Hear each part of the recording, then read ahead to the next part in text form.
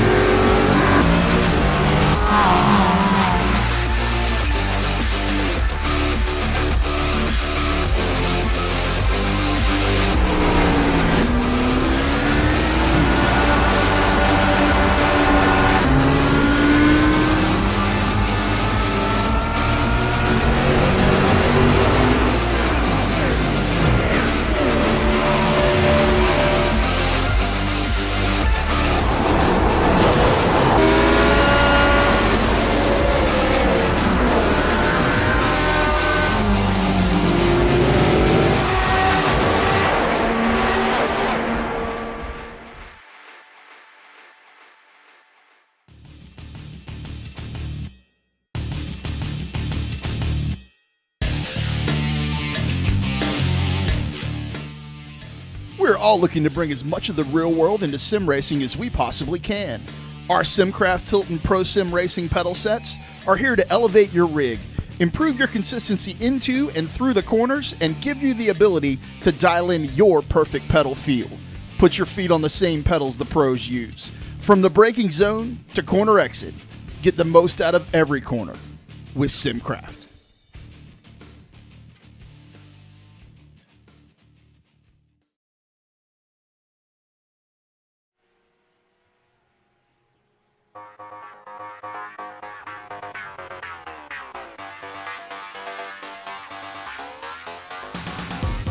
Ladies and gentlemen, boys and girls, welcome to Season 5 of the DGFX Racing Season League here on iRacing Live and RacespotTV. It's myself, Cam Walsh, it's Alvin Yevez, and it's Connery Maddock, as well as Hugo Lee and the production staff.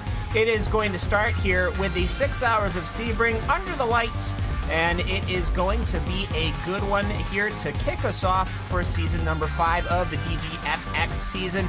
Alvin, we'll start it off with you. A couple of changes this season. We're going to be introducing a couple of new vehicles, but you know what, though? The heart of the DGFX season pretty much similar to what we had in Season 4. Yeah, it certainly is. You know, it's pretty much all similar. You know, when you look at the top class, we have the HPD ARX, which is pretty much what we raced in the last season, and then you also have the Porsche, which also came here into the last season. But the big change that we have in here, from the GT3 we go to the GTE Cam, and I know that these are two cars that we have been waiting for so long, but I also have to say that is not only the big change that we have here in this season, because we also have the GTEs coming in this season, but we also gotta talk about the partnership that DGFX just got with Neo. Yeah, absolutely. Neo is not necessarily no longer working with the Gathering of Tweakers, but more or less just kind of splitting a little bit right now. DGFX is sort of taking that support role / technical partner, I think, would be more than a supporting series, as these teams, pretty much the two largest endurance racing series on iRacing are kind of working together. And Connery, that's always a good thing to see. You know, leagues are sometimes they might squabble over participation. No, not here, because everyone wants to be where they want to be. And the people that do good here in the DGFX series, they will end up being invited to the Neo 24 hours. Yep, they will. And, well, it's going to be the top 9 drivers at the end of the season get invited to that Neo Endurance 24 Hours of Le Mans in what is going to be around about March time that the next year, shall we say, as the cars are starting to get themselves grid up. It'll be a full pace lap here at Sebring. Just gives us a little bit of time to talk about things like the partnership that DGFX has with the Neo series. They're trying to establish what's basically an endurance racing ladder here. And well, we wish them the best of luck in that. Yeah, and plenty of time to be talking about that over the 6 hours. But let's instead take a look here at the DGFX Season 5 starting grid for the 6 hours of Sebring. Pure Racing Team's LMP qualified first, the only car to hit under the 147, the 148 second mark as they're lining up right now on the grid behind the pacing car. Pure Racing Team will be started in that first position. They're not on the grid right now, but you know what? When they do, we'll let you know who's driving it. Fusion Racing is going to be starting in second. Simitalk Esport will start in the third position. Berlin Simsports LMP will start in fourth, with Simitalk's second car starting in fifth. German SimRacing.ee number 72 will be starting in sixth. And the RacingCommunity.de Water will be starting in 7th. Blackadder Motorsport, DGFX 168 will be starting in the 8th position. German SimRacing.de in 9th. The Torque Freak Racing, well, these guys are starting a bit back. They're starting in 10th. Chaos Brigade starting alongside them in the 11th. GT Temple Racing will be in their prototype. The number 5 prototype, they'll start from 12th. Road Bastards will be starting in 13th. Team Vikings Milner in 14th. 4X Racing, which let's hope for no 4Xs. 4X Racing. I'll start from 15th. Unicorn Endurance, I like that. 16th. Scuderia Nordschleifer in 17th. RacingCommunity.de Fire in 18th. Team ISBC Rigshare will be starting in the 19th position. NAB Racing will start in 20th. WR Racing will start in 21st. Blackadder Motorsport rounds out your 22 prototype field for the 6 hours of Sebring. Look down to our brand spanking new GTE grid. That is going to be started as the cars are rolling now. Full patrol lap here of the Sebring in the darkness, as SimRC.de Strawberry will be taking the green for the GTE class. Fusion Black will be starting alongside them. P1 Sim Racing will start it'll be 25th position overall, but 3rd in GTE. 4th in GTE will go to TNT Racing Gold. 5th will go to Delta, and that is your first Ford. Not as many Fords as you have Ferraris, actually only 2. But for the Delta 49 Motorsports, one of your 2 Fords start 27th overall. Blackadder Motorsports with a pair of Ferraris, the 166 and the 66. The AOD Racing for 67. Torque Freak Racing Corkscrew, they'll be starting in 31st overall. Samba Racing Team, German SimRacing.de number 11. The BA Pex Racing Group, GT Red, Team Vikings Midgard, the German SimRacing.de number 81. The Blackadder Motorsports DGFX 167. Tons of Blackadder Motorsport participation here this season. Bad Cactus Racing Blue starting in 38th overall. Graphite Racing GTE 39th. WR Racing B. Simply stated, no fancy colors or fruits there. And then you get down to your Porsche 911 Cup cars. That is started with Rene Ostrakamp piloting the SimRC.de Lemon car. Berlin Simsport starting alongside that. Torque Freak Racing Radillion. And then you get the SimRC.de Kiwi, German Sim Racing's 255 effort. The Low Wee Racing, the Race for Cat Motorsport, the Agi Motorsport, the Peregrine Yellow car starting 49th. The Berlin Simsport 194, the War Dogs starting in 51st, Berlin Sim Racing 196 starting in 52nd, and Bad Cactus Racing Green in 53rd. A couple of guys starting from pit lane. SimRC.de Melon, Probatum, both the Academy and GTC cars. The Road Bastards blue and white Ferraris, and then the Edgy Motorsports blue. But after we run through that grid, I almost thought we had that timed, Connery, but we did not. We still are going down the backstretch here at Sebring. I almost thought that we got that perfect, but either way, though, gonna look to start here. Prototypes under the lights here at Sebring. It is quite dark at this circuit. it is very dark indeed, and that's just a little bit of an extra challenge that these drivers just have to face. The only bit of very bright lighting is in terms of the track, is coming down that pit straight, coming down into turn number 1. So again, as I said, it's an extra element they have to deal with that they perhaps don't usually deal with in a race like this, but we are very, very close to getting this race started now. They're heading on the way down towards Sunset Bend, and then we'll see that pace car pull in and release the field.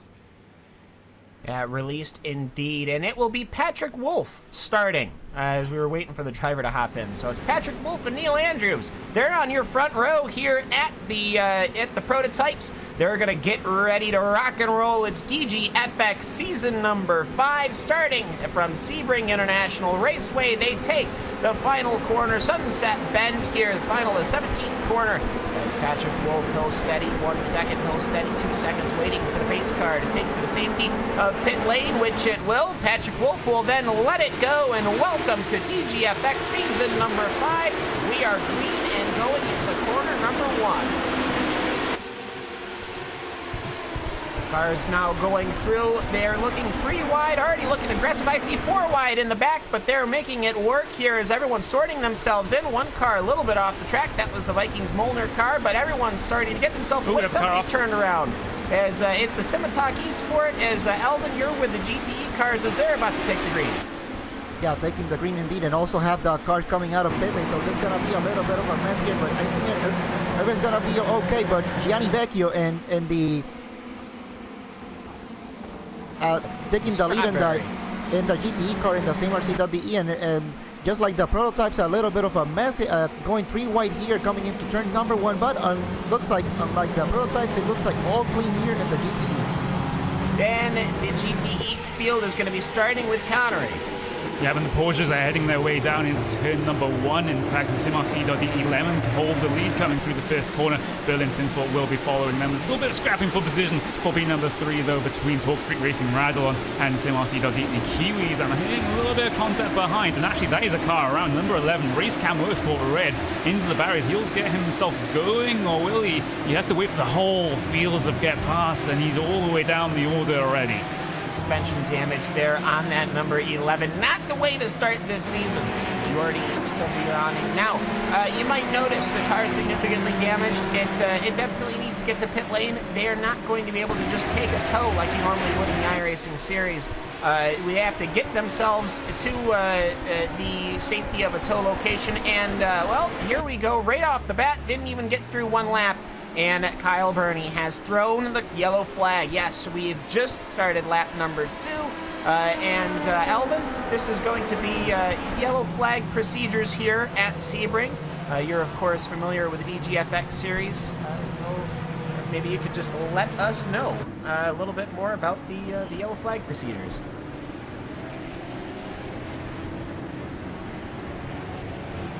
Sorry, I just found out that I have my microphone muted, but now I am good to go. So, pretty much this will be like just a regular yellow flag procedure that we see on ovals. Everybody will just group together behind the pace car. Once they group together, you know, it'll be just normal procedure as in iRacing. Once the pit lane opens, everybody can come in and do service if they wish to. So it should be just pretty much straightforward. Now, why do we see yellow flags in here? Well, we have something in here, unlike many other series, up in here, teams are not allowed to take a tow back into the pits unless they let race control know. So because of that, there was a car that was off track and it was deemed unsafe, and for the safety of everybody, they decided to throw the yellow flag so that they make sure that the car that has to take a tow, that they can take it safely back into the pits. Yeah, very important.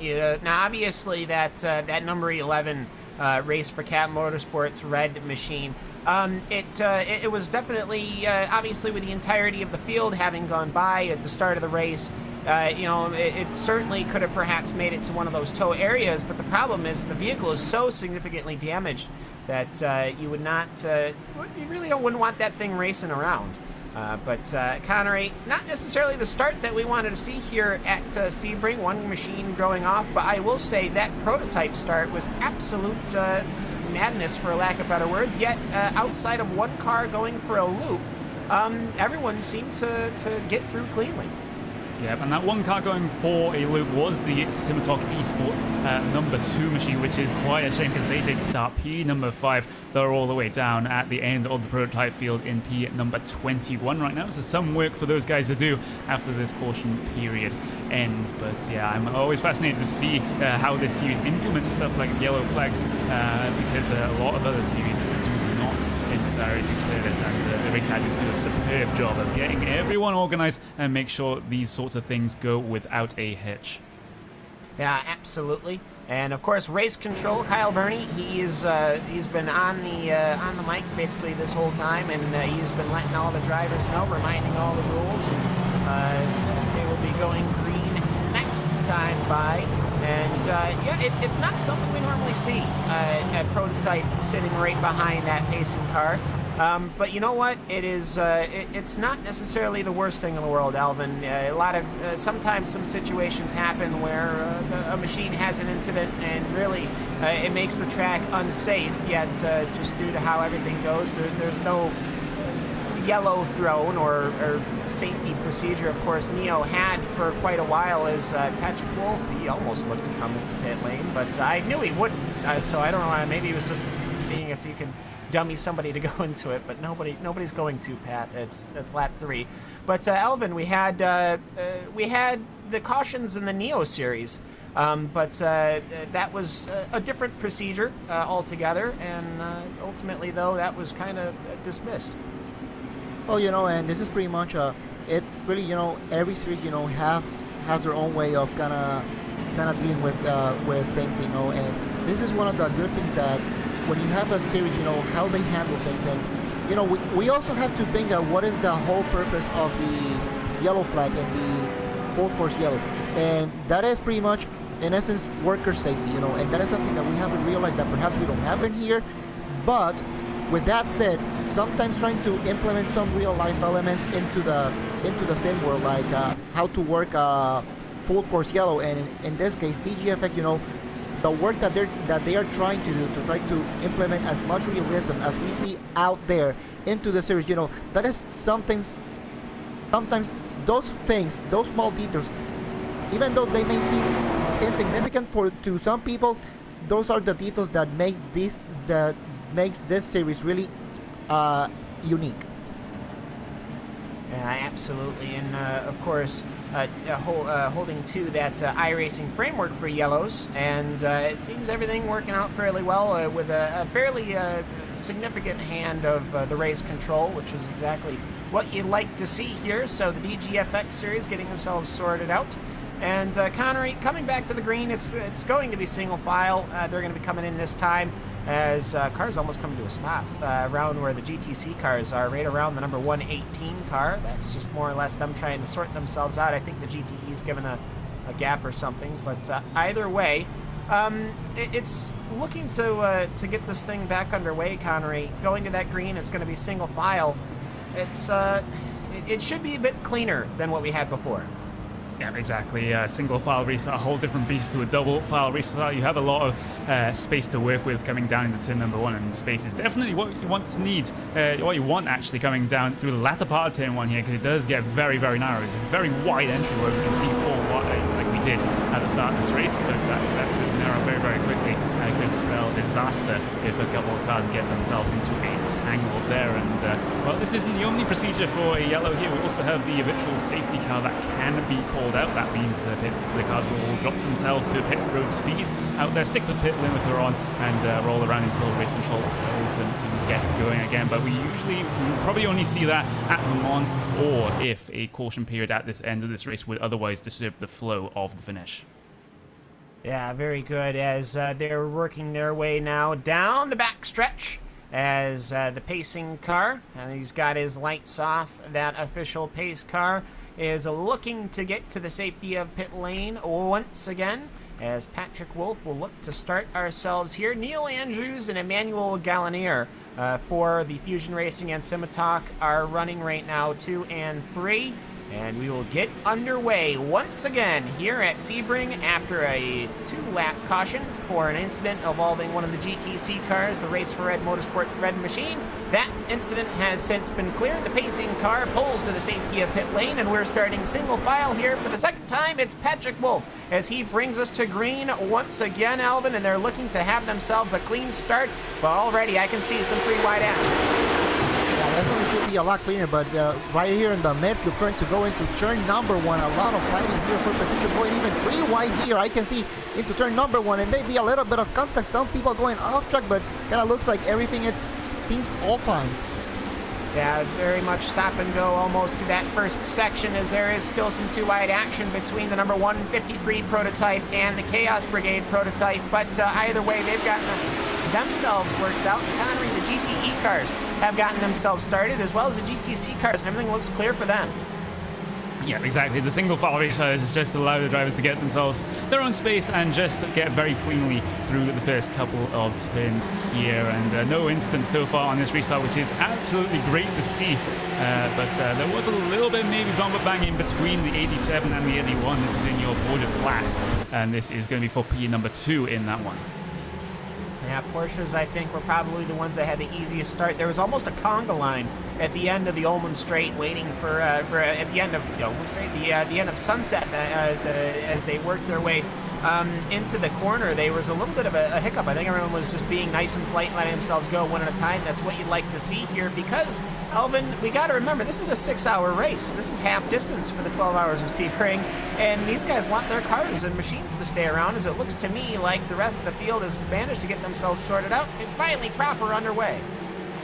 6 hours, and the main thing here when you have a 6-hour race is really patience. You got 6 hours, there's a lot of things that can happen, and as long as you can keep your car clean, I'm pretty sure the chances of you having a finishing position at the end of this race will be a lot better if you try to be really aggressive from the start.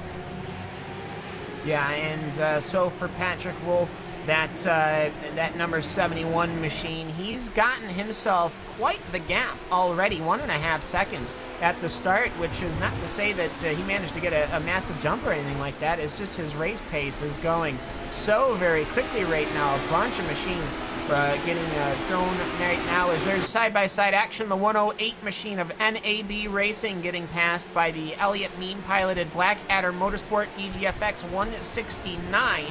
As they're getting themselves sorted out, and it almost looks like the NAB car is going to be losing another position to the Simataki Sports 2 car, but no, it will not indeed. That's the one that started in 5th position.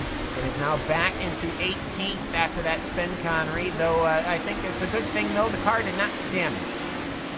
Yeah, exactly. They seem to be completely fine. It's just a little bit of a spin coming through the first sector on the first start. And there's more side-by-side behind once they got through. This is the Racing Community Fire set 173 just going down the inside of NAB Racing. NAB Racing not having a very good lap here. They've lost a couple of positions already. Risk losing another one here to Team Vikings Mjolnir as well, piloted by Telegard as he hits his way down towards the inside, but does not quite get the move done. But since this is a 6-hour race, he has a lot of time to think about it. Yeah, speaking of this being a 6-hour race, something you don't want to pick up is warnings. The car number 88 of the Chaos Brigade, he has managed to pick up a warning for contact in turn 2 on lap 1. And they reviewed that. They saw that it's not necessarily penalty worthy, but a little bit of a finger wiggling towards that Chaos Brigade car. Let's take a look at our GTE class, Alvin, as it looks to me like the SimRC.de Strawberry machine is having a very, very easy time of pulling away, because Gianni Vecchio has really started pulling away that number 77 Ferrari. Yeah, pulling away just a little bit, but Cam, you also got to remember that this is a 6-hour race, so plenty of things that can happen. But with that said, I know that Gianni Vecchio and the SimRC.de Strawberry, he is a really fast driver. I think we have seen them in some other series here in iRacing, and I know that SimRC.de will be one of the top teams here in the GTE class. Yeah, should be SimRC, a large team, but a team that has got massive amounts of quick drivers. You can also see on the windowsills and the mirrors of these Ferraris, they actually got the LED strips on them, and I love that as the caution flag is thrown out, and I'm not quite sure whereabouts. Track looks fairly clean to me, but Connery, do you happen to see anything whilst I look around too? I am just cycling around through the field here, and it doesn't seem like anyone's stranded on any part of the track here, so we'll have to wait on further word of what this caution is for. But yeah, that is going to be the second caution of the day, and you don't really want that this early on in the race, but it sometimes can be expected with the amount of cars on circuit. We have 59 cars in the session right now. It's split amongst 3 classes. That can cause a bit of carnage with the amount or lack of space. Yeah, absolutely. But either way, we'll sort out whom that is. I believe it might be the 189, the Team ISDC rig share machine, because I've just noticed that it's not on track, but that doesn't make any sense because it's 4 laps down. So if it's 4 laps down, is it, let's see. Yellow flag is for a damaged car that had to take an emergency tow. That might have been the 167, Alvin. I noticed it might see some damage on it, and not quite sure what it needed. Yeah, it kind of looks like it was the number 167. They just pulled out of the pits here, now coming into turn number 3 and 4. So may have been something that happened to them, perhaps a little bit of damage or some, or perhaps even a hardware issue coming up to the driver. So you know, could be some things. It was corner number 17 going right to Sunset Bend. I believe the 167 car lost the rear in the night here, and I think the car was okay. I believe it got a massive amount of damage though when the number 192 on lap number 4 of our 6-hour Sebring here in the DGFX season number 5. The number 167 lost it in corner number 17, and Kyle McBride of the Graphite Racing GTE found that Ferrari and significantly damaged it and stranded it, Connery, out on onto the Sebring track. Yeah, exactly. It's very, very easy to lose it coming through Sunset Bend. It's because of the amount of bumps in that corner that can upset the cars, especially the Fords. It's ride so low. If you hit one of those bumps the wrong way, it is going to send you spinning. Yeah, absolutely. And that car having to get itself sorted out. It was close to pit lane, but it still had to drive across the racing surface. And so as such, they threw the yellow flag out. And rightfully so. But for pure racing teams, LMP, I mean, Alvin, I almost wonder if might be getting a little frustrated. I don't think it's far too early to be getting frustrated. But he's just he's sitting there going, I'm managing to pull a gap every single lap, and yet they are still right behind me. Yeah, and I said, you know, this is pretty much one of the things that happen when you deal with the full course caution. You know, you may pull a gap, but you know, you also have to factor in the yellow flags that may happen. But with the yellow flags, you also get the chance to save fuel. And Cam, when we talk about endurance racing, that is one of the big things here, strategy.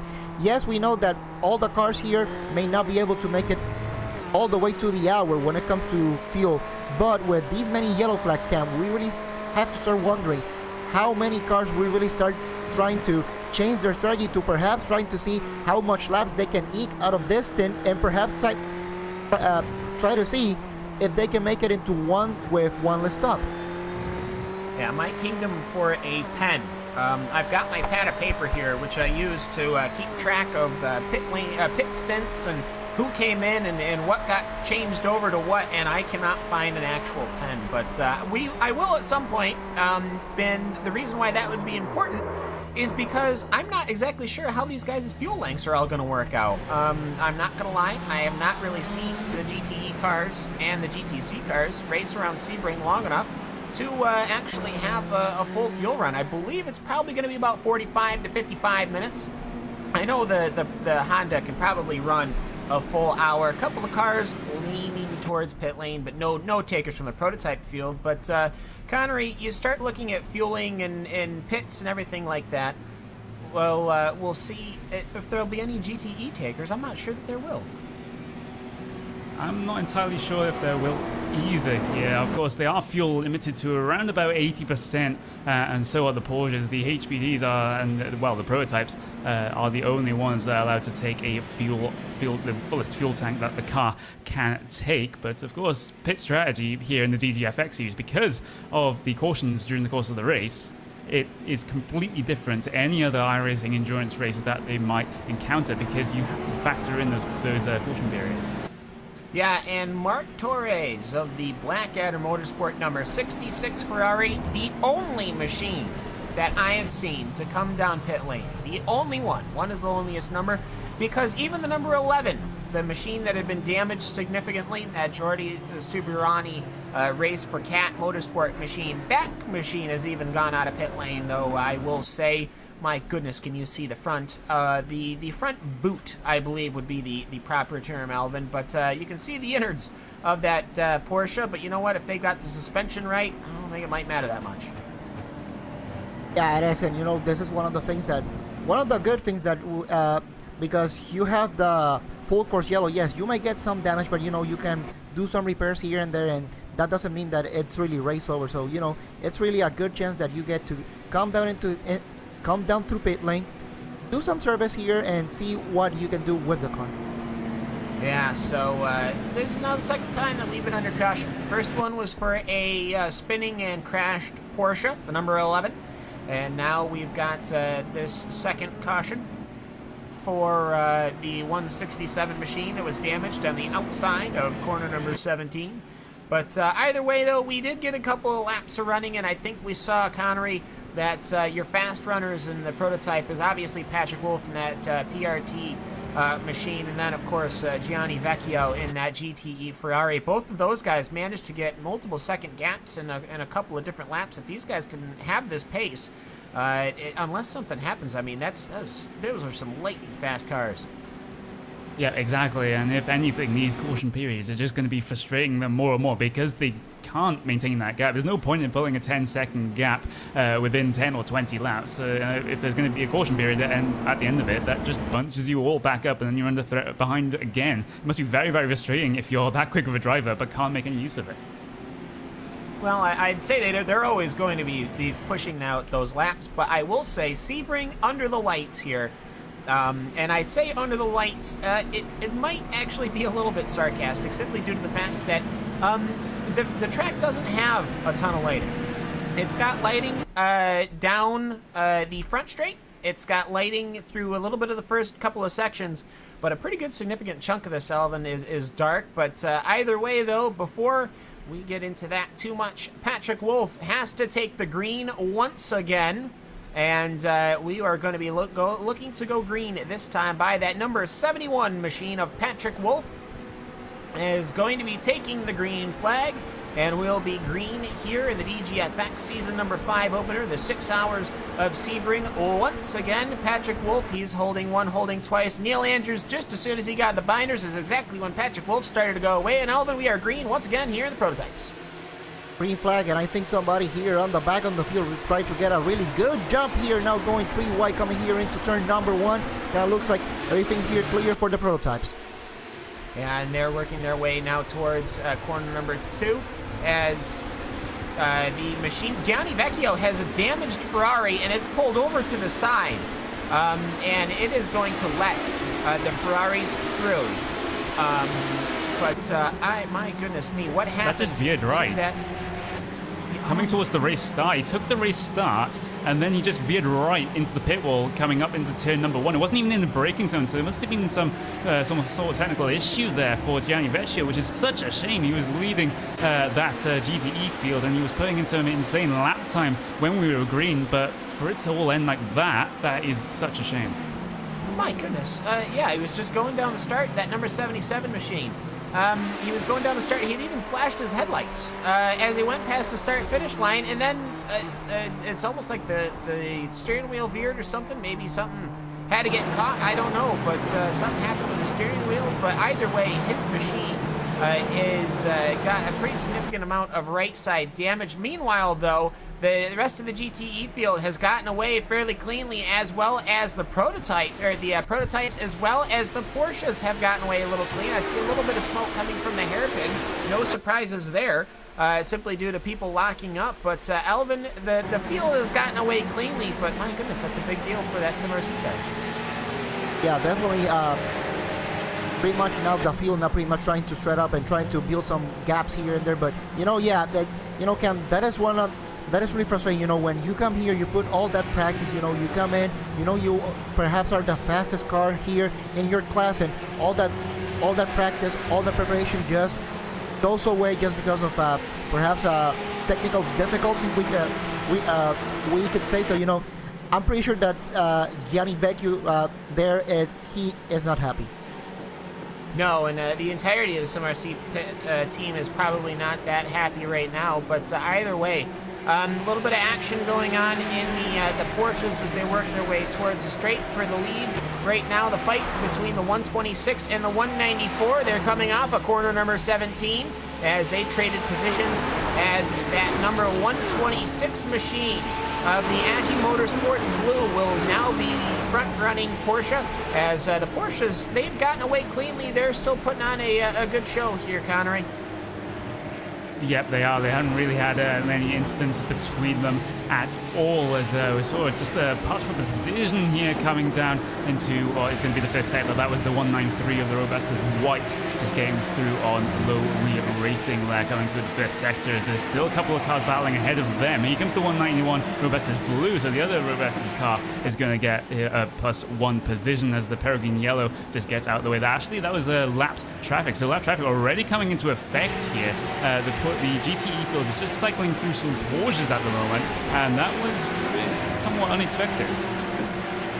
Yeah, and I think that's between the pits and between the damage and between the repairs, it's going to be the circuit is going to be tight. I mean, there are 59 machines that took the green here, and so it's no surprise that these Porsches are going to end up getting galloped by some of these GTE machines. A couple of them that started from the pit still never really got the opportunity to really work their way through. But either way, though, Patrick Wolf, still your leader in the prototypes. He has got quite a ways to go before he gets to the rear of the Porsches. But Alvin, it is going to certainly happen, and it's about almost a 15-second lap difference between the prototypes and the Porsches. That is going to be very difficult when they do get to that traffic. Very difficult indeed, and when you consider the difference not only in speed but also in downforce from these two cars, you know, the HPD, that's pretty much the prototype car that we have here in iRacing, and that has lots of downforce, and you can pretty much go through most of these turns here full throttle and carry lots of speed. But with the Porsche, you have to be really careful because there's really not much downforce. Yes, it has a rear wing, but it just gives you just that little downforce just to keep the car on track. Clearly, it's to make it look like a race car. That's probably it. No, yeah, these machines, they are quick.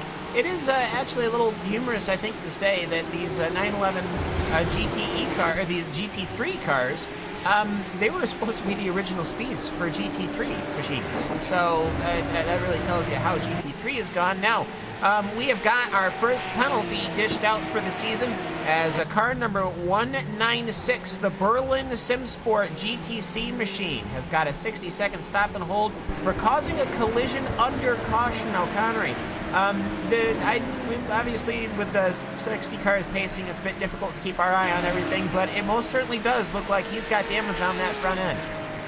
Yeah, that does seem so, and well, he has to come down for that stop and hold penalty, which is 60 seconds. That is a sorry long, to interrupt, long but time. just some contact here with car number 161 of Peregrine Yellow coming here into what is the hairpin. Little bit of contact there. Yeah, I see that. Actually, the car we were talking about just having pulled past that, that was actually one of your front-running machines, the Agi Motorsports Blue Porsche. He found himself getting involved. It looks to me like he just went onto the inside of the Peregrine Yellow, and the yellow car didn't see him there at all. Connery. Yeah, it looks like they got into a little bit of a tangle there with the Agi Motorsports Blue there. It was a horrible, little bit of a horrible tangle there coming through the hairpin, and Peregrine Yellow definitely being the car that is worse off, and well, they'll be down through the field in your Porsche field. Meanwhile, Agi Motorsports Blue, they're a little bit better off as a result of that incident. I wonder if any penalties will result in that incident that we've just seen. We're keeping a close eye on that penalty sheet. Yeah, seeing a replay right now of that 161 Tango. with the Agi Motorsports machine. But yeah, I will say local yellows only, by the way. We're not under caution. Yeah, either way. Jake Farquhar there, he ended up getting that Tango and pretty much got spun around. Now, I will say, a little bit of rear end damage, but you know what? The car looks fairly okay, Alvin, and that's important as the Berlin Sim Sport 196 comes down pit lane to serve his 60-second stop and hold. There's another penalty, the 73 car, for a stop and hold of their own. Yeah, it is. It pretty much looks like race control really is really busy in here, and we are not even 30 minutes into this race, and race control seems to be pretty busy. Lots of action happening here, lots of incidents. So this is kind of like the first race. Drivers are really anxious, and they really want to go, but they also have to understand that it is a 6-hour race, so there's really a long way to go. Yeah, and this is for the Martin Teilgaard's Team Vikings Molder HPD machine. So this is our first prototype finding themselves in trouble. Started 14th, they're back to 19th. And either way, there's a machine that is parked in the other direction there. I see the headlights in the distance. It's Zach House of the Bad Cactus Racing Green, number 188. Has managed to find himself lost in the early sections of the lap, corner 3 and 4. But either way, that Bad Cactus Racing green machine has found himself around. He's got a little bit of damage on it. I don't know if he had any help with that, Alvin. Yeah, trying to look here back into the replay to see exactly what happened, but to me, it may have been kind of like a long spin or something. Trying to see exactly what happened to him. Oh, I see it. I see what's happened here. The Patrick Wolf machine of 71 is right on his rear. He goes to the inside, and the Porsche gives him plenty of room going into 2. The big problem, though, he touched the grass. And then he had to sit and wait as the entirety of the prototype field drove by. He was sitting there for probably a good 20 seconds before he could end up going onto the racing surface. But either way, we've got green flag running here at Sebring International, and for the season number 5 opener of the DGFX series, and we'll be right back here on RacespotTV and iRacing Live.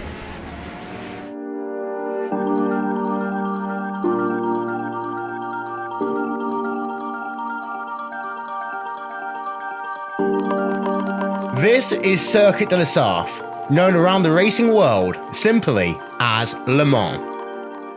Since 1923, this track in western France has been home to the world's original 24-hour endurance race.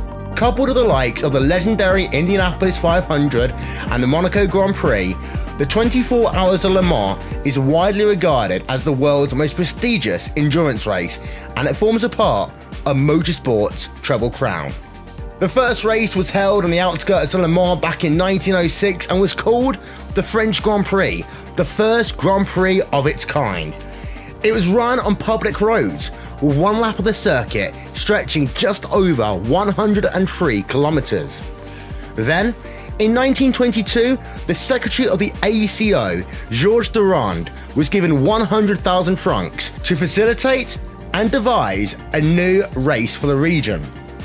Durand took this as an opportunity to stage something completely unheard of, a 24-hour endurance race that would push the modern race car to its limits, where manufacturers would prove their worth to the world. Durand's original Circuit de la Sarthe stretched 17.2 kilometers and was entirely comprised of public roads. It ventured into the city of Le Mans and stretched to a tight hairpin, before venturing on to the 8-kilometer long Mulsanne Straight. In 1929, the hairpin was bypassed due to safety concerns with expanding town suburbs, and safety was always a thing that changed and progressed the racetrack over the years.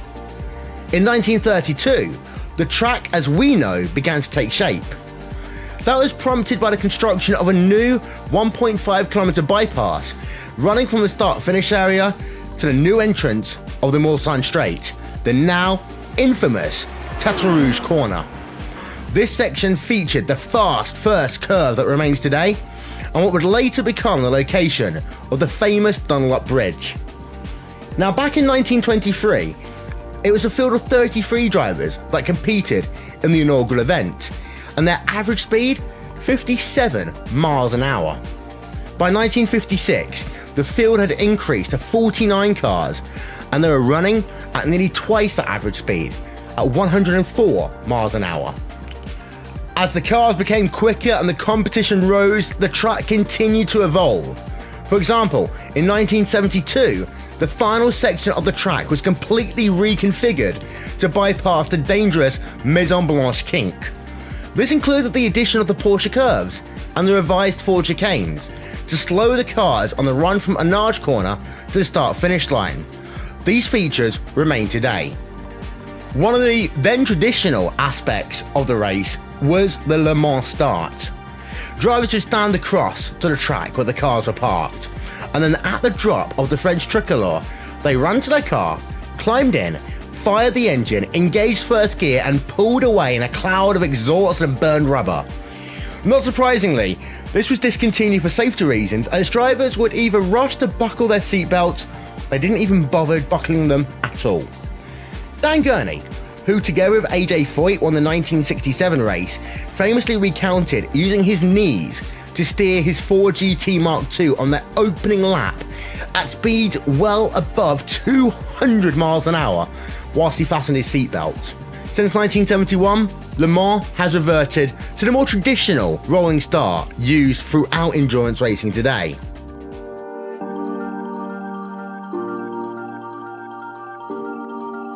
Le Mans will ever be known as the proving ground for car manufacturers and a lifelong dream for drivers.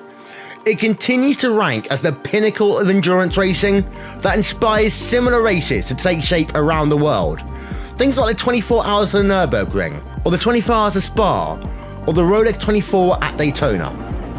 But there will only ever be one Le Mans.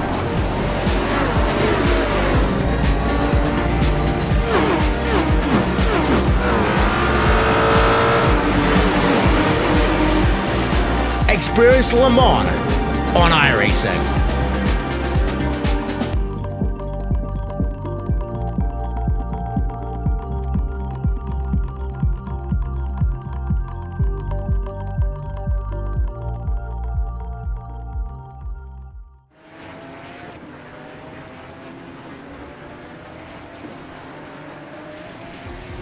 Welcome back to the DGFX Series opener round number 1 here at the Sebring 6 Hours. We are under caution.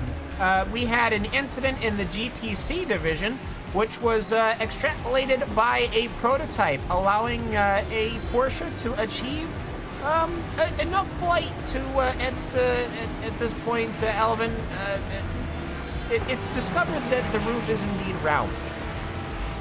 Yeah, well, let's say that we just had left off there. It was, two Porsches trying to racing hard their fourth position, and well, a little bit of contact there coming into turn number 5, and yeah, let's say that a prototype couldn't avoid them and used the very low nose of the HPD to try to scoop the Porsche up in the air and try to get him away.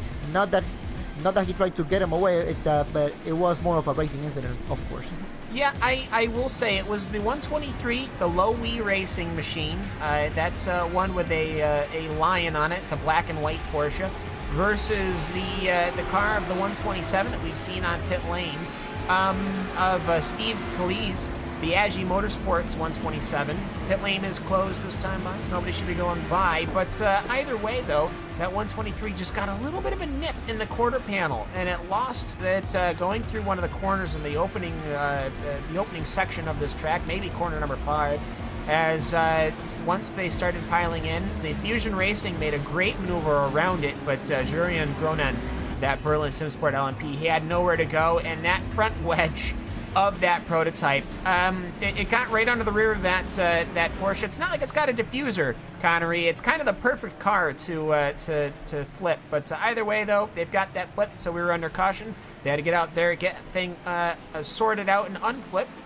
But either way, though, we're not going green this time by, because I think the pit lane is still waiting to get open because a lot of machines had to be waved around. And from an organizational standpoint, though, these cautions, it is putting on a lot of stress here on the racing marshals and the organizers, but these guys are really starting to pull it off. It looks like everything's still working smoothly. Yes, that definitely seems to be the case here, as the pace car lights are off on top of that roof pace car, so we'll probably be going racing this next time by. Yeah, I'm not sure, because they didn't have the pit lane open, so I'm wondering either this time by they're going to bring the pacing cars. There it goes. The lights are back on. Okay, all right, so we've got the clarification there. So either way, though, Elvin, they're going to work their way through. Connery will finish up the point here.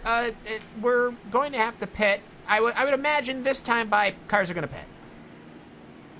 Yeah, that could definitely be the case. I do apologize for what you just heard there. We're still sorting out some technical things on our side. It hasn't really been a great day for the technical goblins, but we may well see some cars head their way down on towards the lane. We still got 5 hours and 20 minutes of racing to go, whether that be under the yellow or under the green flag, as we still are going to go towards the middle of the lap here. Still a long way off of pit road, as well, it just gives your drivers a chance to just, well, actually, they don't really want these cautions, do they? They just want to get some green flag running and just try to get into a rhythm. And when your rhythm is just so disrupted as it is right now, it's very hard to get into it. As we're seeing a couple more cars just trying to get some wave arounds here. If you're in between your class leader and the pace car, you will get yourself a wave around, so you gain 1 lap back on the rest of the field, as the Bag Cactus Racing green car, the number 188, is doing right now, just getting himself past some prototypes. And also this kind of results in some extended cautions as well, because of the amount of cars that need to be waved by. Yeah, and either way, they're just getting themselves all sorted out. This actually gives plenty of time to that Porsche that's in pit lane, the pit crew, to get working on fixing that thing. Of course, it did end up on its roof, but you know what, though? Really, nothing had gone on with the suspension, or really the only I don't want to say the important bits, but the bits that are not the roof are fairly straight, Alvin, and they should be able to get that car out, obviously minus that rear spoiler, back out onto the racing surface. And you know, one of the good things that the Porsche GT3 has here is that car, yes, it can sustain damage, and one of the good things is because it's not really that dependent on downforce. You can fix it relatively, not quickly, but you know, you can fix it here and there, and you should be able to go back on track, and you shouldn't have that much problems in terms of losing top speed because of downforce or drag or anything like that. So for the Porsche, it should be a relatively easy fix, I should say. Yeah, I mean, there's no such thing as an easy fix. The easiest fix would be to not have the machine upside down. But either way, though, pit lane is going to be open, and I am almost willing to put a 5er on that 71 machine coming in, which he does patch. Oh, no, he doesn't. He comes out at the last second. I thought the prototypes were going to come in, but they do not. A couple of them have a little bit of finagling, but no prototypes take the bite onto pit lane. I almost would have surely thought that they would have come in here, but either way, oh, there's a couple of prototypes. The Team Viking Mjolnir, the racing community down in the back of the prototype field. We'll see what the GTE cars do, Connery, but I was almost sure that there'd be prototype machines down there.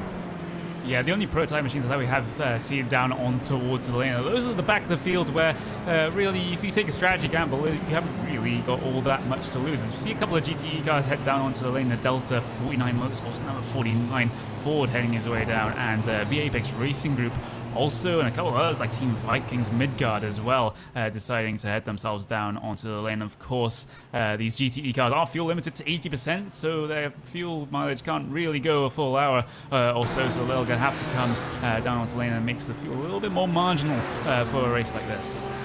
Yeah, Dexter Castro hopping into that Delta, that 49 Motorsports Ford. One of 2 Fords that we have here as the prototypes are getting their work. The GTE machine of Clark Archer, the V-Apex Racing Group, number 33. He's got himself sorted out and on way. 191 is off and away. A couple of GTC cars did come in as well. Very busy pit lane for GTC, but either way, though, the machine's getting their work in a way, Alvin. Pit stops, they should all be relative to the same time. I know that sometimes when we do this multi-class, one car like your Daytona prototype can do a super fast pit stop, while other cars have to do a European-styled pit stop, so it takes much more time. But here, everyone's pit stops are conforming to the same rule set.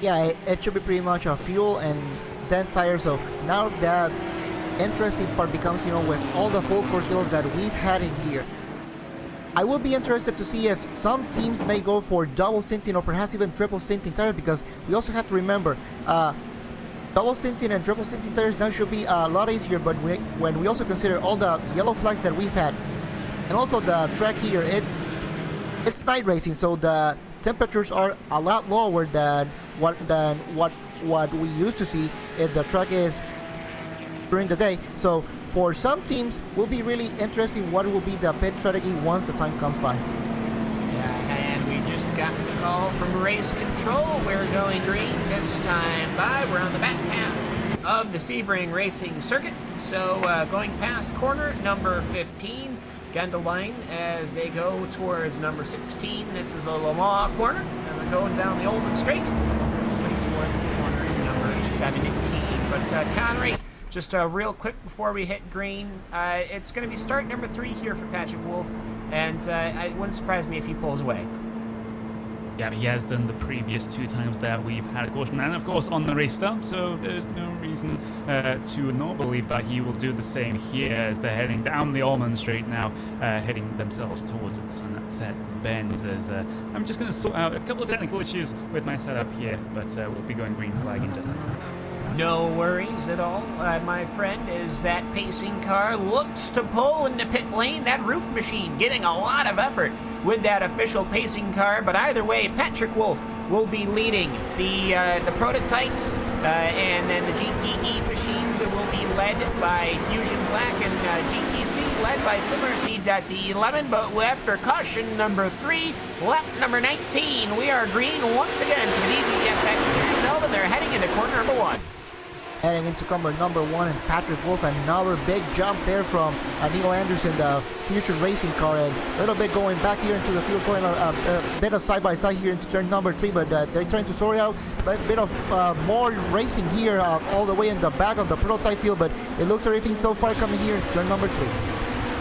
Yeah, and it looks like they're getting themselves sorted out and cleared away as the car is working their way through. The number 160 of Eric Lucal is looking to perhaps go to the inside of Florent Hugeville, or he'll go to the outside, maybe going into the hairpin. Hairpin very slow. These cars are going maybe 50 miles an hour as they pile on in, dirt going everywhere, but ultimately everybody manages to get away cleanly. The GTE field looks like they have gotten themselves sorted out and cleaned away, as well as the GTC machines, and that's exactly what we want to see, Alvin, as the start is off and away here once again. Looks to me like everyone's gone away comfortably.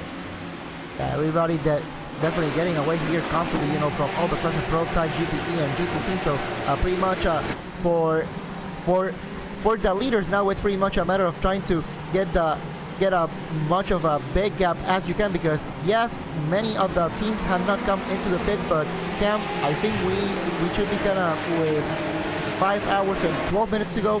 I think they should be able to go all the way to the hour, and that's when we're gonna see lots of action here into the pits.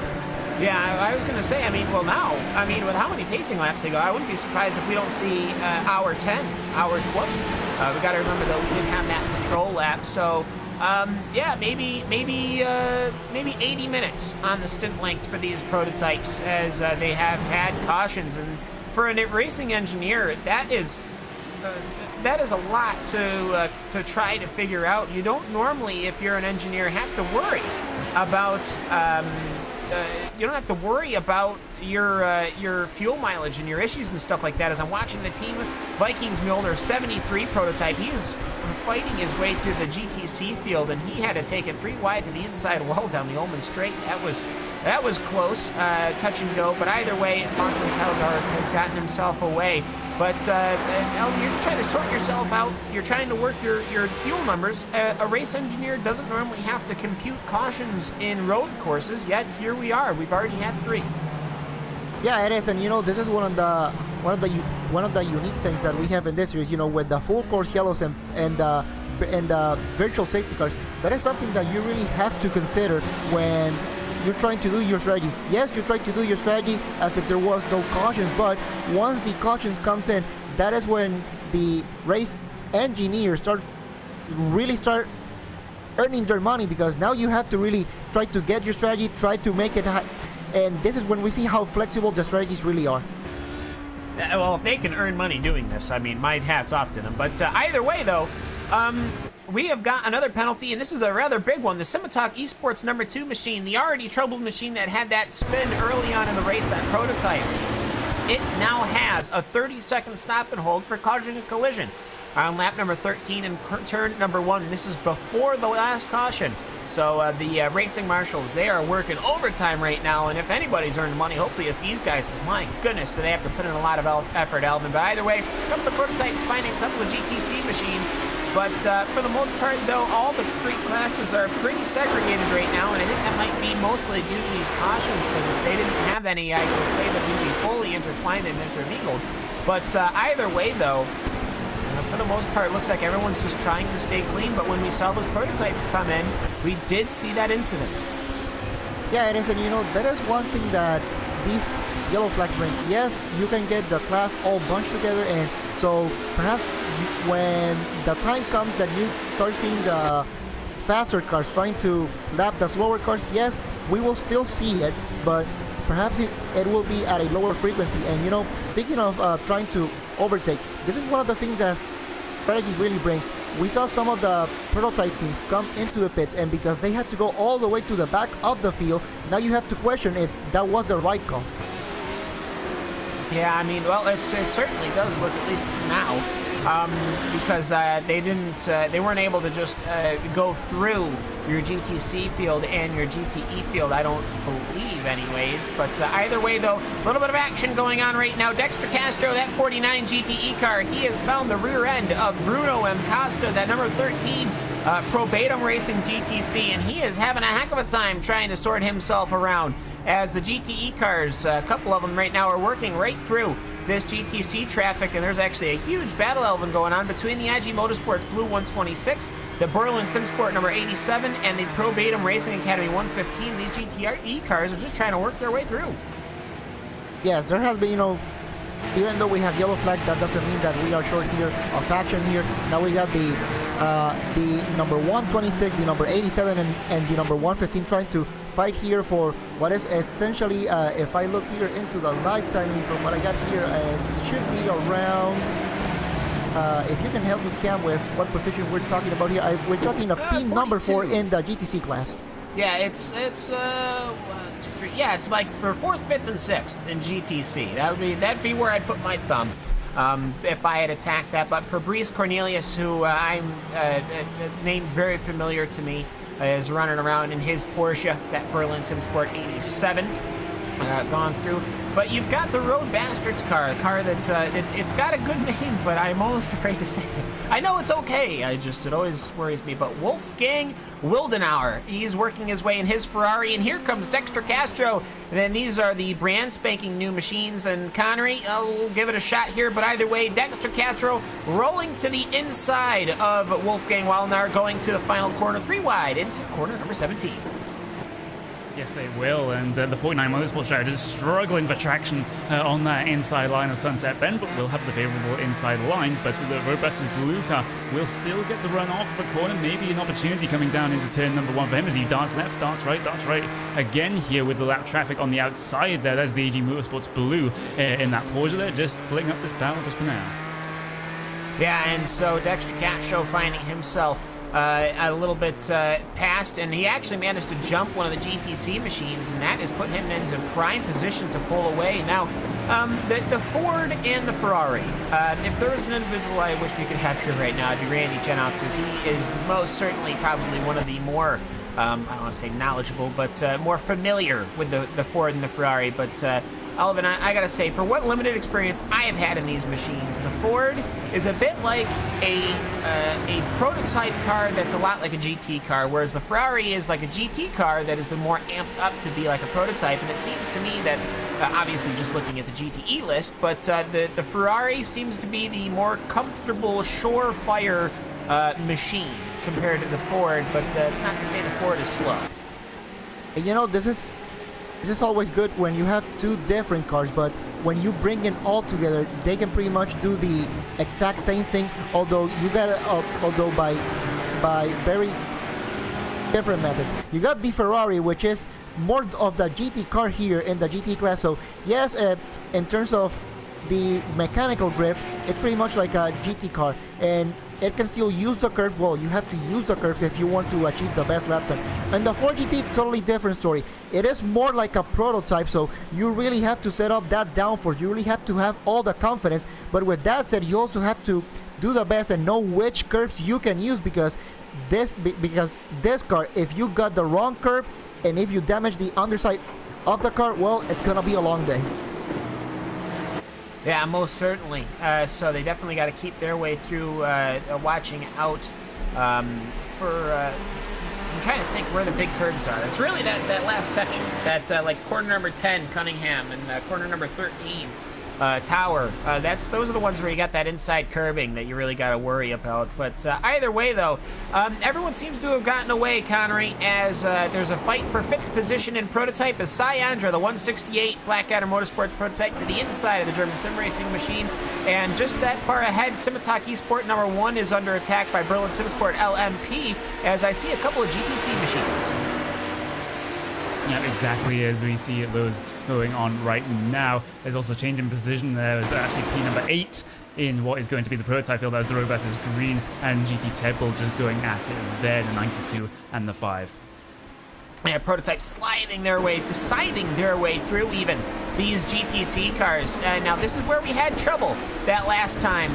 This is where the caution came out as Edgy Motorsports is going through. There's Bad Cactus Racing, as here comes quite a couple of these prototypes. I see the 181 prototype of Sasha Lamp, as Stefan Walder and Fabian Jungbluth are all working their way through, as well as that Scuderia Nordschleifer number 51 prototype. So the classes are mingled for GTC. We've been waiting for it for some time, but for Patrick Wolfelben, it's fairly easy for him. But once you start getting that second or third prototype through the GTC class, you really can't yield that much.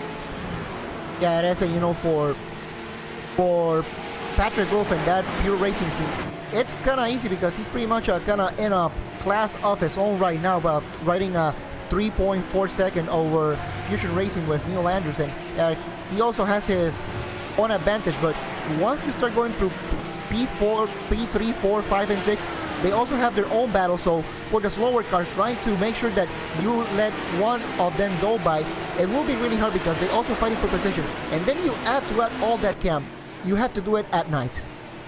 Yeah, at night, exactly. As now you've got your F3 bots to certainly help you out. You maybe have a spotter to just say, hey, prototypes are oncoming. My goodness, look at the speed difference going down the Ullman Straight between the prototypes and that Porsche 911 GT3 machine. But either way, we're still looking to get these guys are all intermingled. It's going to be a different ballgame altogether, Connery, when the GTE machines get to the GTC machines, because they don't really have the speed and the downforce that you would expect, obviously. They're not prototypes, but that sort of kind of brings to the front that Sebring maybe not the whitest track in the racing service. Yeah, going back to the differences between the GTE field and the Porsche 911 GT3 Cup cars that we have here is I noticed them coming down the straights, especially the Ullman Straight, the back straight coming down into the final corner of Sunset Bend, is that the speed difference, the straight line speed difference, isn't really all that different between the two cars. It's just that the GTE cars have so much more downforce. But that's going to be interesting when they come out to the lap traffic here with a huge pack of cars. They can't get past in the straights. They'll have to do it in the corners, and we all know how sometimes sketchy lap cars can be in corners.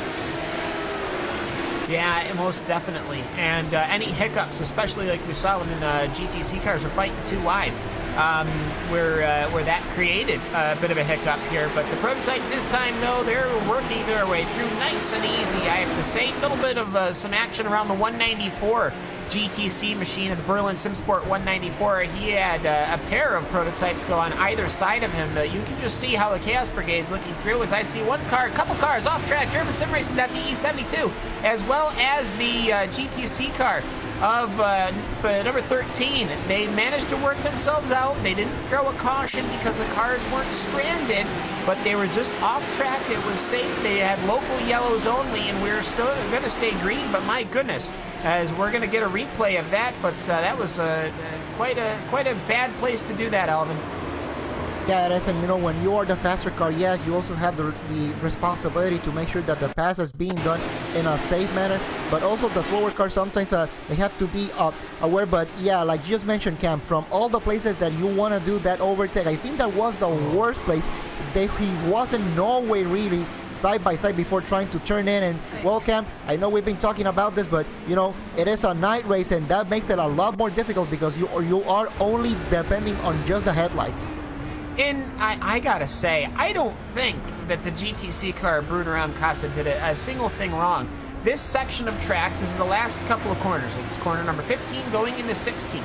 And I just don't see how on earth he was supposed to make that work, because the GTC car, Connery, it's not like it's going to be able to just take a wider line. That is at the complete peak of its suspension and its speed. You can't, you're on the limits in that corner, and then to try to make yourself go wider for a prototype, that was not I don't think that was a smart move from that prototype machine.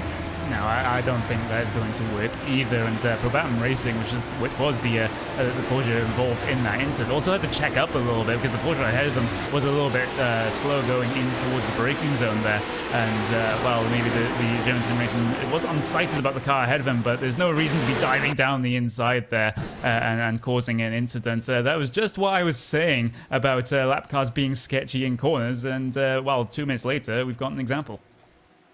Well, yeah, but I don't think that the GTC car would even really be warranted as sketchy. I just think that perhaps what happens is that you pass 10 or 15 GTC cars, so you get yourself really excited, then you just think that you're really able to work your way through and do something that didn't necessarily was going to work out. I see another car off on the Sir Racing surface. It's the Team Vikings Molnar HPD and the 188 GTC, the Bad Cactus Racing green machines have now found themselves together, Elvin. And, if you can see that, we can talk about it, because I believe this is another issue. Yeah, another issue indeed, and this is pretty much one thing that we get with multi-class racing. Yes, we get some teams here that are really not that patient, and this is something that you really have to have in a 6-hour race like this, patience, especially when you are the faster car.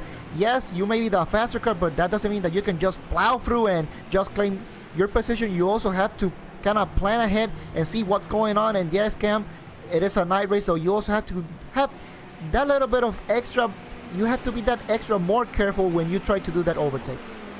Yeah, and this one was between the 188 and that Milner Vikings car, which already had a warning for contact. I think this was going into corner number 13, Tower, which is a slow corner, and again, you're on the limit of your suspension for the Porsche, and that prototype really just kind of looked right on in, and really was hoping to get completely onto the inside and then passed. But either way, the Bad Cactus Racing machine, actually, did that spin out trying to go into pit lane? Yes, it did. So that machine having issues, but they managed to get it safely into pit lane. So no caution once again, Alvin. But either way, though, machines are pulling away. Patrick Wolf, he's doing a very good job as he's starting to come on to the rear end of the GTE field. Yeah, coming into the end of into the rear end of the GTE field, and now is when we really have to start asking the question. We are more than an hour into the race, and we knew that most of the teams here have to come in around the 45-55 minute mark. So how much the teams have been able to stretch that fuel during the full course yellows, and so now will be interesting which teams start to come into the pits, and pretty much, I will say, around 5 to 10 minutes. Yeah, it might look that way. We're hitting the hour mark just last lap, but with those 3 cautions, I can say that with a pretty good amount of confidence that they've managed to save fuel. And so as such, hi buddy, as Patrick Wolf, he's working his way through. He's basically in a class all his own. He has managed to pull a 10-second gap. That is a massive amount of time, and with how many laps we've been green. I think maybe 8 laps we've been green. But either way, you almost wonder perhaps how much fuel they could have saved. But it's not just that, Eldon, because obviously these machines, they have fuel numbers, obviously. And the big thing for those fuel numbers, they have fuel settings, is the word I was looking for. You got to remember, if you don't have your engineer and you're not paying attention, you might not be toggling that on and off. And if you're not toggling that on and off, that's potentially fuel that you're wasting now, pacing, when really you could be saving that fuel. Yeah, it is, and that is one of the really interesting things that you have not only with the prototype but also with the GTE. You have those fuel maps that you can really adjust for the race, and perhaps if you're trying to do some strategy here and there for some fuel saving, yes, you can turn up that knob just down just a little bit so that you can save fuel. But with saving fuel also comes that loss of power, so really trying to balance that out, that is really the part that these drivers and teams really have to think about.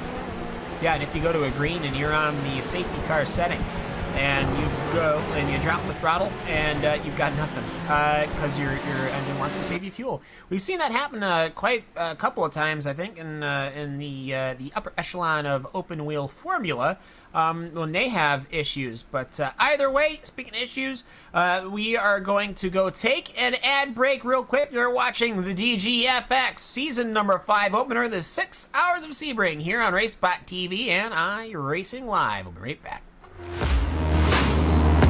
Hi, I'm Ryan Priest. I'm driving the number 20 JGR Toyota Xfinity car this weekend. Really great opportunity here at New Hampshire at my home track. Over the past 2 weeks, I've been on iRacing, practicing a little bit here and there with the modified and the NASCAR Xfinity car, so it's been a lot of fun. It's been a great tool for me to kind of get used to that stock car body again and be prepared for the race today. Well, yeah, it's a mile long, so the draft kind of plays into effect here with the modifieds, punches a big hole in the air, and we run restrictor plates. So it makes a big difference. Just really fast, and it's our Daytona. So that's what's great about it, and we have a fast car for tomorrow.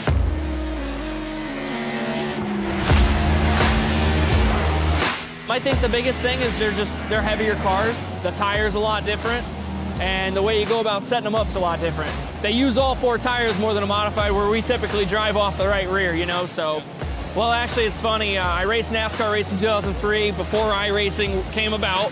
And then when iRacing came about, my friend Kevin Iannarelli, who works at iRacing, kind of told me, hey man, you need to switch over to this. And when I did, I was like, oh my God, this is like real life. So I started using it as a tool of mine to really prepare for modified races, whether it was Stafford or Thompson or Loudon, Bristol, and then obviously the Xfinity Series last year, going to road courses, trying to get laps, and use it as a tool that can get me as prepared as I could be without actually doing it. So it's been great.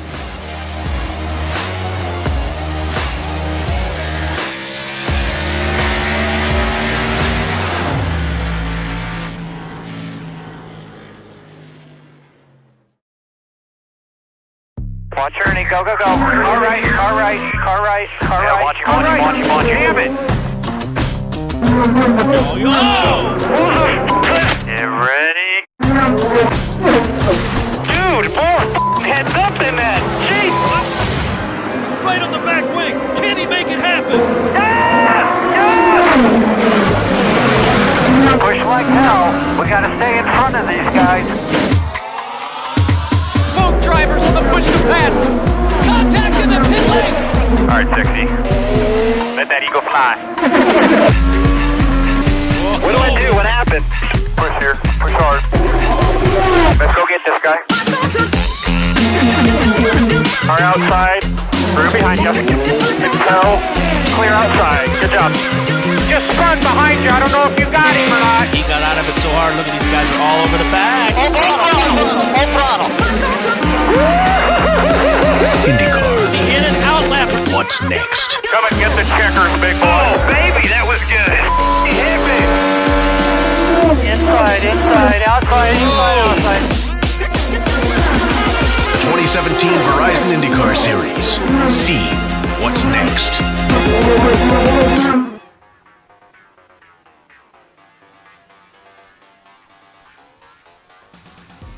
Welcome back to Sebring International Raceway for the opening round of the DGFX season number 5. It's the 6 hours of Sebring here live on iRacing Live and RacespotTV. Patrick Wolf and his Pure Racing Team LMP has been barnstorming this field as he has got a 15-second gap to Simotalk Esport, who has managed to get by Fusion Racing. For second position, and third is Fusion Racing. In your GTE, it is the P1 Sim Racing car, but it had just come onto pit lane, so actually they are now fully in pit mode, as well as your GTC machines. Sven Demmel is currently leading right now in your GTC division. So hello everybody, once again, Cam Walsh, Alvin Yabez, Connery Baddock, and Hugo Louis joining you for this opening round. And Alvin, barnstorming from that Pure Racing team, Patrick Wolf. Yeah, it is, and it's pretty much been lights out from the first drop of the green flag, and every single restart has been pretty much Patrick Wolf. They're leading. I don't know really how anybody will be able to really try to get a hold of a Pure Racing team here today, but as I said that I'm pretty sure we are going through the first cycle of pit stops. I think most of the GTE cars have come into the pits. We still have some cars in the GTE class that still have to come into the pits, and from P1 all the way to P number 15 in the prototype class, they still haven't come into the pits. Yeah, just looking through it all right now, I'm seeing what looks to me like the leader right now in GTE has not pit, going all the way down, if we can get that thing to move, all the way down to, well, past your GTC field. So I don't know when the GTC cars pit. I imagine it's going to be quite a bit of ways away. It's not like they're going to be using tons of fuel in that Flat 6, but either way, though, the 911 Cup machine is going fairly well, but this is going to be somewhat troublesome, Connery, because you've got these GTE cars that are going to be coming in, getting fuel, getting tires, or maybe not tires, but just getting fuel, and they're going to be coming out in GTC traffic.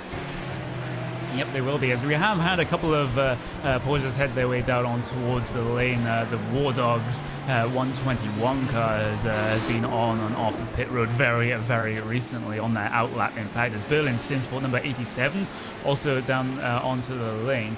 And we've also had a couple of warnings, a couple of penalties being handed out right now. There was a 30-second stop and hold penalty for Probatum Racing at GTC, and I believe that was the contact with the prototype car, one of the prototype cars that we saw earlier. And there's also a warning here for Road Wrestlers Green as well for aggressive and unsafe driving. And there was also a no further action called on German Sim Racing 72 for unsafe driving. Yeah, so Marshals, they're doing overtime, and they haven't even really gotten that further into the race. We are 1 hour and 11 minutes done. We've had 3 cautions, and overall, though, it's been Patrick Wolf in the prototype, but in GTE, there was a stunning incident at the restart of one of the races that were running the cautions. It was a SimRC.de Strawberry machine. As here comes the Simotalk Esport prototype into the pit lane, as well as the SimRC.de Lemon GTC. But either way, quite a couple of cars rolling on in now, as a couple of prototypes and a couple of GTC cars, so they're all coming in the pits. But either way, though, we had a huge incident with the GTE machine, the Ferrari of the SimRC.de Strawberry. That was your leader. The Vecchio piloted machine had a massive issue. Off the start, it actually crashed into the pit wall, of all things, Alvin. But overall, though, a lot of prototypes on pit lane right now. I think 4, and probably 5 or 6 GTC cars. Yeah, it is. We got the Sematalk Esports German Sim Racing Dudley E, the number 153, the number 5 GT Temple Racing number 1, and the number 16 Unicorn Endurance all into the pits. Also the number 108 NAB Racing coming into the pits right now. Yeah, we have had an incident on the track, and this has actually been quite the conflagration. Started with the 195 Ferrari of Ed Voris. He went around Sven Newman, and he lost the rear of his Ferrari, and it got parked right onto the middle of the racing track. He tried to pull it forward. I'm not sure if that was a smart thing to do, but he ended up getting impacted by Syandra regardless, and the caution has come out. Syandra, in his Blackadder prototype, he got a pretty good hit off of that. I'm not sure if that's what's thrown the caution, though. That Ferrari might have been pretty significantly damaged, as yes, there is Ed Voris parked on the racing track right now. As we are under caution at number 4, Alvin, as once again that's a little bit of an issue between the classes. Yeah, a little bit of issues, and speaking of issues, if there is somebody that's really not gonna be happy with this caution, I'm pretty sure it will be Patrick Wolf and the Pure Racing team, because we were at that point that I think they will have to come into the pit. So now this throws all that lead. It not only it throws it away, but you also have to think he will have to come into the pits, and from what I'm seeing here, I think he will slot all the way back into I think what is P number 11 perhaps in the prototype class, and who knows if even further if he will have to navigate through all the traffic as well. Yeah, you're basically just starting back from zero. He'll have open track for a while. But after a while, though, he will end up getting stuck, I'd have to say, behind that GTC traffic, and he's going to have to do it all over again. But either way, Connery, it's sort of just a general multi-class incident. Go to the inside of GTC cars, spun out, and ended up collecting a prototype. Yep, that's just the standard kind of incident that we see in endurance racing when a higher class car is trying to lap a lower class car. Sometimes these things can and do happen, both in the sim racing world and the real world as well. There's a couple of drivers heading their way down towards the lane there. Actually, that was the prototypes of the Blackadder Motorsport DGFX car, and of course the car of the Chaos Brigade, number 88, deciding to head their way down onto the lane as well. There are about 6 prototype cars right now that have not come down the road, which are the top 6: Pure Racing Team, Blackadder, Scuderia, Roadbusters Green, Berlin Simsport, and 4X Racing. Yeah, it is, and now is a time where you really have to think about strategy. Yes, this is I think this is the 4 full course yellow that we have in here today. So Connery, now this is the part that when you talk about strategy for the top 6 in the prototype class, yes, they were banking on perhaps a couple more green flag laps in here to come into the pits and do the service, but now with this full course yellow, now that strategy, it really goes away. And not only that, now you also have to think where they will come out once they do all the service. Yeah, exactly. If you're one of these top 6, if you pull down towards the lane now, then you're going to be losing a whole bunch of positions. You basically get put right at the back of all the cars on the lead lap in your particular class, and if, well, all the top 6 get themselves down on towards the lane, then of course the Fusion Racing machine will then inherit the race lead for the restart, and we'll have to see what the likes of the top 6 here in your prototype field do, as they do miss pit road this time by. Perhaps the pit road is closed there for the moment as the wave rounds get themselves done. And, well, the caution during a pit cycle, it certainly makes things very, very interesting. The likes of the cars of the Blackadder Motorsports and a couple of the drivers that are actually down on pit road. In fact, when that caution came out, they're going to benefit a lot from this.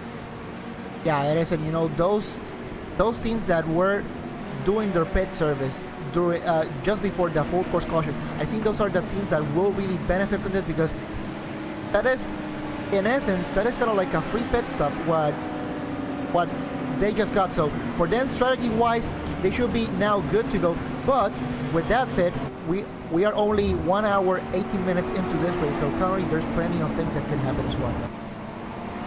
plenty of things can happen. There's just a little bit of a correction of what I said earlier in regards to the penalties. It was actually, in fact, the German SimRacing.de 72 car that got the 30-second stop and the whole penalty, and the Talk Fleet Racing Sunset got the warning for aggressive driving. As we have another incident under investigation here involving the Team Vikings Mjolnir. HPD are in investigation for an unsafe rejoin, actually, after having an off there. We still await the results on that particular investigation by the stewards, but Elvin, it has been a very, very busy first 1.5 hours for the admins. Yeah, 1 hour 20 minutes into this race, and I'm pretty sure race control have had their hands full pretty much from the drop of the green flag, and even before the drop of the green flag. And this is something that currently, when you look at organized leagues like here in DGFX, there are some rules that sometimes we take some things for granted, but up in here, even for practice, those small things like making sure that you get the right car in all. And if you don't pay attention, and this is something that perhaps we kind of take for granted sometimes when we try to join a race, but sometimes taking those things for granted, well, in this league you really cannot do that. No, especially with all the unique rules and regulations that surround the series. It definitely makes for a different kind of racing to what we usually see in the likes of other endurance series on here on the iRacing service. Speaking of, the Black Pond GT had a little bit of a clash with this, and I hope when that finishes, a couple of viewers from there head on over towards this series, because it is an absolutely fantastic series. And a little bit of a technical point I want to bring up as well, with the tows, you can actually tow during the green flag without causing the caution if you stop at certain places on the track, and there can be up to 3 places. Right now he's 2 places here at Sebring where you can take the tow without causing a yellow flag, and that is the end of the runoff at turn 7 and the outside of turn number 13. But to actually take a tow there, you have to get your car there, and if it's severely damaged, that can be a very big issue. Yeah, it is, and those are pretty much the only 2 places that you can really get the car as safe as possible and without trying to trigger a caution. Now, coming here into Sunset Bend, really interesting part here. Will the top 6 in the prototype class, will they come into the pits? I think they have to come in now. They really have no choice, and I think Patrick Wolf staying all the way to the right side, and yep, indeed, top 1, 2, there's even some prototypes that not coming into the pits. Really interesting, but pretty much all of the cars that really have to come into the pits coming in now. And it looks to me almost like a couple of those cars that had already come in for pits, obviously they're not going to come in for service, and we're going to find ourselves split. I don't think Patrick Wolf is going to be leading at the end of this caution period. I don't even think he's going to be in the top 5. I don't even think Patrick Wolf's going to stay in the car, as he is climbing out right now as Lennart Roart is going to be the driver. So Patrick Wolf, he did everything he could do, but at the end it didn't matter anyways, because these cautions, there have been 4 in total, has closed the field up every single time Patrick Wolf has been able to storm away. And that's kind of something you don't necessarily want, Alvin, because you've got your pro driver, one of your fastest guys, one of Patrick Wolf, and now you're going to another driver. Obviously it's pure racing team, so they're all going to be quick. But you almost worry if you had used his driver time to really not get to go anywhere. Well, if you're going to change drivers, I think this is the right time to do it. You do it under caution. So now you get the fresh driver, Leonard Rad. He comes into the car, so really no pressure of trying to go up to speed as soon as he gets out of the pit lane. But now the interesting part, perhaps it could be a call that Leonard Hart can be a bit better trying to handle traffic. And Cam, this is something that for them, once the green flag drops by, you will have plenty of traffic to go by. Yeah, certainly. And it's either way, I mean, he's going to have to work his way around prototypes for traffic and regular traffic when they get there, because they get to the GTC cars fairly quick. I have to say, Connery, we did have a little bit of a conflagration early on under pacing, but now it seems that they've got it all completely sorted out, all worked in. I mean, it's obviously it's something that you don't normally do pace around a racing track with other cars, but they've managed to work themselves around. They've managed to sort it all out, and we've at least got pacing underway. But I have to say, though, the cars behind the pace cars are right now not necessarily your leaders, which means that it could be an interesting restart. Yep, exactly. And well, we were mentioning, me and Alvin were mentioning about what the top 6 in the prototypes do when it comes towards the pit stops and during this caution period, and it turns out that they all headed their way down on towards the lane. So the leader of the prototype field, in fact, is going to be Fusion Racing for this restart. And meanwhile, the driver that was your leader, the team that was your prototype leader, has to start down in towards P number 9 right now. So 9 cars ahead of them to negotiate. A lot of the drivers that came in just before that caution period started have really benefited from this. Oh, they absolutely have. Light's still on your pacing car, though. But either way, though, I mean, it's no joke to say that they have managed to immensely benefit from this. Especially, I have to say, Pure Racing Team probably the one that was really, really hurt by this, simply due to the fact that they had not only such a lead, but now they had to come in down pit road, and now they're going to be starting Elvin behind so many other classes and cars that it is going to be a massive challenge for a driver that hasn't been on this racing track for but 1 second. Yeah, definitely a massive challenge now for the number 71 and for Leonard Roth. So really interesting once the green flag drops in camp. I have to say, the amount of cars that they will have to go by once the green flag drops by, that'll be really interesting. That is pretty much the part of the race now for the number 71. If they want to win this race, how they manage this traffic once the green flag drops, that'll be really interesting.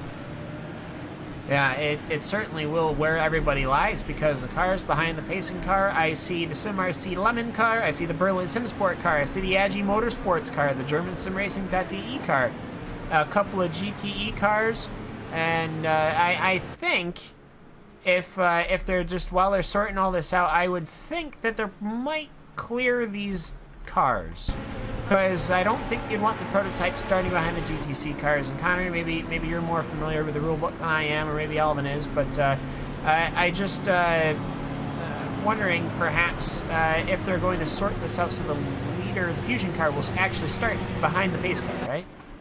It looks like they're actually giving them end-of-line penalties here for the cars that are currently in front of what is your prototype leader in Fusion Racing. Sven Demel of one of the SimRC.de cars, SimRC.de Kiwi, has gotten himself an end-of-line penalty. Maybe we'll see some more end-of-line penalties for the cars ahead. There's a lot of talk over the race control channels right now, trying to get all of this sorted. Of course, we don't want to be spending too long under the caution, as the pace car lights are still out. So if things stay as they are, we will be going green next time by, but it seems like race control are just trying to get things sorted here.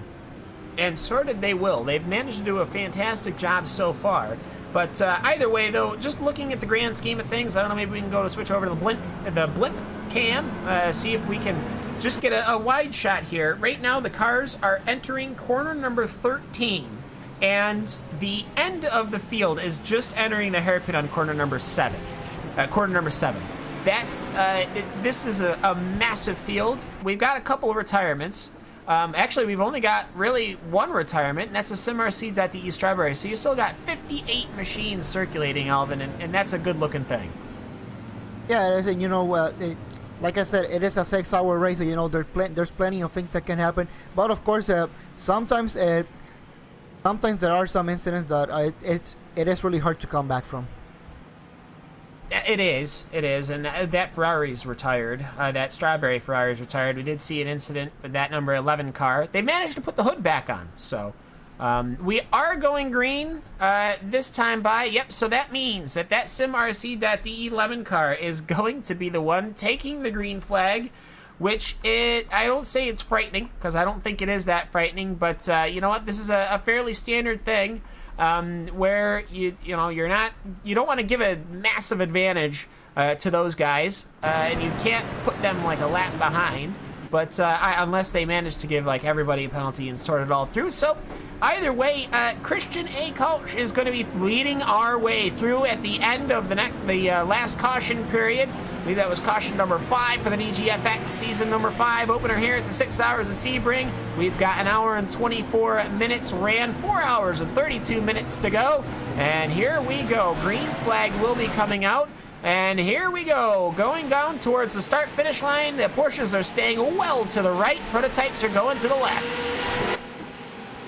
Yeah, space is going to be made by those Porsches heading down in towards turn number 1. As also some of the GTE cars try to follow their way through as it goes for the spin. There's the V Apex Racing of GT Red, the 33 car stranded on driver's left-hand side of the track in the first sector there, just struggling to get the traction down coming through turn number 1, and they'll get themselves spun back in towards the right direction. There's been no further instance down the field for your restarts. There is some side-by-side racing here between the likes of what is going to be the Porsches there of the 196 and the 115, as the 196 is just going to get filed all the way back. It is actually going to be counted as 1 lap down on your leader at this moment in time, as they're all trying to file their way through the hairpin here side by side, and almost 3 wide between 3 prototypes there. That was the 16, the 181 and the 73. Yeah, hairpin is probably one of the slowest sections, and it is very scary to have all of these cars throwing it in here with all 3 different classes, the GTC, the GTE, and the prototype cars, all intermingled as the 189 car goes around in the hairpin. Ryan Kish, he lost it, and he has ended up starting up a pile-up at the entrance to corner number 5, the caution flag being immediately thrown out as Ryan Kish, he tried to hold that thing. It was a lion-esque effort, but the prototype just didn't want to hold. I think he might have clipped a bit of the grass there, Alvin, but he tried and tried and tried, and he ended up causing a pileup on the entrance to corner number 5. And you know, Cam, this is something that we knew that we were gonna see. Once you have those restarts and you have all those classes all mixed up, you have the faster car, you have the slower cars. We saw even the prototypes, as soon as the green flag dropped, just flashing the lights because they knew that they wanted to get out of there as soon as they can. And well, Cam, this is one of the things that happen when you get faster cars and slower cars, especially on just after a restart like this. Well, we just saw the consequences. Now that we did. Now, to me, it's mighty unfortunate because the cars that were involved in this were like the last 5 or 10 cars in the entire field. The whole field had made it past that hairpin, and unfortunately, though, a little bit of touching of the grass, slowing up for a GTE car, a prototype was, and now he's found himself with some pretty significant right front damage on that number 189 machine. But either way, that Team ISDC rig share prototype going to have to come in for service. NAB Racing's prototype as well, the number 108 car will have to come in. And Connery, it's tough going into that hairpin. I have to say, 55 cars made it through, but those last 5 just didn't make it. Yeah, and to perhaps make things worse is that prototype that had the incident coming down into the hairpin was actually multiple laps down on the rest of your prototype field, so not a really great start to the race for them, and it's just caused a pile-up into the hairpin that we've just seen, and they'll have some damage to that car as well as a couple of drivers that were involved in the instance, so I wouldn't be surprised if they head their way down on towards the lane as we're under the 6th caution of the night. Yes, the 6th caution. Okay, good, because I had a co-pilot for a while, and the co-pilot was not helping me because I couldn't get to my notebook.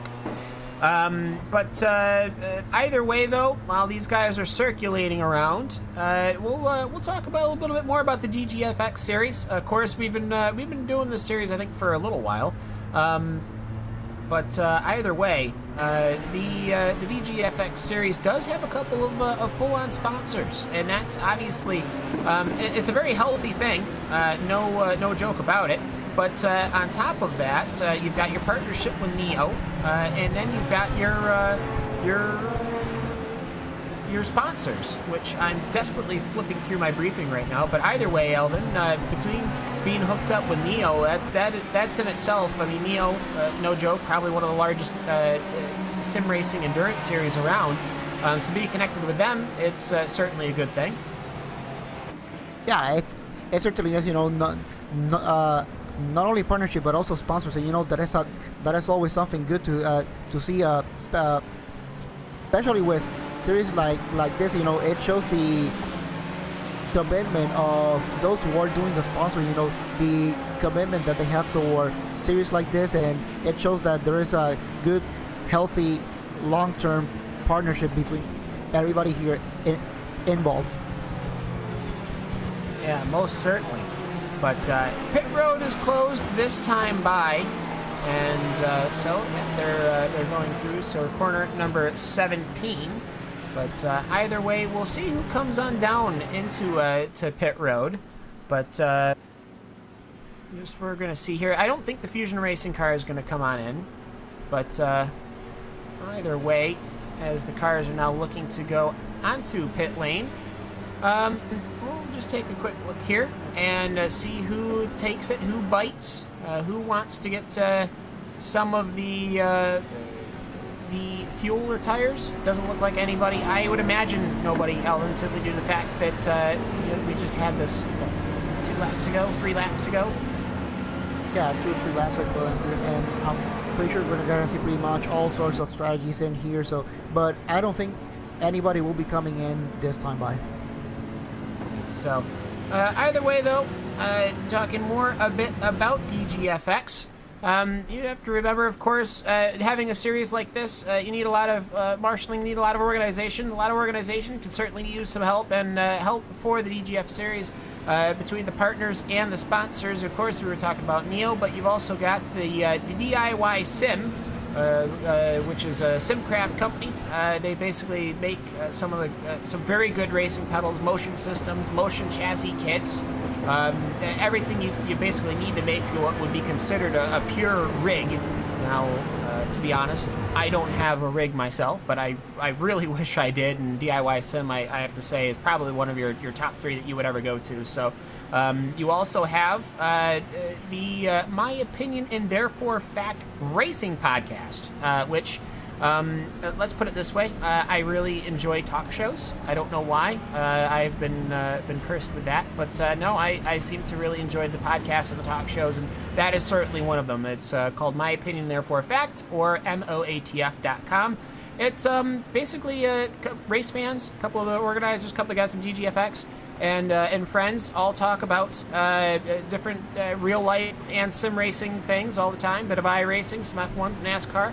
So if you need an additional motorsport podcast, because you might only have 1 or 2 and you don't really know which ones to go to, check that one out. I mean, it's certainly a good thing to have. And Connery, having partners and having sponsors and having connections is really a great thing for this for any series, but especially this one, which seems to be getting bigger and bigger every year. Yeah, but there's any big endeavor and any big organization, you cannot really do it alone. And with the support from the companies that, the sponsors of the series, the likes of DIY Sim and the My Opinion Therefore Fact podcast, they just managed to help this series just bit by bit. And there's also in that podcast, in fact, they will also be doing a DGFX specific shows as well. So maybe you can expect something along the lines of maybe a post-race review talk show, just talking about what's going on in the race and who are the big players in terms of the championship and so on. Yeah, certainly, and of course, you never know. You could have some of the broadcast team on there too. Why not? But either way, Hugo. Everyone wants to interview Hugo. That's what's up. Either way, cars pacing right now. Nobody's interested in going to the pits. I wouldn't be too surprised if they don't call this a short caution, and we would be going to green next time by. So pit road is going to be open again this time by for any of the takers. I'm not even sure if it was open last time. That might be why nobody came down pit road. But either way, pit lane will be certainly open, Elvin, this time by. But again, we're not sure if we're going to get any takers. I don't think we're going to get anybody now. From all the strategies that I'm seeing here, perhaps one of the cars that may bite the bullet, it could be the 173. It should be around 23 laps into distance. Also the number 73, the Team Vikings Mornier, also 23 laps. So perhaps we can see them coming into the pits, try to work some strategy. And we did have a huge kerfluffle on the exit of corner number 16. Not quite sure exactly where the serpentine came into effect, but ended up a couple of cars found themselves getting knackered about. No need to really go into it too much, but either way, a couple of cars not going to be too happy with that. But either way, though, a couple of cars. The Team Vikings Milner HPD will be coming in. Martin Teilgaards will be getting out of his prototype machine. And another driver will be hopping in of Erling. I can't pronounce that. I'm going to say Balmer. We'll go with that. Shane Norton is in the VPEX Racing Group GT Red machine. And George Gruber in that 167 Ferrari. He is going to be hopping out. He has had quite the stint. David Vieira is going to be getting into his Ferrari. Dexter Castro, he's one. He found himself in that kerfluffle. I think he might have picked up a little bit of rear wing damage, Connery. They can actually exchange that entire rear wing assembly on the Ford GTs. I'm not sure if they're going to warrant having a new one, but you know what? They're coming in and swapping drivers too. Yep, they are. As Dexter Castro just makes his way out of the car, we just get to see who else makes their way into that car in that particular team. There's also a little bit of rear diffuser damage to that Ford GT as well. Number 49 down on towards the lane. They'll probably get that fixed as well. As we were also hearing that the race stewards are just giving a little bit of a warning to all your drivers there for the little bit of a contact, the bits of contact that we've been having under caution, which is completely and utterly unacceptable. Maybe some of the drivers here not really used to having cautions during endurance races like this in iRacing, and just trying to find that. It's a pep talk. It was. It's like when you go and you do something wrong, and your dad pulls you into a room, and he's, just kind of, a little bit of a pep talk. And Alvin is a race organizer yourself, obviously. It is some issues. I'd have to say it's more or less teething issues, because obviously this is the opener. It's been quite a couple of months since the last series. But either way, it's a bit difficult. I'd probably say, as far as trying to organize these things, it's a bit like herding cats.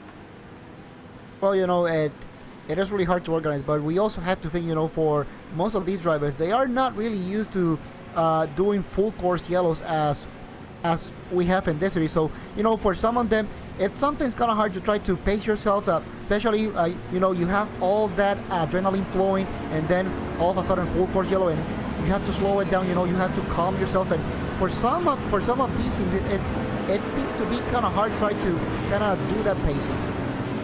Yeah, so either way, though, as a benefit of having that quick green flag caution, the prototype is now going to be starting and taking the green behind the pacing car, which is handy. So either way, the pace car will be diving to the safety of pit road this time by. And this is actually interesting. You've got Neil Andrews. He is leading right now, that number 22 car in position number 1 in that prototype, the all-green Fusion Racing machine.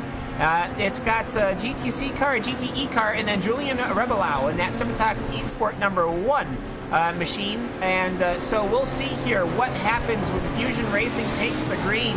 What will they do? The prototypes will be, I'm sure, interested to go through. They go to the inside. The fast cars, they go 3 wide past the start-finish line, and we are green once again, Elman, here at Sebring International Raceway. And the Fusion Racing machine has gotten a massive jump. Gotten a massive jump, but the Simitak Esports, unlike the last start, he was in some traffic, but now able to clear that traffic. Let's see what Julian Ribedo can do here, if he can reel down Neil Andrews. Yeah, don't forget, these GTC cars are all racing each other. They're not just trying to get out of the way for the courtesy of the cars in front. As it looks to me like Julian Ribedo has managed to clear himself of traffic, so Neil Andrews will have to constantly look in his rear, as Ribedo is not that far behind. Then you've got a GTE car, and then you've got the kerfluffle. You've got Niles Hedhunge, the 173 in that Racing Community.de Fire machine, as well as the Unicorn Endurance. You just basically, if we just follow Marco Bresci, how about that? The number 25 GTC car, because if we follow him, we're going to be basically seeing everybody is trying to go through. As Connery, they're entering the hairpin for the first time. Yep, they are. As you see, just one prototype makes its way through there on the German SimRacing.de 225 coming into the hairpin, and that move was easily done as the field is all mixed up. There's prototypes and GTE cars and Line 11 Cup cars all mixed in with each other, and it makes it quite confusing to call here as they get themselves underway. As some flashing lights ahead as a prototype driver tries to make its way through on the traffic. But in terms of position battles, there isn't really all that much going on. There was actually a battle on the GT, what it was going to be the Porsche 911 start, between the German Sim Racing 225 and the SimRC.de Kiwi, but that battle seems to have fizzled out just a little bit because the amount of cars that are just coming through on them is just not giving them a chance to battle. Yeah, and of course, talking about elbow room, it's very hard to give elbow room when you've got GTE cars and prototype cars going around these GTC cars. But either way, the first lap has been completed. No kerfluffles in the hairpin that have been noted. So Fusion Racing has got its gap. It is a full 2.4 second gap in one lap there over the Simitalk Esport machine. They themselves have about a 6 second gap between the Racing Community.de Fire machine and that Simitalk machine. So Prototype's going to get stretched out real quick here, as right now your leaders in GTE is the Fusion Black GTE cars. So Fusion leading in both Prototype and GTE, Alvin, but either way, the Fusion Black machine, he's gotten away cleanly. I don't even see where that P1 Sim Racing is in his mirror, so he's gotten away. Yeah, definitely gotten away. It's pretty much a 5.5 second gap between P1 and P2 here in the GTE. And you know, speaking about leaders and who was the leader before, the number 71, the Pure Racing team, he started all the way back in P number 9, and he's able to make some just one position after that restart. So it kind of shows you how important strategy is, and when something bad goes for you in terms of strategy, especially caution when you least needed it. Now he's pretty much 25 seconds behind. Yeah, and with a different driver, as Leonard Rart is finding himself to the inside of the AOD Racing number 67 of Steven Schultz. Of course, 67, a very legendary Ford number, as the Leonard Rart Prototype finds himself coming on that P1 Sim Racing machine. He's actually got fairly clear traffic, Connery. I mean, he's got a couple of GTE cars, but other than that, he should be able to just do his laps now. Yeah, exactly. And well, the 7-1 car just has this GTE car just to get past here down the Ullman straight, and there's a bit of clear air all the way up towards the next driver, which would be the leader of your GTE class, which would be Paul Seal in that Fusion Black machine. So as you said, a couple of laps with Leonard Rott to put in some very quick lap times, and we all know how fast that Pure Racing Team LMP car is. We saw it in the new Endurance Series, in fact, but which is actually now partnered with DGFX, which is why I can mention it. But the Pure Racing LMP White in that series didn't really have the best luck. They had the pace over the course of the season, but their luck was absolutely abysmal. They got into incidents with lap traffic. They had technical issues as well. So hopefully they can do much, much better in this series. Yeah, and we saw the roll bar cam from Leonard Rart as he was finding his way through. Looking at the big old track map, it's a bit difficult to kind of see where everybody is, simply due to the fact that everyone's restarting so intermingled and not really separated by class, which is fine, that it becomes extremely difficult to find where exactly you're going to go through. For somebody like Fusion Racing, for Neil Andrews, you're not sure when you're going to get GTC traffic. It used to be, when you start, you could say, all right, we got 3 laps of clean traffic to roll on through. But he finds himself right now between the German Sim Racing.de number 82 machine of Julian Brewer as he goes to the inside down the Ullman Straight. He's only got a couple of more cars to go through. I see a Road Bastards machine ahead, but Alvin, for this prototype car of Neil Andrews, he's finding himself in clean air, but it's only a matter of time before he finds himself in traffic. And when he gets into traffic, it's going to be tough. And that is the most important thing for Neil Andrews right now. He's he only has one car in front of him, which will be the number 191 Road Bastards Blue. That will be the only GTE car that he has in front of him. But then after that, it will be a big gap all the way to the number 88. So I'm pretty sure that he will have plenty of racing room in here. Yeah, speaking of racing room, let's see if we can go on board. Let's see if we can go on board with, why don't we go on board with Sven Dummel, the number 79 GTC car. He's currently going down the Ullman Straight, but I'm sure we'll do plenty of onboard cams. But let's see if we can go on board with Sven Dummel on the inside of that Porsche 911 GT3 Cup as he fights for what will be the lead in GTC, as plenty of traffic going past and going forward here around this lap at Sebring in the dark.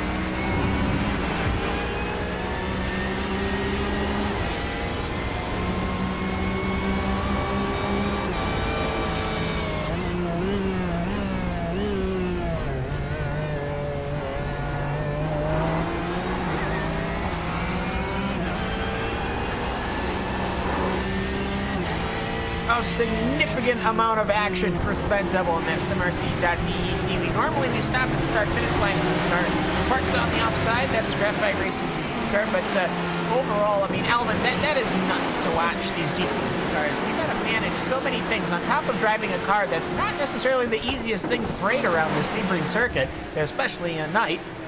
But you've got so much traffic around. GTE cars, prototype cars. We did see a couple of prototypes spin, but no cautions, no massive damage between anybody.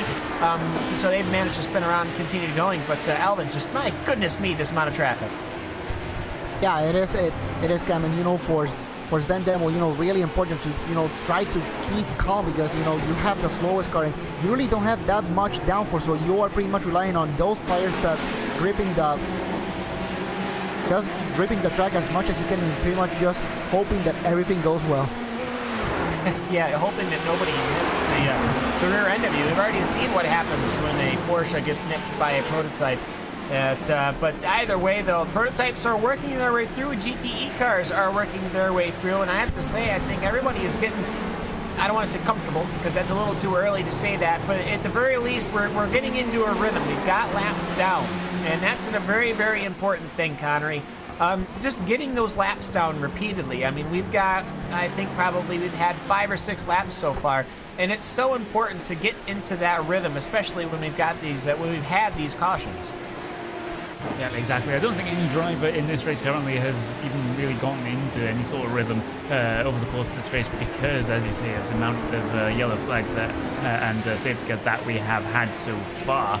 And I think your drivers will be hoping for just a relatively long green flag run here, maybe get a pit stop cycle in, and then just try and find their footing for the rest of this race. But there could be a few more surprises in store, a few more safety cars out there, a few more incidents, and well, it's not what we want to see, really. Just lots and lots of cautions and not much racing going on. But sometimes it's just what happens here, and we have to take it in our stride.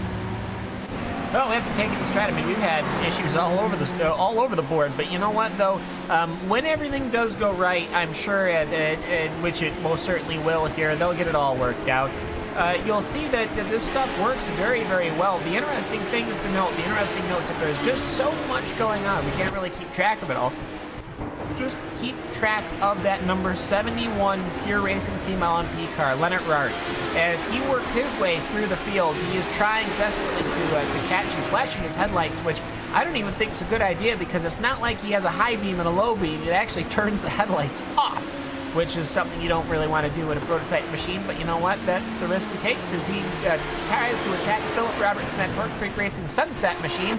Well, the sun's constantly setting and rising in the rear mirrors of Philip Roberts because the headlights are flashing, Alvin. But you know what, though? Leonard's just trying to get his way through here, and he is making lap times up.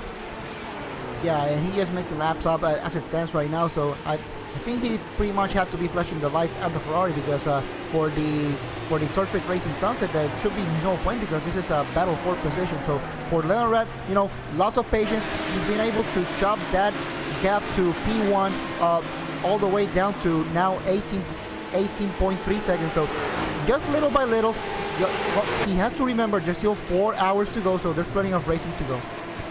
Yeah, plenty of racing, and really haven't had that much racing yet, as out side-by-side right ahead of Philip Roberts and Leonard Rart. As Berlin SimSport is going side-by-side with a race for Cat Motorsport, which not necessarily the smartest thing in the world because that race for Cat car is multiple laps down. It's 9 laps down, whereas the GTC machines are only 4 laps down, so that's 5 laps of difference. I think I just, no, those are the headlights flashing in the distance. As Michael Lecce is also working through this lap traffic. If these guys keep slowing each other down, that GT Temple car, Connery, will have the potential of catching prototype cars that he's chasing down, and that's a great side effect that we note from these GTC cars all fighting each other. Yep, and this is just really what DGFX races can be like. It can be very, very crazy with all the classes mixed in together. We actually have a spinner. That was a Probatum Racing number 13 car having a little bit of a spin. Was this helped by anyone, I wonder?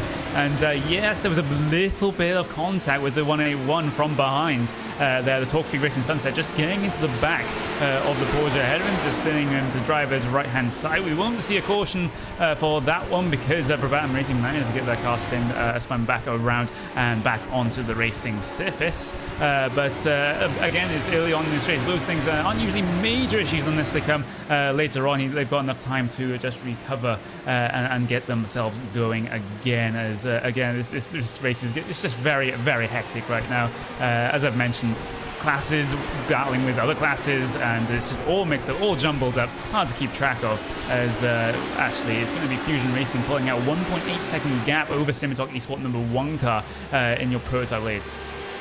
Yeah, and meanwhile, position 4 in prototype, Kai Basner and Vladimir Marchovsky of Unicorn Endurance have been going at it. That Racing Community.de water machine, the 174, piloted by Kai Basner, has made the pass for 4th position, and now it is 2 Racing Community.de fire machines in pursuit of your leaders. And I have to say, Elvin, I'm a bit unfamiliar with this team, the Racing Community.de fire team. I can't say that I'm really that familiar with them, actually.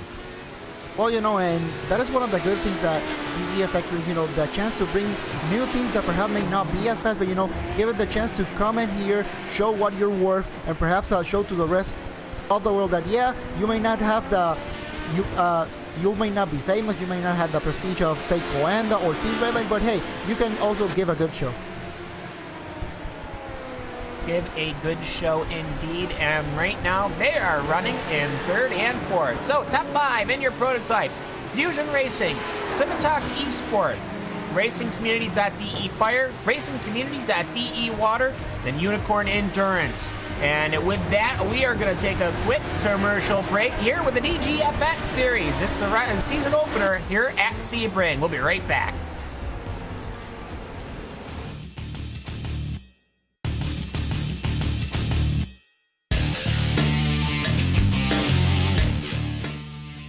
We're all looking to bring as much of the real world into sim racing as we possibly can. Our SimCraft Tilt and Pro Sim Racing pedal sets are here to elevate your rig, improve your consistency into and through the corners, and give you the ability to dial in your perfect pedal feel. Put your feet on the same pedals the pros use. From the braking zone to corner exit, get the most out of every corner with SimCraft.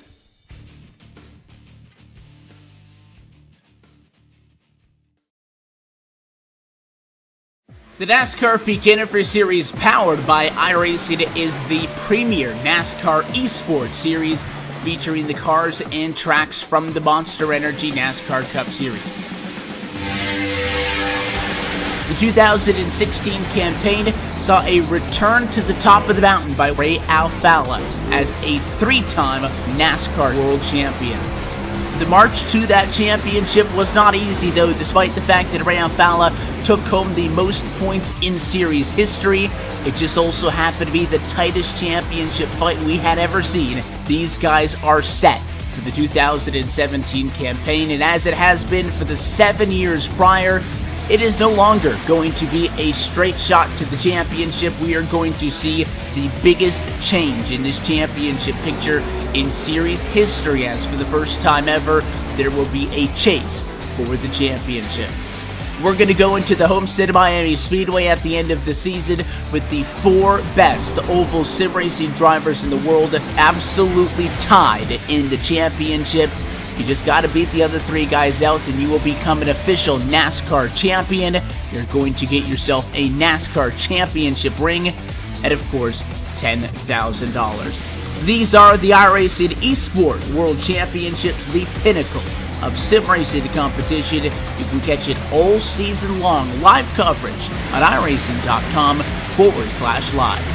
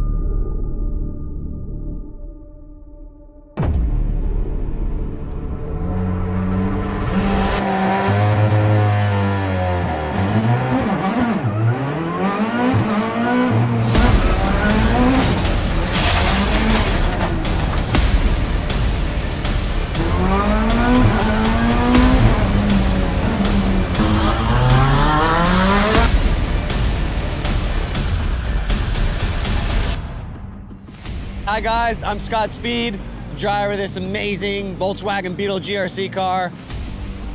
I got good news for the iRacing fam. We got this coming in. I'm currently working on it myself personally to make sure that it is as accurate as possible. With the addition of dirt and now this mean car, it is gonna be so fun. And it's gonna be available free to all the iRacing members.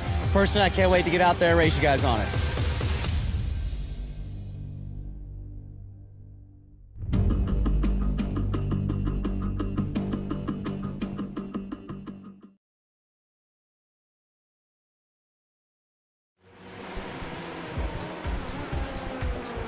Welcome back. It's the DGFX Racing round number 1, 6 hours of Sebring, the season opener here for season number 5, the DGFX series. And yes, you may have saw during one of the advertisements there, we're getting autocross. We're getting that beautiful little VW bug for the iRacing quote fam unquote. And hopefully that'll be a welcome addition. I have to say, some of these guys have been doing autocross with how this has worked, sometimes under pacing, sometimes under racing conditions. Sebring, very tight circuit. I almost wonder if they can make an autocross circuit out of it somewhere. I'm sure somebody could, but either way, it's myself, Cam Walsh, and Selman Yebes. This is Connery Maddock, and of course, Hugo Louis. We're trying very, very hard to get this thing all sorted out and working, but my goodness, it's been a difficult round all around. We've had 6 cautions already, and overall, though, I think we're getting a good run here. Fusion Racing, after 2 straight hours, is your current leader, but that's not to say that that's the story of it all. Patrick Wolf and that Pure Racing Team LMP was absolutely fantastic in his first couple of stints. Leonard Rart is now working very hard to catch up, and Elman, we'll go to you first. It's only going to be a matter of time, I think, before that PRT car catches Fusion. It's a 19-second gap as they go across the start-finish line for lap number 54. Yeah, it is a 19-second gap right now, but Patrick, for Leonard Rath, trying to do the best that he could. He's still trying to deal with some traffic, and then here's the problem. The more traffic he clears, the better it is, but also Neil Andrews is clearing traffic, so he's putting more cars in between. So for Leonard Rath, it's really important. He's going to catch traffic for sure. Now the question is does he catch him at the right time or at the wrong time? Yeah, indeed, and that GTC traffic is really the killer. Not necessarily because they're dangerous or anything like that. They certainly haven't been driving, I don't think, that crazily. There have been a couple of odd mistakes here and there from the prototype cars. A couple of hopeful, optimistic dives from prototype cars that have not worked out in their favor, Connery. We did see a couple earlier on, but you know what? For the most part, though, the GTC cars, it's not that they've been getting in the way, it's just that the cars are that much slower.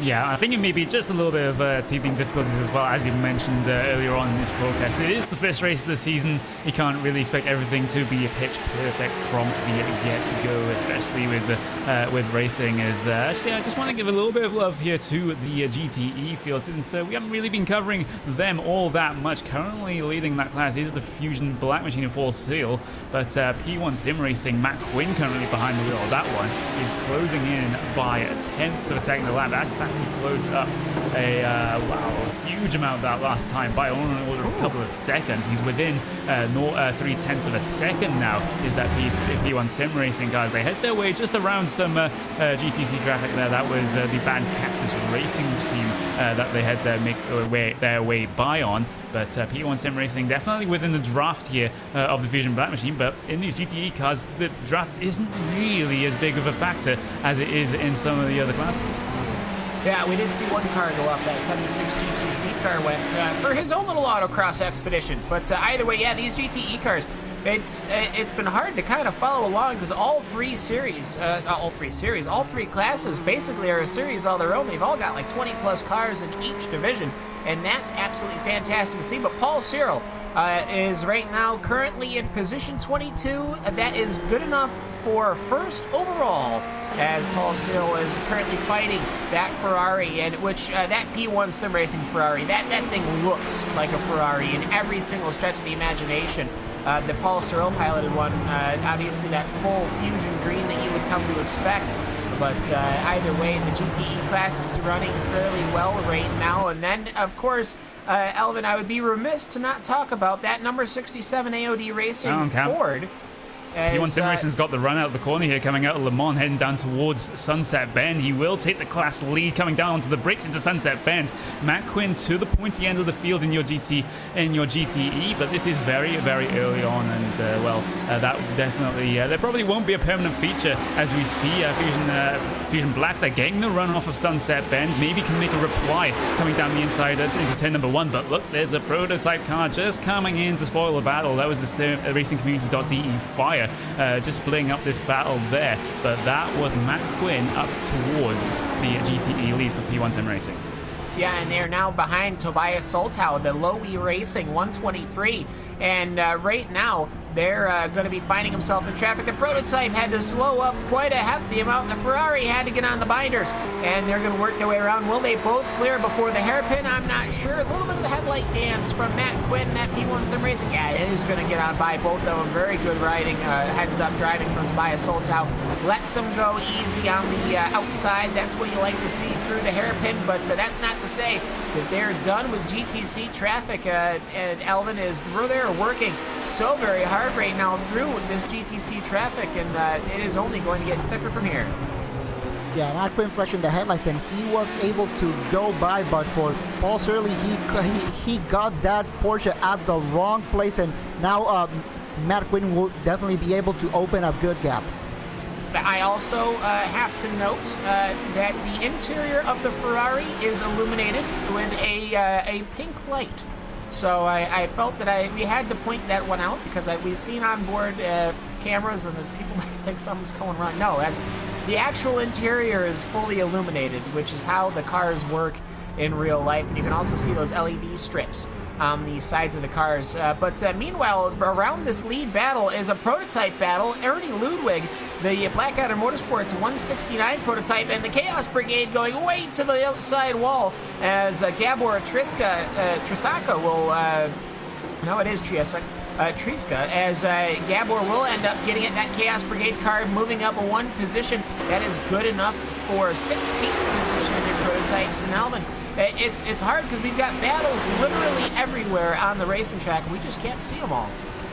Yeah, it is, and this is this is one of the good things of multi-class racing. Not only you have one battle, let's say for the overall lead, you have battles all over the place. You have 3 classes, so you have 3 leads that you really had to keep an eye for. And when you combine all that, and then it is a 6-hour race, it always provides some fantastic racing no matter where you look.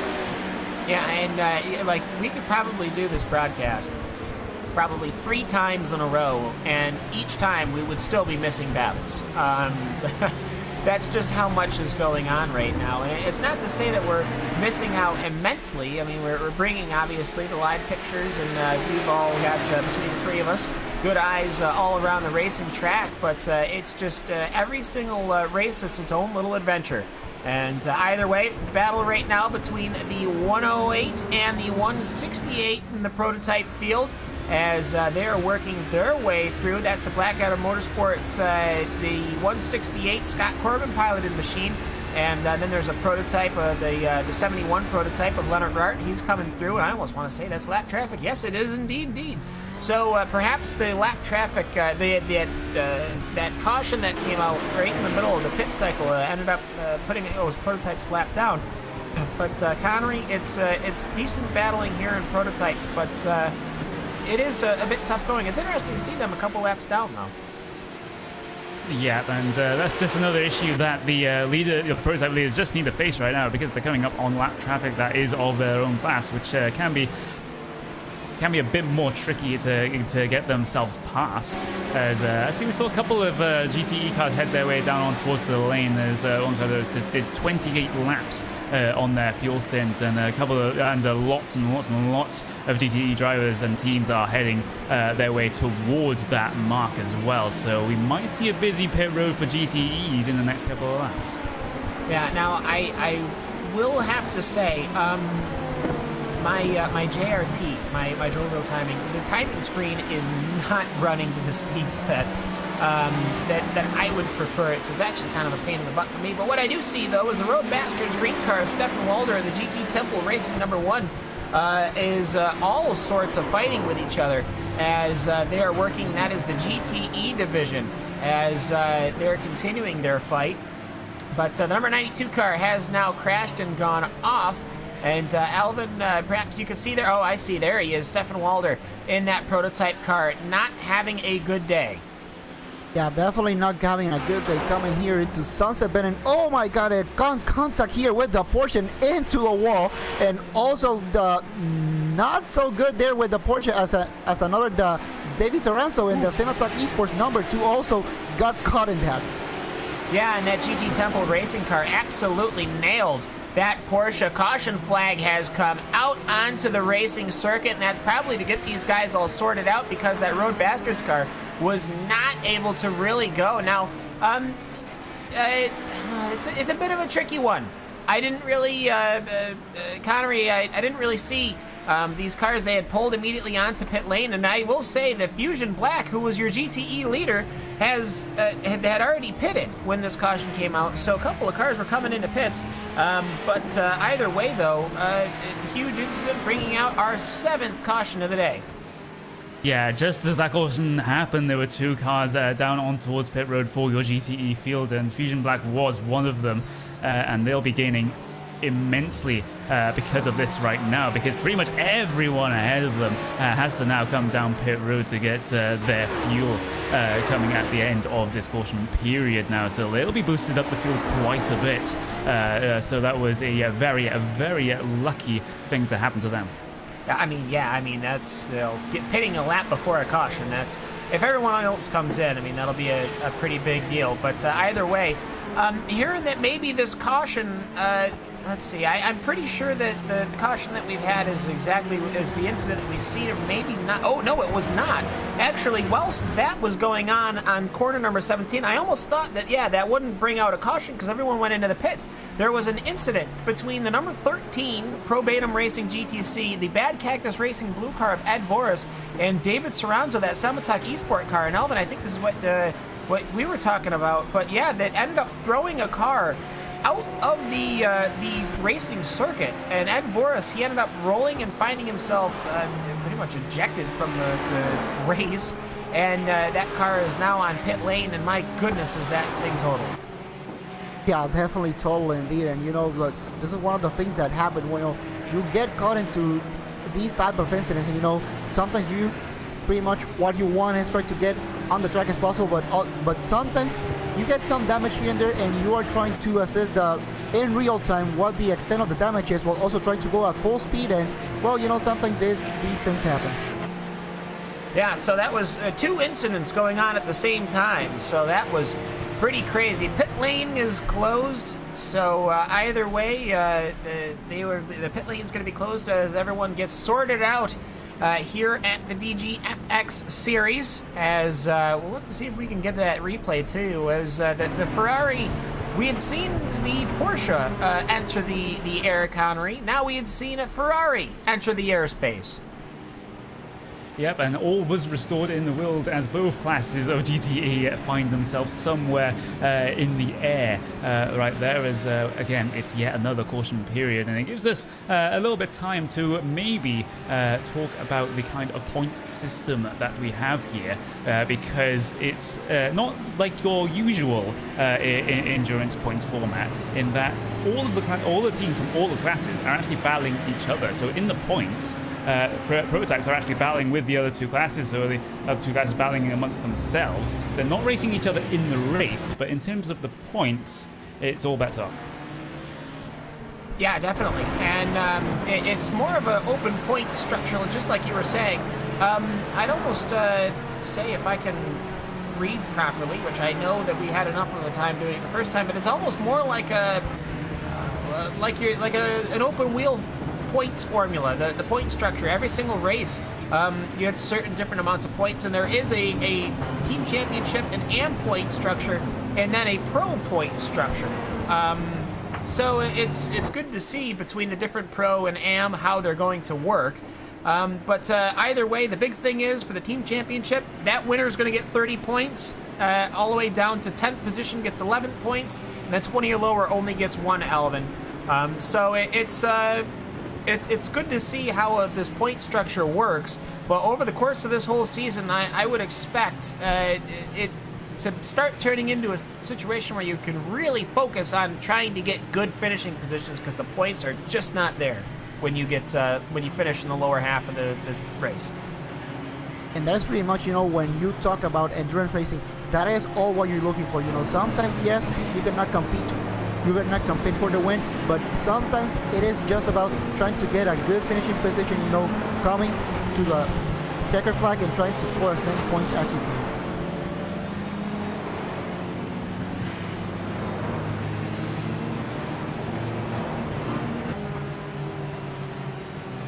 Yep, exactly. As we're still just pacing around under the yellow here. And I have to wonder if the rest of those GTE cars are going to head their way down on towards the lane. Once the pit lane opens, of course, we saw 28 laps done by the likes of Fusion Black. In terms of their fuel stint, they're well over 28 laps now, but luckily for them, they can just coast around on these pace laps, just putting in the low of the clutch, using some high gears, just not use as much fuel on these caution laps. And there has been the situation before where there's been a safety car and a couple of drivers actually weren't able to make it back to the pits when the pit road was closed, and then it ended up being opening on the next lap. So that's what you drivers just have to be a little bit careful of to make sure they can get back towards pit road here, especially when a caution happens at the end of a fuel stint. Alvin. And that is something that we have seen pretty much here all race. Yes, you get the caution flag, but not only you have to think about when you're coming into the pits, but also when everybody starts bunching up right behind the pace car. That can really cause some issues. We already saw that during the last caution flag, that when people they come full speed and then all of a sudden they do not expect the train come by, and all of a sudden they start slowing down, and then we can get some pileups. So, yeah, we really can. As actually, Cam, you are indeed back, and we're just again pacing under this pace car for what seems like I've kind of lost count of the amount of cautions in this race, to be completely honest. Well, it's interesting because I'm going like, man, we've been under caution for so long, and then I'm looking actually at the lap times. We're only under caution for like an average of 3 laps. The problem is that the circuit is so long that to do 3 laps it's a lot to go for, but either way, maybe 4. But either way, though, they're coming through the final section right now, and this is sort of where they've been having the pacing issues. I imagine, though, this looks a lot more healthy, Alvin, and it's simply because I'm seeing a lot of prototypes up front, a lot of GTE, and then a lot of GTC. So I think we got a pretty good separation this time. Yeah, that separation, that also kind of helps, but also, coming into the pits and, all those strategies coming up, that's what's really trying to mix up the field here. So really trying to see what exactly will happen once we go back into green. Yeah, and we did see, finally, a replay of this incident, that bad Cactus Racing blue Ferrari getting nipped, and that having a huge kerfluffle. I think there might have been another, there was the incident off of corner number 17, and I think that kind of set up for there to be an incident going into corner number 1. There was some side-by-side action between some GTC cars. The Ferrari tried to go around on one side, Prototype tried to go around the other side, and there just wasn't enough room. And that Ferrari got airborne, and my goodness, did it say goodnight over that wall. Actually kind of dangerous. I'm surprised that an incident like that hasn't happened before. I mean, if there's ever a time to try to test barriers, this pit lane is open as PRT stays out, so Leonard Rart will be finding himself in the lead. No, actually he's not, because the German SimRacing.de 53 car of Garrett Winter has stayed out, and actually he has been now waved around the pacing car, so he's going to be able to get back onto the lead lap, because I believe that was one of the cars that was a lap down. But either way, Connery, bunch of cars coming onto pit lane, bunch of cars getting service. Pit lane, very busy place. Very, very busy place indeed, because the prototypes and the GTE machines were all coming towards the end of the fuel stints, when that caution came out. So we have what seems like 20 or 30 cars down on towards the lane at the moment. Very, very busy pit road indeed as they start to head their way off of there. And well, they're just going to get their fuel tanks filled up, get maybe some fresh tires on there, or maybe just try to skip the tires entirely, especially if you're a GTE machine, because actually skipping the tires and double stinting the tires is actually a viable strategy here, especially in the nighttime when the track is so cold. The tires never really wear enough to warrant changing them every hour. Yeah, I mean, it's currently right now in the air, it is 85 degrees Fahrenheit, but the big thing is that it's 85 degrees on the track, which, while the air temperature is completely normal, the track is so much cooler. I gotta say, Alvin, you're looking at the numbers, you're crunching the numbers in that PRT machine. They're gonna have to come into pit sooner rather than later. Yeah, it isn't, because from what I'm seeing right now, they should be they are on lap number 26 of this stint right now, and seeing most of the teams in the prototype class coming in. Now it's starting to become really interesting how the strategy is. It's working here, not only in prototype but also in GTE and GTC. I think for the number 71, I think 5 or 6 more laps, and they will have to come into the pits, and they will have to be on the green and cam. And I think we have seen with strategy here how things can work. Yeah, we did have a caution right after one of the other cautions earlier in the race due to a kerfluffle in the hairpin. But either way, as we're looking around the Sebring circuit, it's again, we did see in the onboard with Sven Dummel that we took earlier, Connery, just how dark this track can be in places. There are sections that don't have a single light, and it is completely dependent on your racing machine and the machines around you to present that light to you. It can actually be pretty tricky. I mean, racing in the dark is one thing, but either way, I mean, it's a tricky situation to get yourself into, especially when you're not used to running in the dark like this. Yeah, you could say that the little sort of cat's eyes on the white lines of the track do help you somewhat to see where the track is going, of course, and you also have the obvious here, have the headlights of the cars. But it also reminds me of Spa-Francorchamps in the night as well, which can be absolutely pitch black and is very, very difficult indeed. It just adds a little an extra element to the challenge that these drivers have to go through right now. As we're just heading, will the pace car lights go out this time by, I wonder, as it comes across the line? Yes, it will go out this time, so if things stay as they are, we'll be going green flag racing once again next time. Well, we can only hope, but either way, I'm pretty sure everyone's had their pits, so, but either way, It is interesting just how they're trying to wrangle all this together. I think everybody is sort of got this down pat so far, but when you've got such a long conga line of cars, it is difficult. And I will say that this pacing escapade, this one, has been much cleaner, I think, than usual. But Alvin, it's so difficult to kind of just jump back into gear. I mean, I don't know how many months it's been since DGFX had their season finale for season 4, but I can only imagine it's probably been 4, 5, 6 months. And that's a long time to sort of disengage and then have to just jump right back in here in the middle of September. It is, but you also have to consider that for most of these teams and drivers, they also have other series that they can go. So this is not the only series that they also do. You know, you have pretty much all the iRacing series that iRacing does. So you can just go in, hop in, and try to do the best that you can. But yeah, when you consider under this environment specifically, yeah, it's kind of hard to get something similar. Trying to go during the summer, so for some of these teams, it may be a little bit, they're trying to get that rust out of their bodies and trying to get that mindset. And it is difficult to do that. I mean, I can't to just jump into gear like I'm saying in a commentary and just get ready to just do 6 hours of commentary when it's. I personally have not really commentated on the DGFX series yet before, but I can say that a lot of these guys are very quick, and for the racing that we've seen, it actually has been fairly clean. I don't think we've seen incidents that wouldn't have just happened in a different endurance series. But with here, we have these cautions, so that's why there's so much more going on. It seems like there's a lot more incidents, but I don't think there's anything more.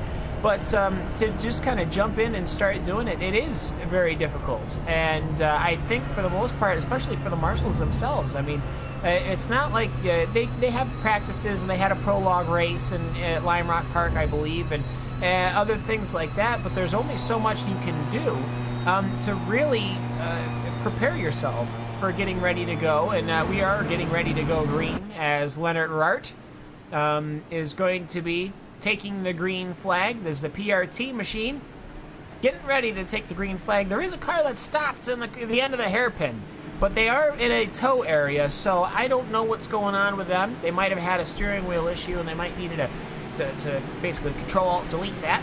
But either way, yep, got that going, so he parked it right in the towing area. Either way, though, Leonard Burt, he will be taking the green, and he will be setting us off. After the 7th caution that we have had, we have got 3 hours and 32 minutes of racing to go here in the 6 hours of Sebring season opener for the DGFX series. There's a big one. At the start of the race, somebody had jumped the start way too much, and Scott Corbin has gone in through the wash cycle. Oh my goodness me, the marshals are not going to be happy, Connery. I can just say the marshals are not going to be happy with that. The Unicorn Endurance car, Vladimir Marchevsky, either he jumped it or he got it right and nobody else did. I don't know. That was a crazy start of this race, but we'll take a look at that, I'm sure, in a couple of minutes. But either way, though, the rest of the field coming through, Connery, at the start of the 7th green flag run.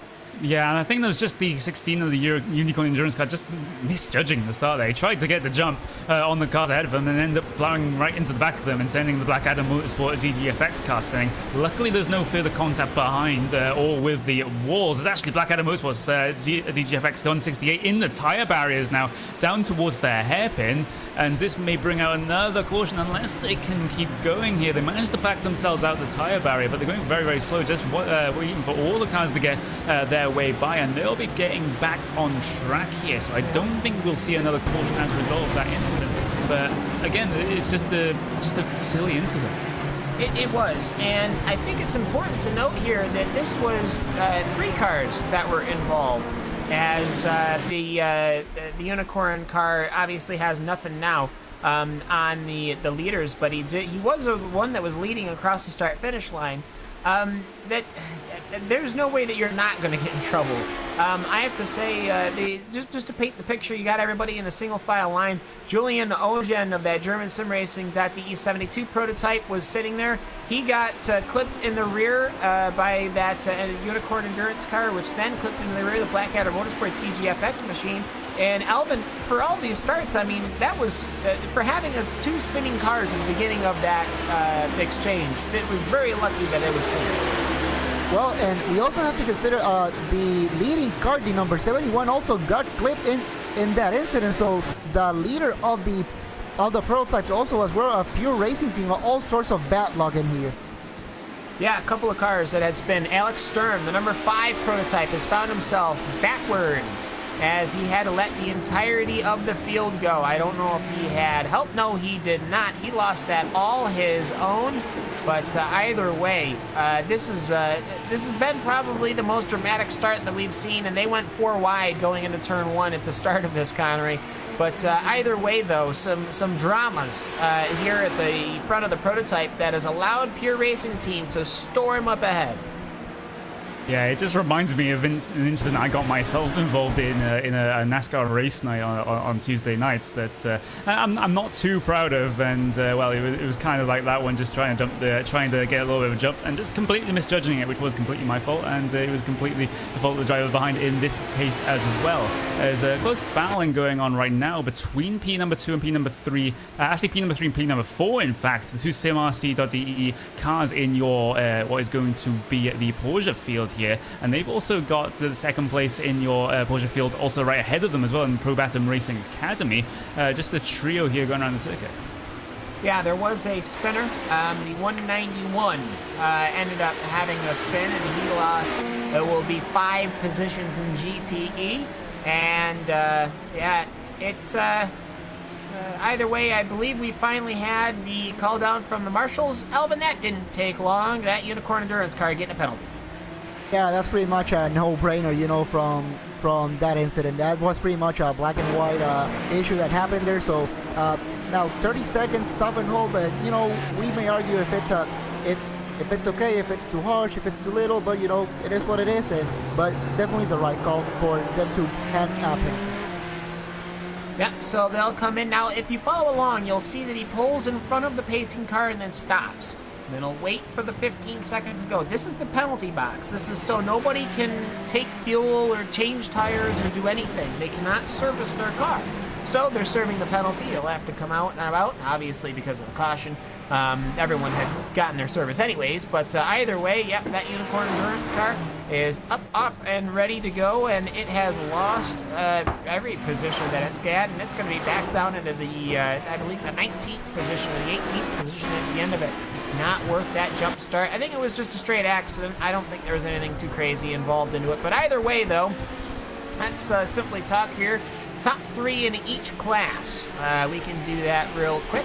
I'll get the prototypes, Elvin will get the GTEs, and Connery will get the GTC cars. So why don't we, yeah, we'll just do top 5. How about that? But either way, after 2 hours and 30 minutes of racing, we're 30 minutes away from halfway. Pure Racing Team has recuperated the lead that it once had. Scuderia Nordschleifer is in second position after starting in 17. Racing Community.de Water is currently in third position. Chaos Brigades in fourth. Simataki Esport is in fifth, and that Fusion Racing, I'll mention them, they were in sixth. They came down and got service, and they are currently fighting with that Simataki Esports car, but either way, all that you've got the GTE machines. Yeah, pretty much going in the lead right now. The sister team of the Strawberry that had an incident early in the race, the SimRC.de Melon, leading the race right now. In second place, we got the number 8 Fusion Black, driven by Neil Middleton. P number 3 is the number 6 P1 Sim Racing, which we saw battling for the lead not too long ago. P number 4, the Torque Freak Racing Court Crew, and rounding up your top 5 here in the GTE, the AOD Racing number 67. Connery, you got the GTCs. Yes, I do. I'm currently leading GTC field. Your Porsches are the German SimRacing.de 225 team. They're currently leading by about 7 and going up to around about 8 seconds, 9 seconds now, as I think Pro Batum Racing Academy may have a little bit of an issue. They're getting caught by the 2 SimRC.de cars behind, but in second place it is the Pro Batum Racing Academy team. Then it is SimRC.de Kiwi, SimRC.de Lemon, and then rounding out the top 5 in the GTC field is going to be Berlin SimSport 194. Yeah, so your top 5 runners. It's been drama pretty much all throughout every aspect of every class here at the 6 hours of Sebring. We're going to take another quick ad break here on RacespotTV and iRacing Live. So we won't miss a thing, though. When you get back, we'll break down perhaps anybody's positions that have moved, but you wouldn't have to worry about that, because after this restart, everyone's in single file and everyone's running nice and clean, which is a great thing to see. We'll be right back here on RacespotTV and iRacing Live. When I was 16 years old, I was working at a Goodyear tire store, and my boss actually built an old dirt car, street stock Monte Carlo. Went with him one night, fell in love with it. It was a hell of a race, hell of a party, and a big fight afterwards. I was like, this is it. This is it for me. It wasn't long after that, I was driving an old 78 Camaro out of the weeds at that guy's farm. We pulled that thing out and made a race car out of it, and away we went.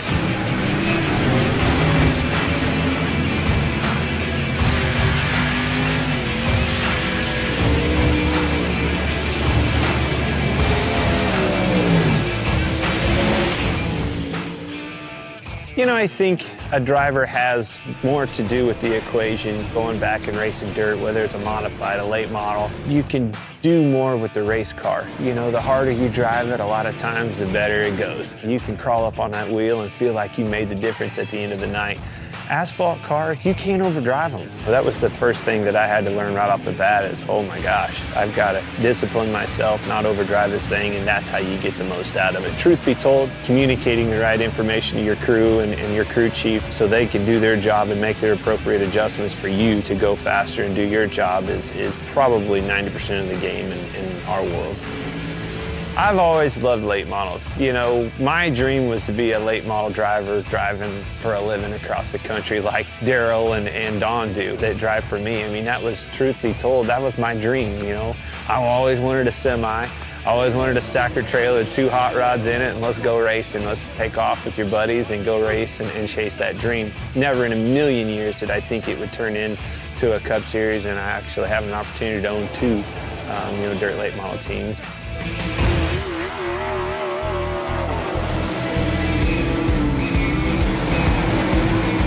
When you think of iRacing, you don't think of a video game. It's not. It's way above and beyond any of that. You know, dirt racing changes so much. The track changes so much. Being able to capture that, to experience all those details that surround dirt racing and make dirt racing what it is what makes iRacing so cool, because they did nail all of that. I knew when they came to our shop and scanned cars and went to the detail of getting that car right, I knew that it was going to be over the top, because it blew my mind just the work that went into making sure the car itself was legit. This sport has been around a long time. The competition can't be replaced, and that's what brings people back to the racetrack week in and week out.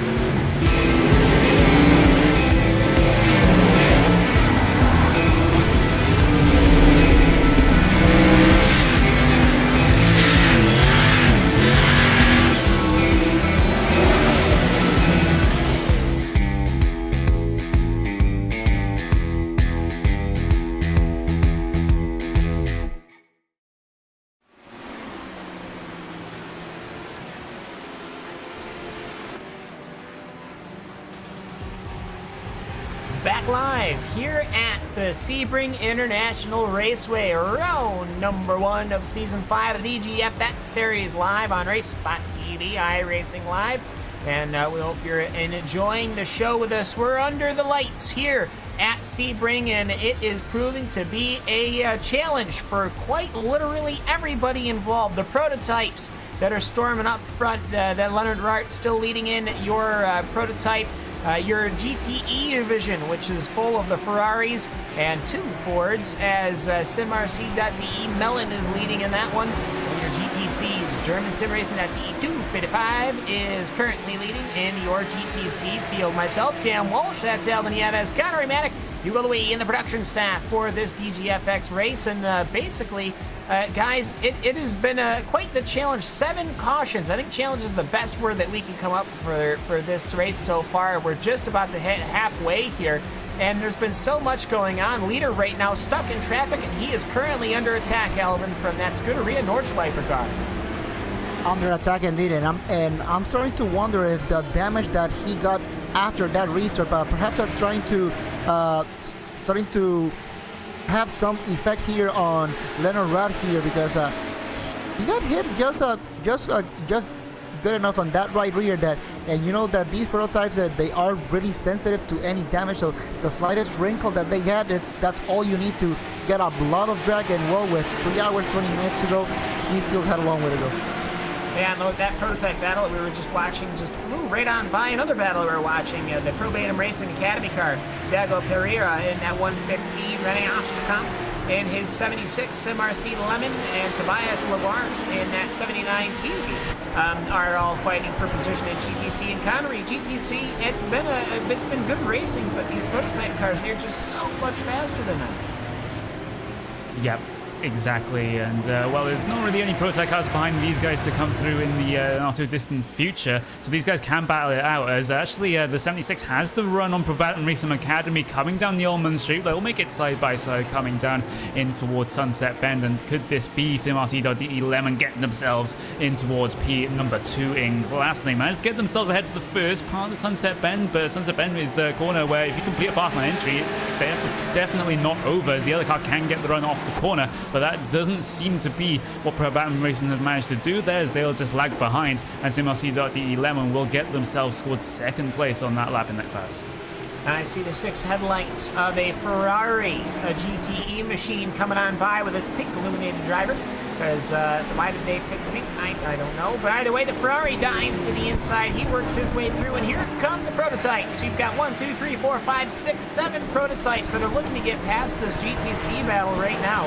And for Thiago Pereira of that Pro Bam Racing Academy, he is going to have to hold on to that number 115 GTC car, because things are about to get hot and heavy, Alvin, because here they go into the hairpin, and he is swarmed by prototypes.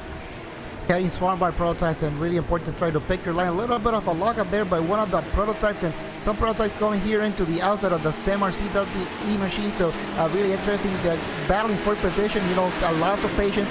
Try to do pretty much what we saw right there. That's pretty much what we're looking for. You know, if you don't have the space, you know, just stay behind. Your opportunity will come. At a moment where you just gotta hold your breath, because it's not to say that this is a mismatch, and I don't want to point the picture that these cars shouldn't be on the track at the same time. This isn't that dramatic of a pace difference to me. It's about 15 seconds a lap, which is something that you can regularly have in any series. So it's not that. It's just that the prototypes are just so very quick. As we're looking at a Ferrari battle finally, Connie, as right now it's right for the almost for the lead, because it's your 1, 2, 3 machines. It's 2 Ferraris and a Ford.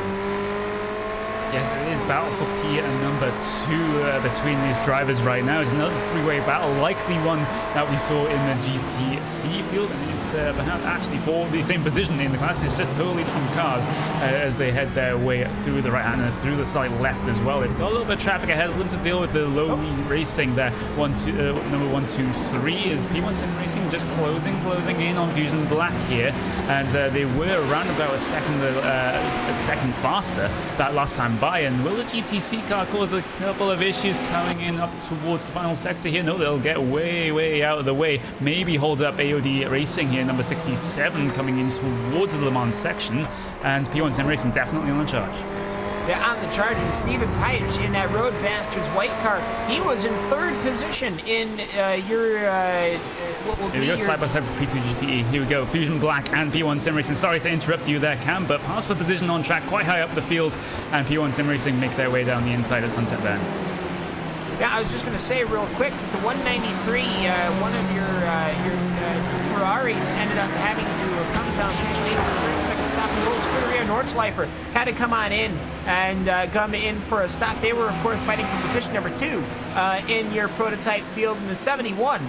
The race leading 71 also had come on into pit lane here. So, Alvin, you called it early on that after that caution came out and they didn't come on in, that this was going to bite them, and well, here it is.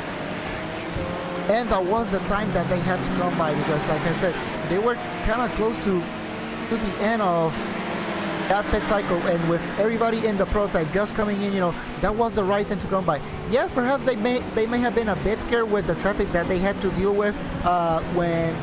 Oh, sorry, Alvin. A little bit of contact down your field in your GTC field. This was the 81 and the 13 going just a little bit of door rubbing coming through the corner there. I believe that was the hairpin they were coming through. And also, AG Blue has some severe damage to the rear end of that car. It's actually, the prototype has to push wide there. German Sim Racing TE53 has to take evasive action there. But luckily, no cars were turned around. Some damaged cars out there as another prototype has to force their way wide coming on through the Mon corner. That was NAB Racing have a couple of issues there.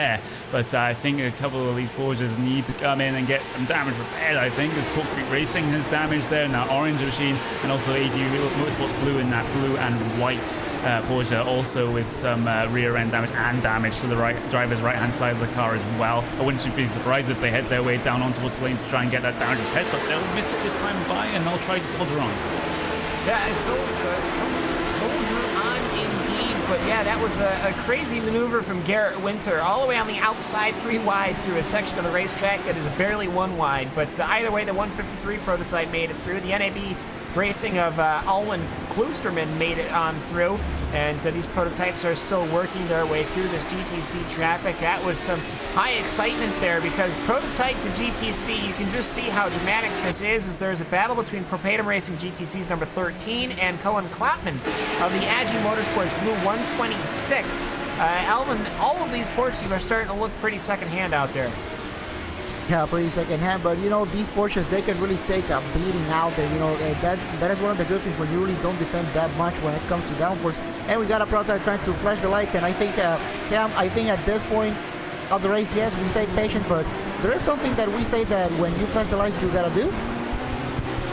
You just immediately... Ooh, on the grass. Sorry there, Cam, but Scimitar trying to find a way around the battle going on ahead of him, tries to take to the grass to try and get by, flashing his lights madly as all Propatum and EG Motorsports Blue just absolutely scrap it out for this position. Here comes Scimitar Esport, trying to force the issue around down towards the inside of this right-hander here, and Ribelot will finally try and get himself through and then chase down the cars ahead of him, but that, again, was a scary moment for all involved.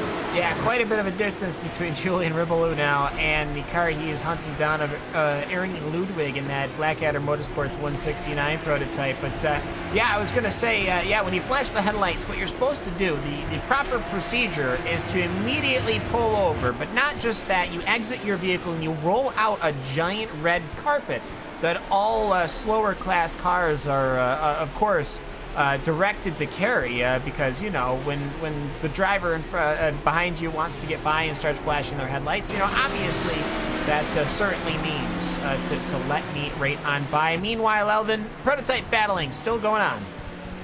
Yeah, indeed, prototype battle here for P number 2. We got the number 174 Racing Community dubbed the E-Water, and the number 27 Berlin Sensport LMP now coming here through Collier and now coming here into Tower. TF Berlin Sensport, the number 27, can get a good run here coming out. It kind of seems like there's not going to be that much traffic in front, so this battle should be a good one.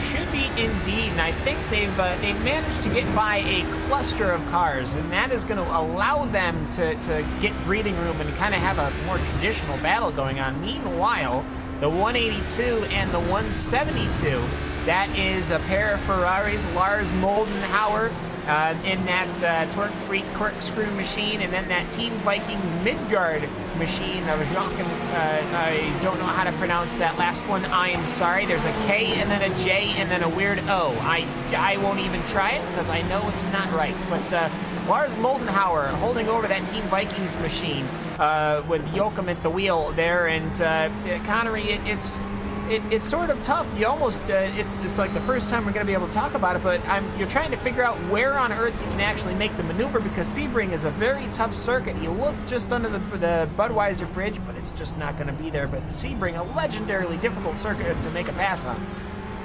Yeah, but it is the only definite passing opportunity you could say is coming down onto the brakes into Sunset Bend. But as I mentioned before, even if you get your car alongside or even past during that corner, there's every chance that the car that you're trying to pass gets a run off the corner and then makes it side by side and down in towards turn number 1 as well. So it's definitely very, very difficult to try and overtake on, as those two Ferraris just head their way by the War Dogs Porsche there. And actually just going to split this battle up a little bit, going to hold up Team Vikings Midgard just a little bit here, so losing them a couple of tenths of a second, even though last time by they were around about 3 tenths of a second faster than Torque Freak. Yeah, and so, you know, you catch up, you try to find your spot, you catch up, you try to find your spot, and flashing your headlights, unfortunately, does literally nothing.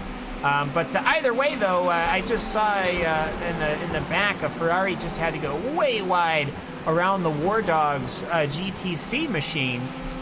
But with Diego Oliveri in the pilot seat of that GTC machine, it's finally getting to that point, Alvin, where it might just be quiet enough that we can start talking about the actual race itself. I'd like to look at the rear wing out of a George Gruber 81 car, because behind him he has got a massive amount of traffic that's going to run on by. But meanwhile, while we watch that Torque Freak Radillion GTC, it's getting to the point now where we're actually starting to look as all 3 classes 3 wide going into the hairpin.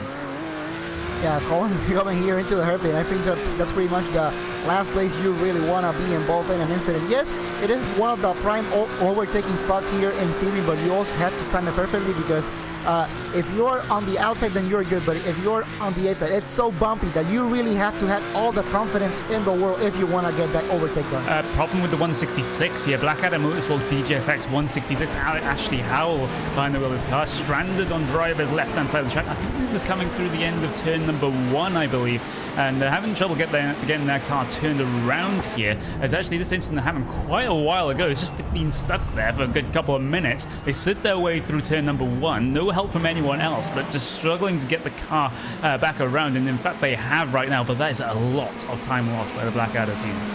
It absolutely is. And also, just a PSA to the Torque Freak Racing Rodillion team. Either the next pit stop, move the camera to the right side of the machine or the left side of the machine that doesn't have the damaged wing, or fix the wing because it's dipping right in front of our camera view. Because it's, we'd appreciate that. I know you want to change tires and driver and fuel and all that stuff, but, we gotta have priorities here. But either way, though, the machine's still running on through. We have noticed, Alvin, multiple times during the course of this race, a driver will spin. It'll be not even a full spin, just a half spin that parks them reverse on the circuit.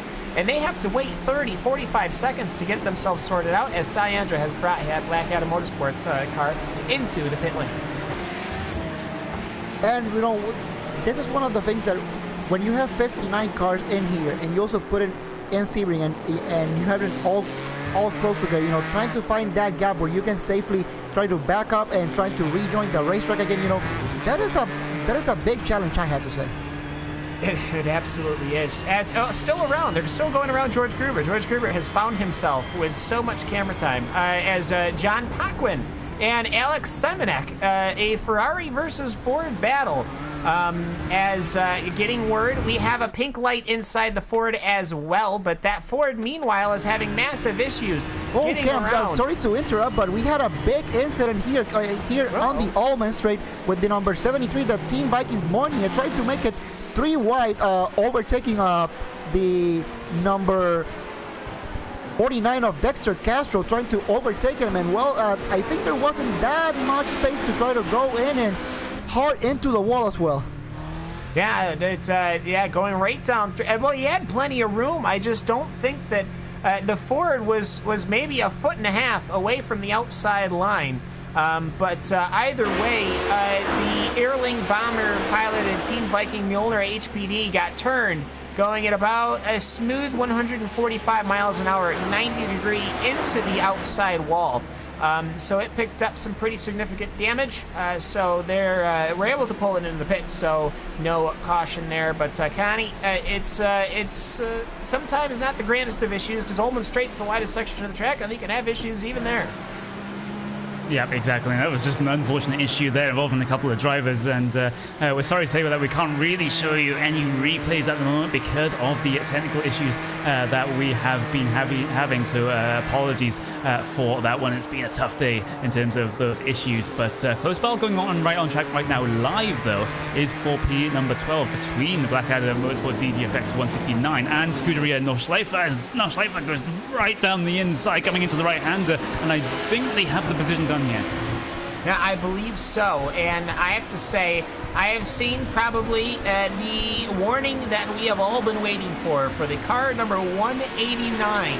That is your Team ISDC rig share, the car that's multiple laps down. But this is the first time I've seen the warning, so I just want to note it. Excessive light flashing, Alvin. So the race control is starting to do their finger wiggling because they're getting a little tired of the lights flashing. Well, there also comes a point that you have to measure yourself, because just because you are fast, that doesn't mean that the car in front of you has to get out of the way. You also have to remember they have their own race, and even though it may not seem like they have the race on track, they are the ones running the numbers, so they know who they are running against. Yeah, most certainly. But either way, after these couple of slick incidents, we'll cool it on back down. Is actually okay. No, that all worked out. Okay. No, there is a car that spun out. Car number 33 in the just after the tower corner, number 13, as Peregrine Yellow has now found himself off-roading. As I believe the was that the Fusion Racing? Yes, the leader. The leader has just been penalized for 30 seconds for a dive bomb some 8 or 9 laps ago on top of having a cone parked underneath the front wing. There it goes. It's now gone under the car fully. But that Fusion Racing machine, Connery, is going to have to come in and serve a 30-second stop-and-go penalty. Yeah, absolutely, and it's absolute heartbreak here for Fusion Racing getting that penalty when they're in the lead of the race by 6.2 seconds. And again, a 30-second stop-and-hold penalty is a long time to be sitting in that penalty box, not being able to service your car at all, unlike with automatic iRacing penalties. And that could throw a huge spanner into the works of James Crawshaw's and his team's race here. And they have to be praying now for a caution to bring them perhaps back into this after they serve their penalty. Yeah, they served their penalty. That is going to put them probably... Somebody stopped on Sunset End, by the way. I'm not sure who it is. I got it. It was the number 181 and the number 92, I think it is. It was a big incident. The number 92 trying to go... sorry, it wasn't the number 92. I got my... 192. The 192 coming into Sunset Bend, lost a little bit and hard into the wall, and the number 181 wasn't able to avoid him, and I think they're still on track there, so a really big incident there. Ah, yes, okay, I've finally seen it now, and this is actually a massive incident. What happened here is that Team Viking's Midgard machine pulled to the inside and attempted to make a passing maneuver on the inside. They lost the rear, basically on corner entry. They skidded for about 150 feet before parking it into the inside barrier. That shot the car right in front of the Torque Freak Racing Sunset, the Torque Freak Racing Corkscrew, the 4X HPD, and the Peregrine Yellow machines, and it collected only one of them. So, I obviously unlucky for Philip Roberts, that Torque Freak Racing Sunset machine, but very lucky that we didn't have a massive incident here, Connery, that Team Vikings car is now safely in pit lane. Yep, they will bring their car down in towards their pit boxes. Actually, I thought there was a car hard into the pit wall there, but no, that seems to be McLaren having a couple of issues. Actually, 3 wide for 2 different glasses coming down into turn number 1. This is involving number 25 car, German Sim Racing.de, who's in fact the leader of your GTC class. And actually, that's a battle for position here that I didn't quite realize. SimRC.de, Lemon challenging for the race lead coming down for the GTC field. Side by side through the first sector, though, they'll have to go. And will SimRC.de Lemon get this pass complete? They'll have to hang it around the outside here, and they're not going to get the run quite off the corner. And there's going to be a GTE car coming to spoil the party here as well. Yeah, most certainly. And it's a Ford of Alex Simonek. Who was chasing down that P1 sim racing machine, but it just did just a little bit of a gap. I think maybe because of the traffic and how the race was progressing. I don't think that Fusion Racing car, Elvin, has served his penalty yet. I don't think they have served it indeed, but they also have the chance to try to appeal the penalty. So just because you get a penalty, that doesn't mean that you have to come in and serve it just right away. So you do have the chance to come in and try to talk and see what happened and try to do an appeal. And from what I'm seeing here, if I got this right, I think that the appeal was a success because they just had the black flag clear. So whatever they did and whatever they had to talk with race control, well, it worked because the appeal was successful. I guess so. Whomever has done that appeal, this is probably one of the first appeals I've ever seen that's actually refracted. You know what? It might have been perhaps an explanation of the situation. Perhaps they looked at the replay a couple more times. I'm not sure, but you know what? Back and forth between your marshals is a very good and healthy thing. And so happy to see everybody getting along as cars are now, I'd have to say, fully integrated throughout this entire circuit, Connery. Everywhere you look, every corner, there seems to be a machine. That's how long the green flag's been running.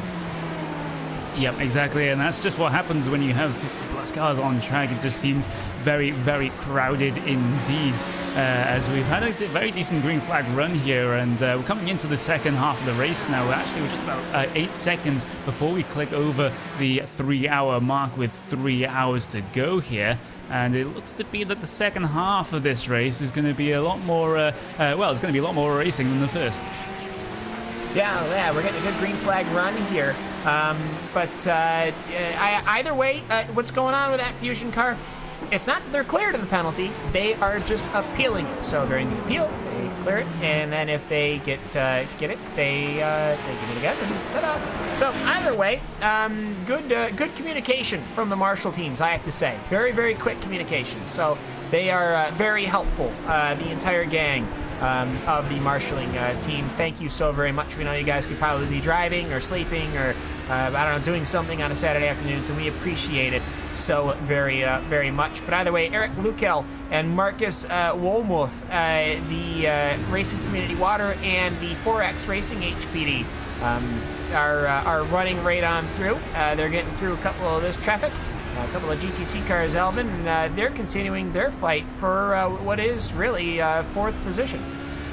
Yeah, fourth position between the number 160 and the number 174. Now coming here into the Ullman straight with the number 60 had a huge lead coming here into the Ullman straight, so definitely the number 174 got caught just a little bit with the guard down, trying to go through the traffic. So now the advantage almost 2 seconds. Yeah, and so traffic playing into it once again. A couple of cars coming on pit lane. The Torque Freak Racing Sunset, that was the one that had the incident on corner number 17, as the car 27 has got a warning for aggressive driving in local yellows. What that means is that there's a car spun off the circuit. Everyone knows what a local yellow is, but if you don't, car has, like, say, spun off or something. It's able to sort itself out. Doesn't need to bring the whole course under caution, but a local yellow means that you need to drive concernedly. Concernedly is not a word, but we'll deal with it. But Alvin, when you're approaching a local yellow, typically in an official series or something like that, not to try to be critical, but most people completely ignore the fact that there's a local yellow. When we have a league setting, when we've got this DGFX league, having everything set up and built up, those local yellows, they really do mean something, and they need to be paid attention to. Yeah, it is, and one of the good things when you are on a league setting, yes, you have to pay attention of what's going around you. Just because you are used to whatever happens on the public servers, that doesn't mean that you are gonna get away with that. And an example of that, well, we just got a warning for car number 27 for aggressive driving under local yellow. So yeah, there you go. There you go, indeed. Now, I don't want to take the position of too high of. Now, of course, that is actually the Berlin SimSport LMP. That's your second position prototype car, so they better be careful. But there are some racing series. I like to think maybe F1 probably is the most public one, where the local yellows never really seem to slow anything down, and it does cause issues. But either way, thankfully though, we can move on back to on-track action, because that racingcommunity.de water machine now has the Road Bastards green prototype coming through. It loses the rear a little bit. No, the downforce keeps the car glued to the track through that extraordinarily bumpy corner number 17, and they managed to make it yet another day. So that racingcommunity.de water machine, Alvin, they seem to have lost a couple of positions these last couple of laps. Yeah, a little bit of up positions here and there, but for the number 174, they are they are just over 27 laps into distance, so they're going on lap 28 of distance, so perhaps we should expect to see them in a couple of laps coming into the pits. Yeah, and just looking at overall stints, we haven't really had a lot of time to talk about pit stints and everything like that, because we always seem to have a yellow. The Fusion Racing Machine, which is currently under appeal for that stop and hold penalty, they've been out for your first 5 cars have been out for 21 laps. Your Racing Community Water, as Elvin just said, is 27. 181 off. Torque Freak Racing Sunset having a couple of issues there, just running a little bit wide coming through the middle sector. Actually, it's just a little bit of trouble on the brakes coming down in towards a 90-degree right-hander, and just spinning himself onto the grass there is Philip Roberts, and safely rejoins the track. So a little inconsequential that was, but it was something I had spotted out there on track that maybe worth commenting on.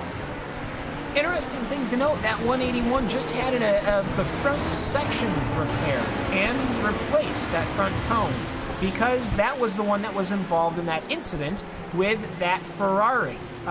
So perhaps some suspension damage or something like that, or not suspension damage, but something damage to where maybe a little more difficult to drive under braking. But either way, for Philip Roberts, though, seems to be able to bring that car under heel. But either way, as they're crossing the start-finishing line, we're on lap number 83. 3 full hours of racing have been completed in the DGFX. 6 hours of Sebring here on iRacing Live and RacespotTV. Now it'd probably be a very good time to go over your top threes, and then we'll see if we can get some on-board action. With a lap on board, we did GTC, maybe we'll fix on somebody else. But either way, we'll go through the top threes on your classes and how things have been going. I'll take the prototypes. Elvin will get GTEs, and then Connie will get GTCs. But either way, right now, interesting things to note. Your top three: the Fusion Racing of James Crawshaw is having a decent race, but it is currently under appeal for dive bombing. So it might have a 30-second stop and hold, or maybe not, depending on how that appeal goes. But overall, though, they are still the leader. Berlin SimSport LMP is 8 seconds behind. Simataki Sport 10 seconds behind in third. In your GTE, you got the SimRC.de Melon leading this race right now in the number 78, and P2 and P3, well, that's actually a battle here between the 6 and the number 67, and P1 Sim Racing and AOT Racing number 67. And in your GTC class, your Porsches, it is going to be your current class leader, German SimRacing.de 225, currently actively defending from SimRC.de Lemon there. They're within a couple of tenths of a second of each other as German SimRacing just pushed a little bit wide there. And meanwhile, is another SimRC.de car down in the P number 3 in your Porsches. Yeah, and with that, instead of the onboards, we're actually going to go take an ad break here on iRacing Live and RaceSpot TV. You're watching the DGFX season opener here at the 6 hours of Sebring. We are exactly just after halfway, 2 hours and 52 minutes to go. Stick with us.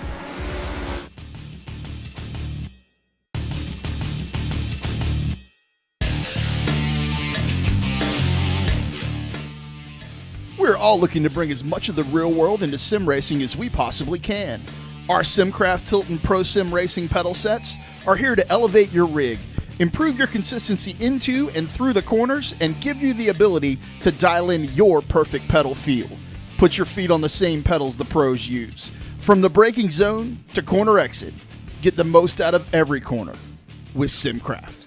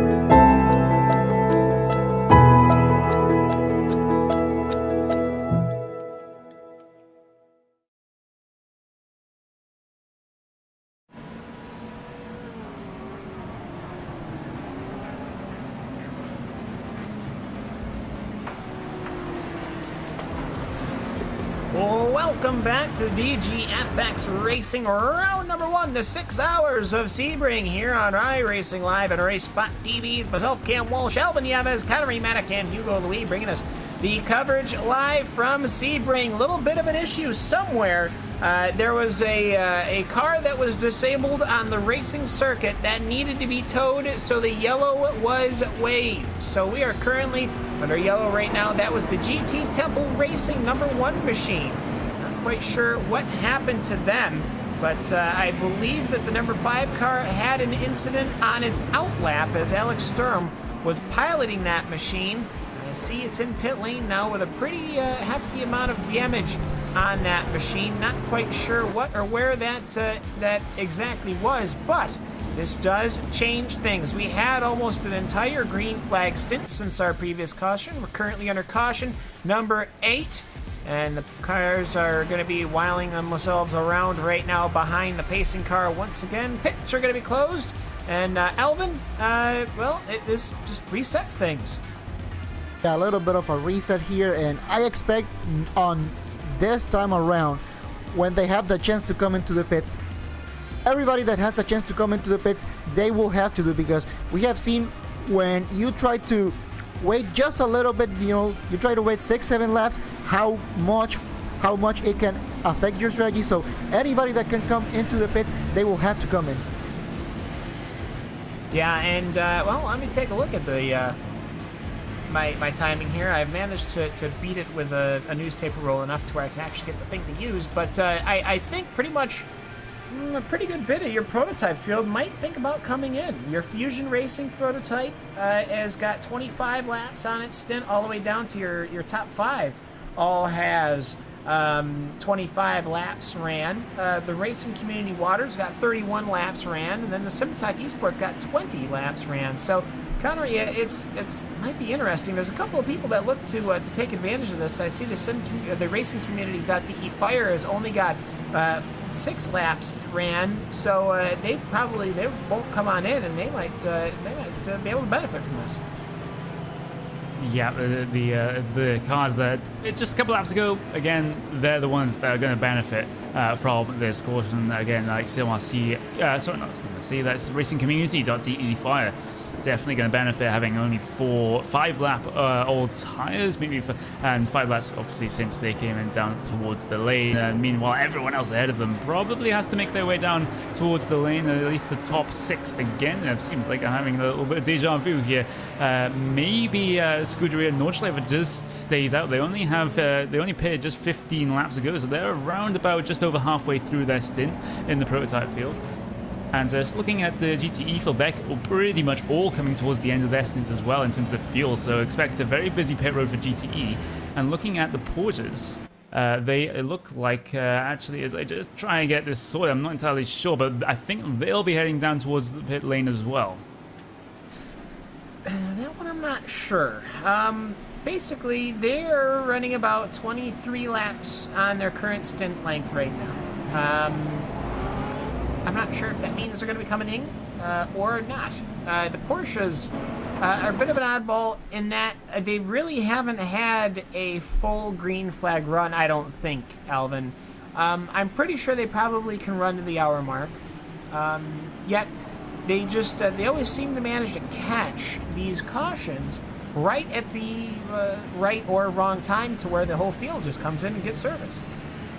Well, I'm pretty sure we haven't seen a full green flag run yet because of how this race has been going on so far. So this has been pretty much a race of strategy. When you get that yellow flag, then you as a team have to decide: do we come into the pits or do we not come into the pits? And if you come into the pits, you're also gambling that you need to have as many teams also to come into the pits as well. Because if it's only 1-2 teams perhaps, then you're going all the way to the back of the field, especially if you are in the prototype class camp trying to go through the field when the green flag drops. It is almost mission impossible. Not green. I was looking at the Fusion car. The pit lane is going to be open for all racing machines next time by, and I have a feeling the pit crews are got their rattle guns ready to roll. The fueler is getting ready to plop the fuel canisters right on into the slot that it needs to be. And it's looking to me like this is going to be a very big pit stop. Halfway here in the DGFX 6 hours of Sebring, will James Crawshaw bring that Fusion prototype into pit lane? Most likely probably should, and yes, he will. Here comes the prototype field. 1, 2, 3, 4, 5, 6, 7, 8 prototypes all coming in. I see a couple staying out. That's a Blackadder Motorsports 168. They've only got 10 laps on their stint. The Sunset machine, which was having those issues earlier on, and a couple of other machines. But either way, here come your GTE cars, and your GTCs might be coming in, Alvin. But right now, very busy pit lane. Very busy pit lane, and Data Fusion Racing coming into the pits. I think if from the cars that have stayed out so far, Scuderia Nordschleifer had one of the teams that decided to stay out. Chaos Brigade also one of the teams, and Pure Racing Team LMP also one of the teams that also decided to come in. They've only been around 16 to 18 laps into distance, so really interesting for them to stay out. I think they're gonna be able just to do around 10, maybe 12 more laps. I don't think if that call was really worth it to stay off track now. Yeah, and just looking through, most of your cars have had the opportunity to come down pit lane, as a couple of cars now exiting. The Fusion Racing car does not get out in time. Julian Joran Gornan in the 27 car, the Berlin Simsport LMP car, has managed to jump the Fusion Racing car, Connery, and that is going to be very important as the Simtak Esports comes out in third. Yep, and that pit lane time, in fact, that's the only one I'm seeing on my timing screens right now, was about 1 second faster than Fusion Racing, and 1 second pretty much means you get the jump on the car ahead of you if you're coming in towards pit lane that close. And so speaking of jumping, go on. Yeah, speaking of jumping, the AOD Racing number 67 Ford had a 52-second pit lane time, which means that they managed to come in, get their service, and get out almost 5 seconds ahead of the SimRC Mellon car, and that puts the Ford in the lead in GTE, Connery. Yep, that is a very, very good pit stop for those guys. Maybe they've just skipped the tires, or maybe just short-fueled that car to come out so far ahead of their competitors right there. So we actually have a little bit of an incident on the caution here. The 11 car has just run wide here for seemingly apparently no reason. The Racecat Motorsport Red car going for a little bit of an off-track excursion. They're not entirely sure what has caused that one. They came very hot coming into the right-hander, and that is way too fast to be going under caution. I wonder if they'll be penalized for that. Well, they're testing out the autocross. That is probably what it is. Maybe they were trying to catch back up. No, they were in line. I almost wonder sometimes if people just don't think, like they're running the 60 mile an hour, and then they remember that some of these corners are not 60 mile an hour corners. But either way, Elvin, pit stops have come and gone, and it was a very busy pit lane. Very busy pit lane indeed, but you know, going back to some of the pit calls that are being done, especially here in the prototype class, you know, this is the prototype class has been pretty much a mixed bag here. You got some cars staying out, you got some cars coming in, so this will be a really interesting class to look all the way towards the end, because we got all sorts of strategies going on in the prototype class. But you know, going back into the GTE, this caution pretty much sets up the GTE class. It kind of looks like everybody just came into the pits except for the number 33 V-Apex Racing Group GT Red. They were the only one. They were the only team in the GTE class that didn't come into the pits last time around. Yeah, and just how this pit is working. Most of the machines that are going to be behind that pacing car with the lights going out on it this time by will be in order, and that is going to be a very good thing, Connery, simply due to the fact that you're not going to really have huge issues. I see a couple of GTC machines embedded with the prototypes, but it seems to me mostly outside of the GTC class, everyone seems to kind of be in their own group.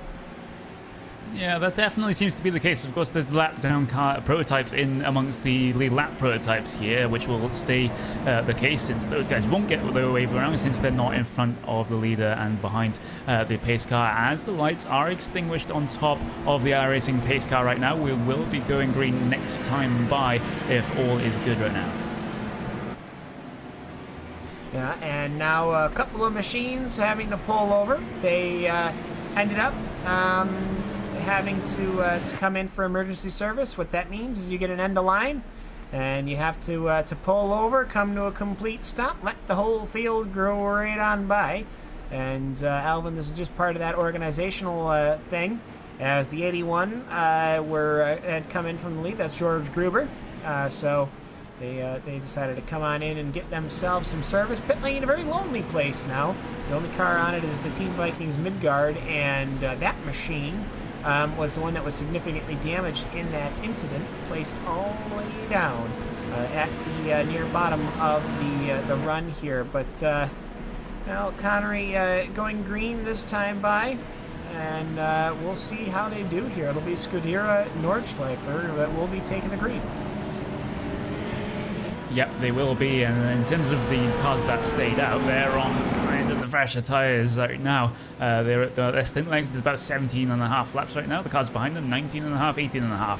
So they might perhaps have a very slight tyre advantage if they took tyres that last time by, as we're heading onto the Ullman straight out of the Le Mans corner right now, going green in just 1 corner's time. So let's see what the cars that pitted can do here in terms of the cars on all tyres ahead of them, the likes of SimRC.de, RacingCommunity.de, Water, Berlin SimSport, Fusion Racing, and SimTalk Esport, and all of the rest of the drivers behind. Let's see what they can do on those fresher tyres. Yeah, let's see indeed. But either way, race control going over restart procedures one more time. They can, everyone goes when the green flag flies, unless you are not past that last cone in the exit corner 17. That is the actual go zone. So that's just making sure everybody knows and understands. Here comes Julian Forty Jr., that Scuderia Nordschleifer, which I like the name, I'm going to be honest. I like the paint scheme too, actually. But they are going to be coming and picking up the green flag here. They've been leading the last couple of laps under this yellow. Lap number 88, 2 hours and 37 minutes remaining here in the 6 hours of Sebring, the season opener for DGFX. Garrett Winter, whom we saw go 3 wide on the outside of a couple of GTC cars. Well, he's at the second position. And we'll see what he can do. Actually, he's the first car lap down. But either way, Julian Forte Jr., that Scuderia Nordschleifer car, he'll be picking up the green flag. Pace car is in the safety of pit lane, and here we go. Everybody pulling through around that lap car of Garrett Winter as they work their way towards corner number 1. Fusion Racing with absolutely storming start like that. I thought I jumped it. There is a power slide for SimStock Esport number 2 coming through the first corner. This gives SimRC.de, RacingCommunity.de fires, I keep getting that name wrong, an opportunity, but they're not going to take it. They'll just file in single file side by side behind Fusion Racing and RacingCommunity.de Water. They're battling side by side with them coming through the first sector with Berlin SimSport LMP right behind these guys, looking to make an opportunity as Fusion Racing gets a bad run coming through Big Bend, and this gives the opportunity to the number 27 on the inside coming down to the brakes. And the GTE machines having gotten away fairly cleanly. Alec Simonek piloting that AOD Racing 67 Ford. Alvin, the GTE seems to have gotten away cleanly. Everybody's going through the hairpin, nice and easy. Looks like we've had a clean restart. Yeah, absolutely a clean start. Yeah, a little bit of a scare there from the number 22 from Fusion Racing right there at the racer, and I think they realized what they did, and they kind of let the throttle off coming out of turn 1 and let some of the teams go by. So perhaps them trying to, in case somebody files a protest, that they can see that, hey, at least we let off the throttle. Now I don't know. I don't think that the restart was contested. I think that as soon as the green flag flies, you're able to just go. Once you're past that last cone on the exit of corner number 17, and I think what happened was that a couple of cars were planning to immediately jump to the inside and punch it, where a couple of other cars are waiting for the car in front of them to go. Connery, we normally see aces on oval racing. They're managed to pull restarts, and people are so used to counting on their restarts. I don't necessarily know if that's what we see here in endurance racing, however. Yep, and then meanwhile, there's a little bit of on-track action here going on between the 174 and the 27 side by side through turn number 1. That's racingcommunity.de Water and Berlin Simsport LMP. And Berlin Simsport trying to have to go around the outside at turn number 3 here, and they will get the position done there. But I kind of want to bring the discussion back to that start, because it looked like Fusion Racing had a huge run. Like, they passed just 3 or 4 cars alone on the pit straight there, coming down into turn number 1. So I'm not sure if that was a jump start or if they timed it to perfection. We'll have to see what the stewards say if the team decides to protest it. Couple of cars parked on the outside of corner number 2. This was quite a kerfluffle. The Fusion Black Ferrari, which had been leading, the Road Bastards White Ferrari involved, but mostly the one that picked up the damage was the WR Racing Prototype 117 of Steenlein Christensen, as he's working to get that prototype tucked around. He did, and he is carrying some damage there, Alvin. 2 Ferraris and a prototype. Corner number 2 does not make. Yeah, it is, and this is one of the issues that that happens with these restarts. You got, even though most of the field came into the pits, and that kind of seems like it recycled most of the whole field. You also have all the drivers, some of these teams that are just in the midfield all the way to the back, that they're still kind of mixed up, maybe a couple laps down, and well, this is one of the things that we see. Yeah, and so we'll see perhaps somebody getting a bit of a warning or maybe a penalty for that restart with a prototype, and the 2 Ferraris, the 82 machine, having gone around in the spin cycle. But either way, I think I can see the dirt right in front of me. Yes, there he is. Well, there, the 115 Probatum Racing Academy also had an issue. We saw it there live on RacespotTV and iRacing Live. And everyone getting themselves straightened out. Connery, the restart seems to have been pretty clear, but I will say all of these restarts have left the one thing, that's 15 cars are still on the lead lap in the prototype division. Yep, they are, and they're basically being all kept on the lead lap because of the cautions that we have had over the course of this race, and just gives a couple of the teams down through the field a chance to try and improve their position with all the cautions that have been going on. Meanwhile, Simatoki Esport number 1 there, incident with Fusion Racing. Fusion Racing are around, and I think that was with, no, it wasn't with Contact. Fusion Racing just did it all by themselves coming out the hairpin. Yeah, the hairpin seems to have been a massively troublesome turn tonight. 85 degrees is the track temperature, which is about 20 to 25 degrees cooler than you normally expect, especially because there's no sun warming up the circuit. So I think that obviously people had known long before that this was going to be a night race, but I don't think any amount of traffic or any amount of practice can prepare you for the traffic, the tire wear, the dirt that's kicked up, all of the issues that are come on through, Alvin. But overall, I have to say it's been a tricky night. Challenging, I think, was the big word that we were considering. It's been a tricky night, absolutely, and to me, this was something to be expected, because I think we are kind of used to, whenever we see night racing, perhaps we think about a very lighted track, something in the lights of, let's say, Daytona or Twin Ring Motegi, which is I think the 2 road courses that we have in here that are pretty much well lighted, that you can have good racing. So to come into Sebring and trying to do the best that you can, knowing that there's only one part here that is pretty much well lighted, and then the rest of it, well, you gotta know the race by hand. Well, not just that, but trusting your headlights and the other people to know and understand their racing course, and the basics of not just where your line is, but where the other lines are that you wouldn't normally take but have to because there's traffic. But Sebring, of course, a very tricky course. I will say, though, in the prototype lead, Scuderia Nordschleifer has company. That is Leonard Rart, who has been working for a very long time, pretty beneficial from this caution period. They were up there a little bit earlier. Of course, at the beginning, they were absolutely taking away every single hope of anyone else having a a chance at the prototype lead, but now with Leonard Vart seems to have been a little bit more normalized because Connery, they're attacking right now on that Scuderia Nordschleife car. They're going alongside. Maybe they have a shot in the inside going into Sunset Bend. Yeah, but it looks like the Scuderia Nordschleife have perhaps a lower downforce setup on their prototype. They didn't get a good run out of Le Mans as actually Pure Racing Team dives themselves down towards the inside Sunset Bend as actually Scuderia Nordschleife have to push very, very wide indeed, almost onto the grass there. In fact, 2 tires were in the grass, so that means Leonard Ratner and Pure Racing Team back to the front of the field like they did early on in this race and in qualifying and in practice as well. They've been setting very fast lap times indeed throughout the entirety of this race. It's just they've not always been at the front of the field, but again, it seems like they are the fastest prototype team in this whole race so far. But again, cautions can play a factor and strategy can play a factor, so they can't just run away with the win, especially with the amount of incidents that we've seen.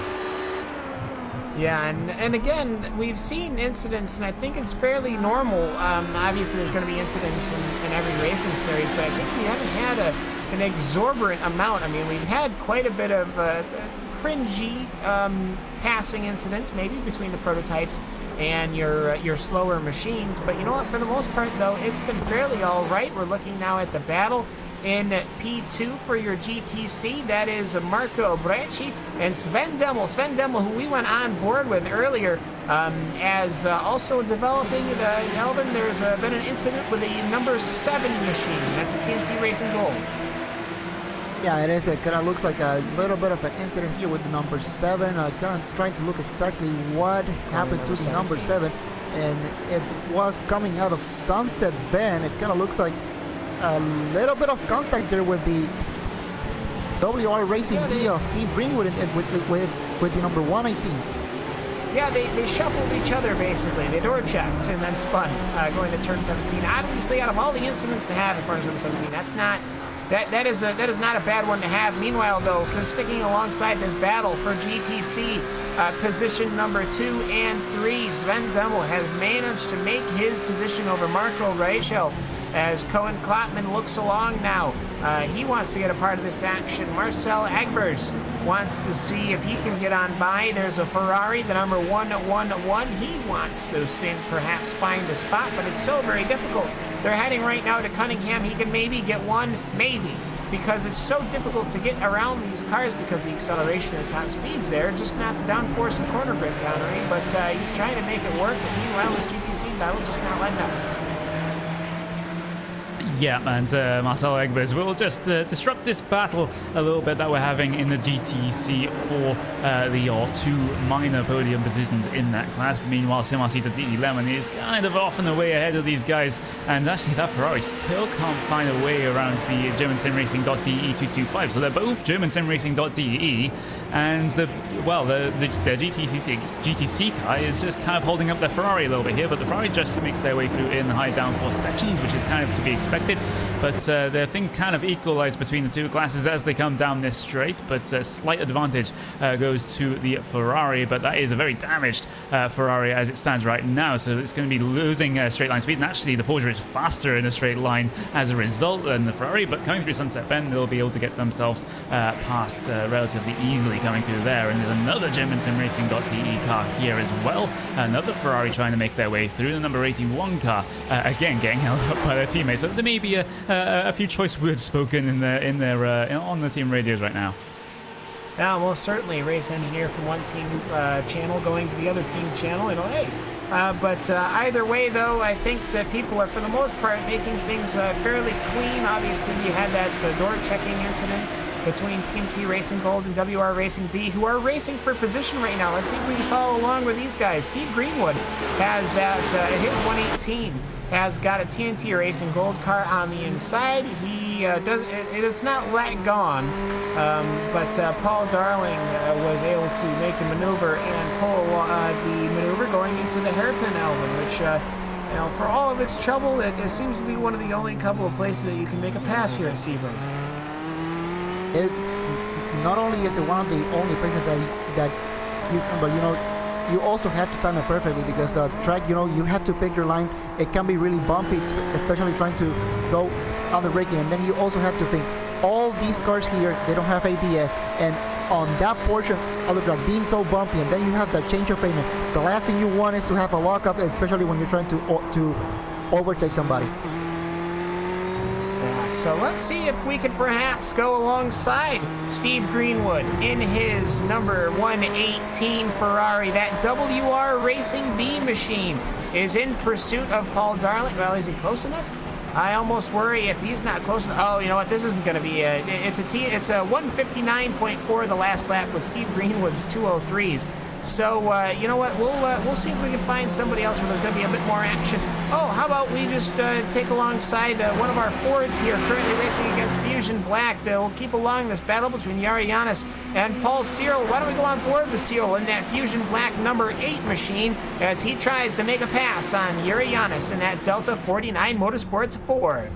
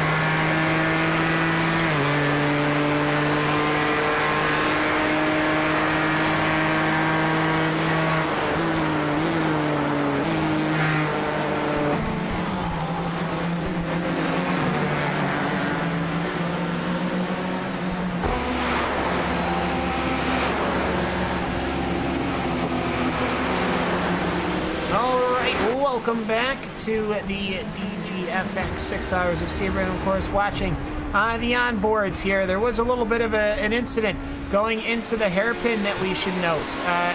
looked to me like Elliot Meme. Oh, something has happened to Elliot Meme's machine. By the looks of it, it looks like he went to the inside of 4 prototypes and then absolutely clobbered the Pro Batum Racing Academy machine. I have no idea what happened to Elliot Meme, but my goodness me, I'd almost ask risking a replay here because that is absolutely nuts. He was going about 164 miles an hour, past the, the commitment cone for the final 100 meter mark. He was doing 161 miles an hour and absolutely clobbered into the hairpin into corner number 7.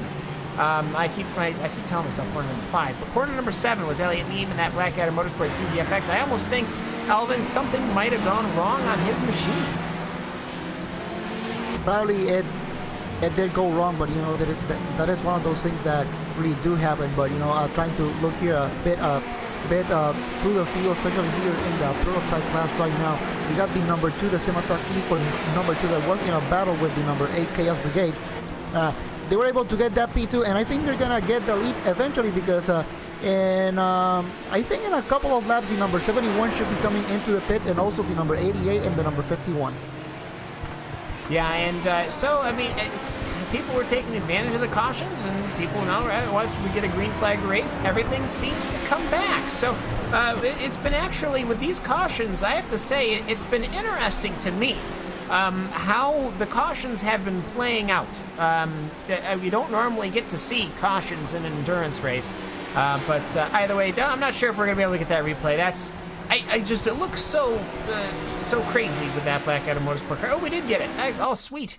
But either way, yeah, that incident, it's the weirdest thing. Maybe it's just because of how slow those GTC cars are going on the exit, or maybe it's because it almost looks to me like his machine, like the brake didn't. No, actually, he just kept accelerating up until it was way too late. So something happened there. Maybe a brain fade. I'm not sure. But either way, that Black Adam Motorsports 169 is completely out of this race. And Connery, that was okay. We'll move on from the incident. But I gotta say that was definitely a weird one. Yeah, it was a very weird one, and Black Adam Motorsport DGFX 167 now heading their way down towards the lane because of the very, very heavy front end damage to that Ferrari. That's going to take quite a while to repair. In fact, they're getting out of the car. Actually, we are doing a driver change here for the Black Adam Motorsport DGFX. Guys, Danny Lockie is going to be behind the wheel of that car, perhaps maybe until the end here. It's just a couple more stints for him, and he might be waiting in that pit box for quite some time if he wants to get all of that damage repaired. He'll be quite off the pace if he tries to continue on with that damage. Yeah, we did end up seeing a replay. It wasn't the best angle in the world, but so thankful for actually getting the replay. I hope everything cleans up. But either way, we had a bit of a hiccup, Elvin, going into one of the corners.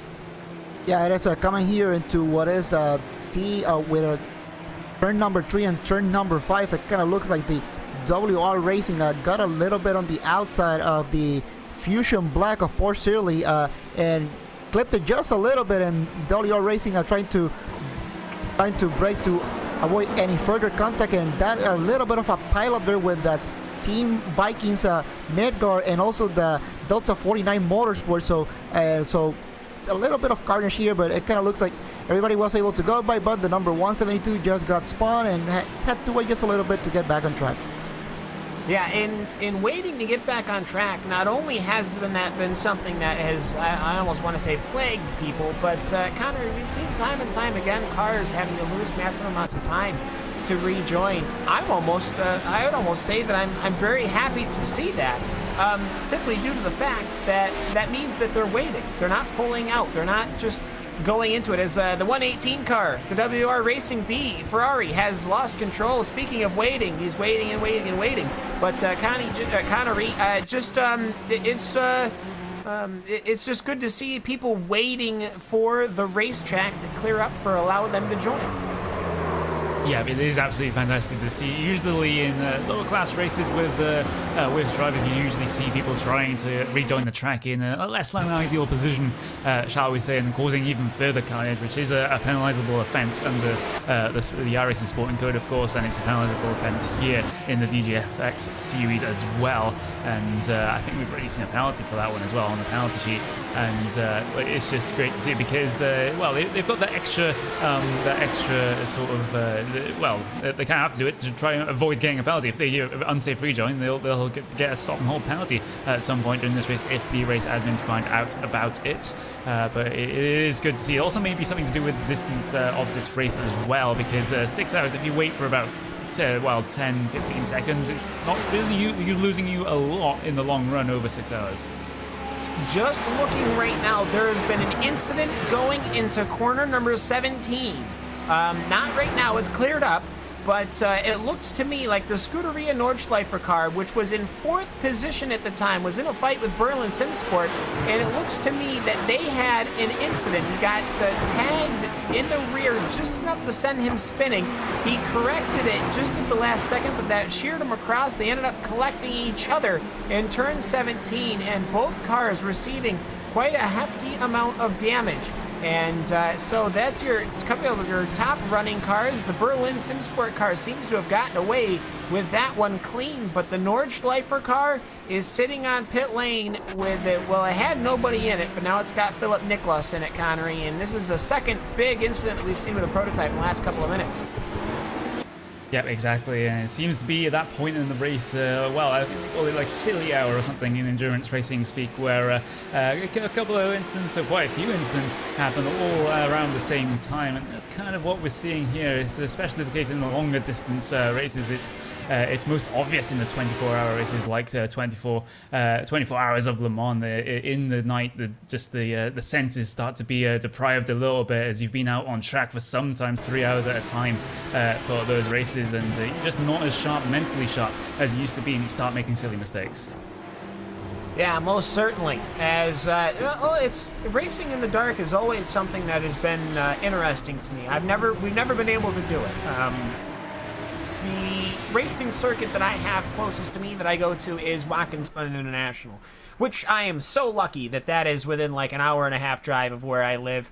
You know, it is quite a ways away. Maybe it's 2 hours, I would say, but I'm so lucky to be able to experience a track like that. But there's no racing at night, not between SCCA, not between any sort of chump car or small low-tier racing, and certainly not during the 6 hours of Watkins Glen, which is unfortunate. But night racing is always this taboo thing where you're shearing around 160, 70 mile an hour in the pitch black, and that has got to be a very frightening thing. And Alvin, you've been to the Daytona 24. It's an extremely well lit circuit. The Sebring 12 hours, kind of the opposite of that, but I love the nightlife atmosphere. Yeah, it is, and it is something that you have to be there to actually experience it, especially during a 24-hour race. I gotta say, there is nothing that can really compare to it. You think of all the 24-hour races that we got in here.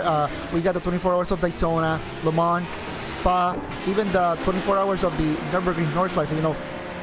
If anybody can have a chance to go to a 24-hour race, do so.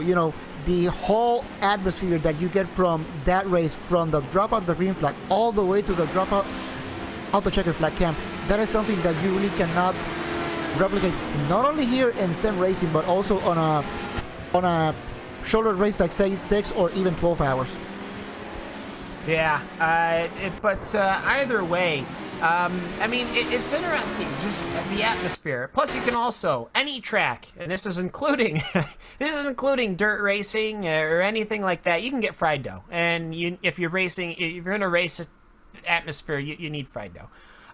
But either way, the Roadbusters Green Machine has moved up one position over the Racing Community Water Machine, and it's actually a little bit behind that Racing Community Fire Machine. But Connery, I don't know if you've how you've gone to racing circuits or anything like that, because it's not really something that we all talk about. It's not like we shake hands and go, oh, okay, I went here. But either way, having the racing atmosphere is always so nice. But I will say, when we came on here, in the DGFX channels, it almost had that racing atmosphere, where you had this great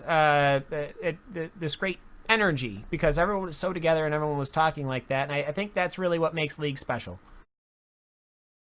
Yeah, exactly. And well, especially in the smaller leagues, you start to know all the guys that are racing. You know how they like to race, and you can race a little bit easier, a little bit safer around them. You know the drivers to avoid. You know the drivers that can confidently go side by side with you. It's actually, we have become a radio show just for the time being, so stay with us. But yeah, my local track is actually Donington Park here in the UK, and I don't think there are any night races that go on there. Someone can correct me if I'm wrong.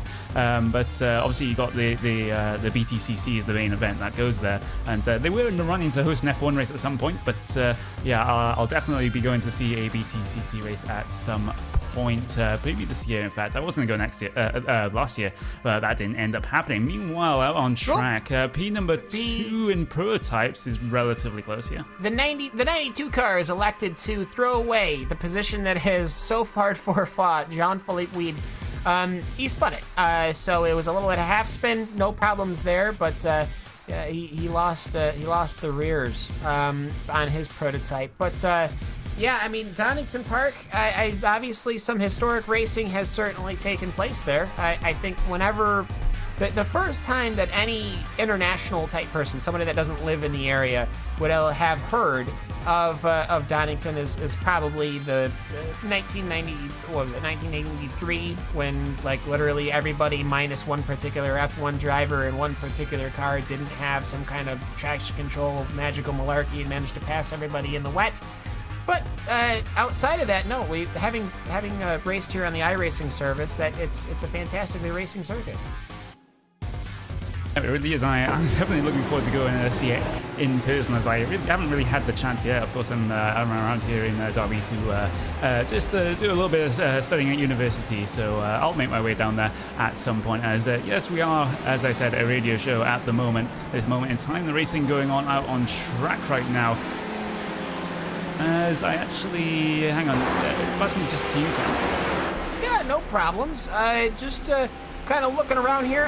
Here we go. The AOD Racing number 67 and Matt Quinn in the P1 Sim Racing Ferrari fighting for the lead in GTE. They almost snuck that one right under us.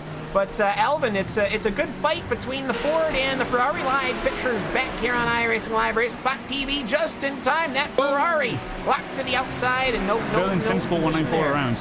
Contact. What's which car?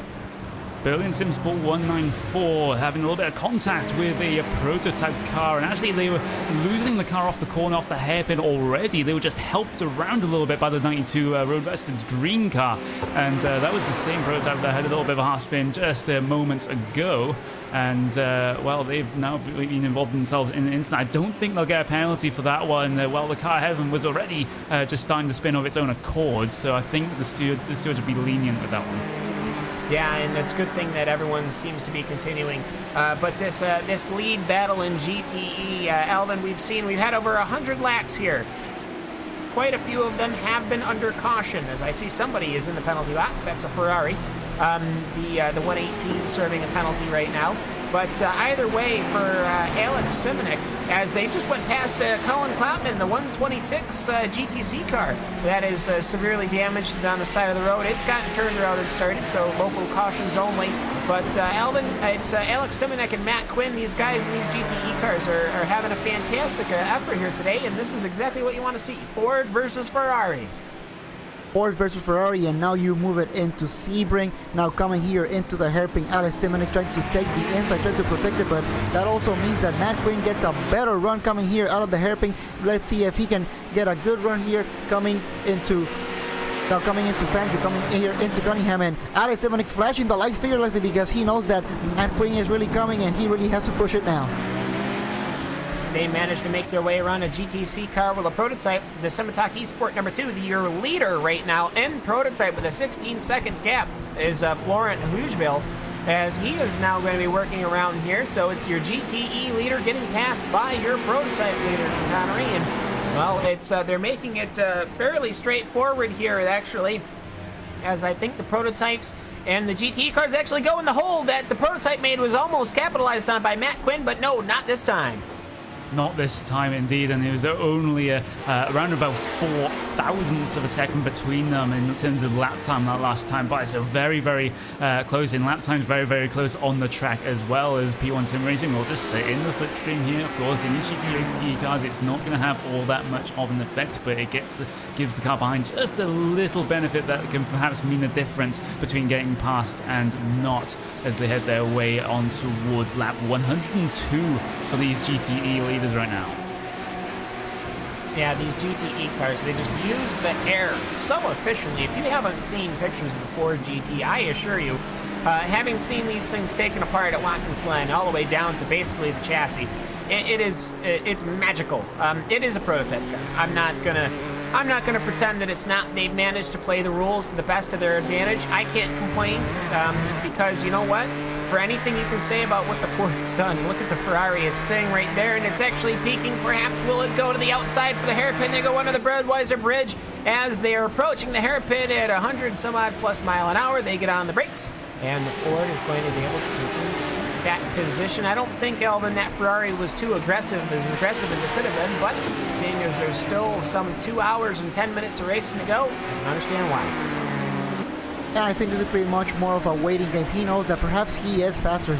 I think he is looking for more the ideal opportunity to try to do that overtake, because from the race that we have seen so far, you know, yes, you can do the overtake, but then all of a sudden something happens on the track and a caution comes flying, and then all the strategy just goes by, and you know, so now this is more of a timing. Perhaps he's not really concerned on trying to go for the overtake. Perhaps he may be even content to trying to sit behind, even to the point that perhaps he decided that it may be a good idea to just stay behind and see if he can save a little bit of fuel, because if he can even do one more lap at the number 67 in here, that could be a good advantage. And I do believe the Ferrari goes further on a tank of fuel. The one GTC car that you see them going by so very close, they actually did tap that prototype car in Unicorn Endurance was Tony Lewis, that Lowy Racing 123. That's multiple laps down, but either way, that prototype really pushing the Ford wide here as Matt Quinn is going to lock himself into the rear. Nope, he didn't have any chance there. This is a fantastic battle, Connery, as see a couple of cars, the 168 Scott Corbin pulling back onto the track ahead of them, as I believe that's the Blackadder Motorsports car that was involved in that incident. Rene Osterkamp, though, he is currently your leader in GTC, and he will easily get out of the way of these GTE cars. Yes, he will not really wanting to disturb that battle is the SimRC.E Kiwi Offsen demo, and of course the SimRC.E Lemon card Rene Osterkamp. They get well out of the way, and not much traffic for these guys to go with down the road. There's two prototypes ahead of them which will be pulling away from them, so these guys are free to battle it out if they so wish. Heading down onto the brakes, down into the hairpin, and no hopeful move from that Ferrari coming down to that section. You can argue that that Ferrari is very, very good through these sections of slow corners, and the Ford GT is more suited to the high-speed sections and downforce-dependent sections like Sector 3. Yeah, and I have to say, I definitely have to, if I was wearing a hat, I would tip it most certainly to the iRacing developers, simply because they've released these cars. There always seems to be this plague or quote plague of any new cars always seem to just they need to take a little while. Like they need to take like a full season of racing, like say a new GT3 car, which they just released a brand new Ferrari 488 GT3. But you have these issues where there's sometimes some performance issues of multi-class or multi-vehicle single-class cars. And Alvin, I have to say, what I've seen, obviously people are very preferable to the Ferrari. I think it's a little better on fuel, probably a lot easier to drive, in my opinion at least. Being a Ford fanboy, yet I can only get the speed out of the Ferrari myself. But it seems that they have managed to nail the BOP exactly like they should have. Yeah, and you know, I think for what many people may think about the Ford or the Ferrari is faster now. Here's the thing: now you have two cars that definitely have to weigh driven in so different ways that, you know, sometimes you prefer the Ferrari, and some people may prefer the Ford, because for the Ferrari, yes, that is your, it kind of looks like your more like your typical GT car. You know, it's more streamlined and all. You can use curves and you have to use that mechanical grip.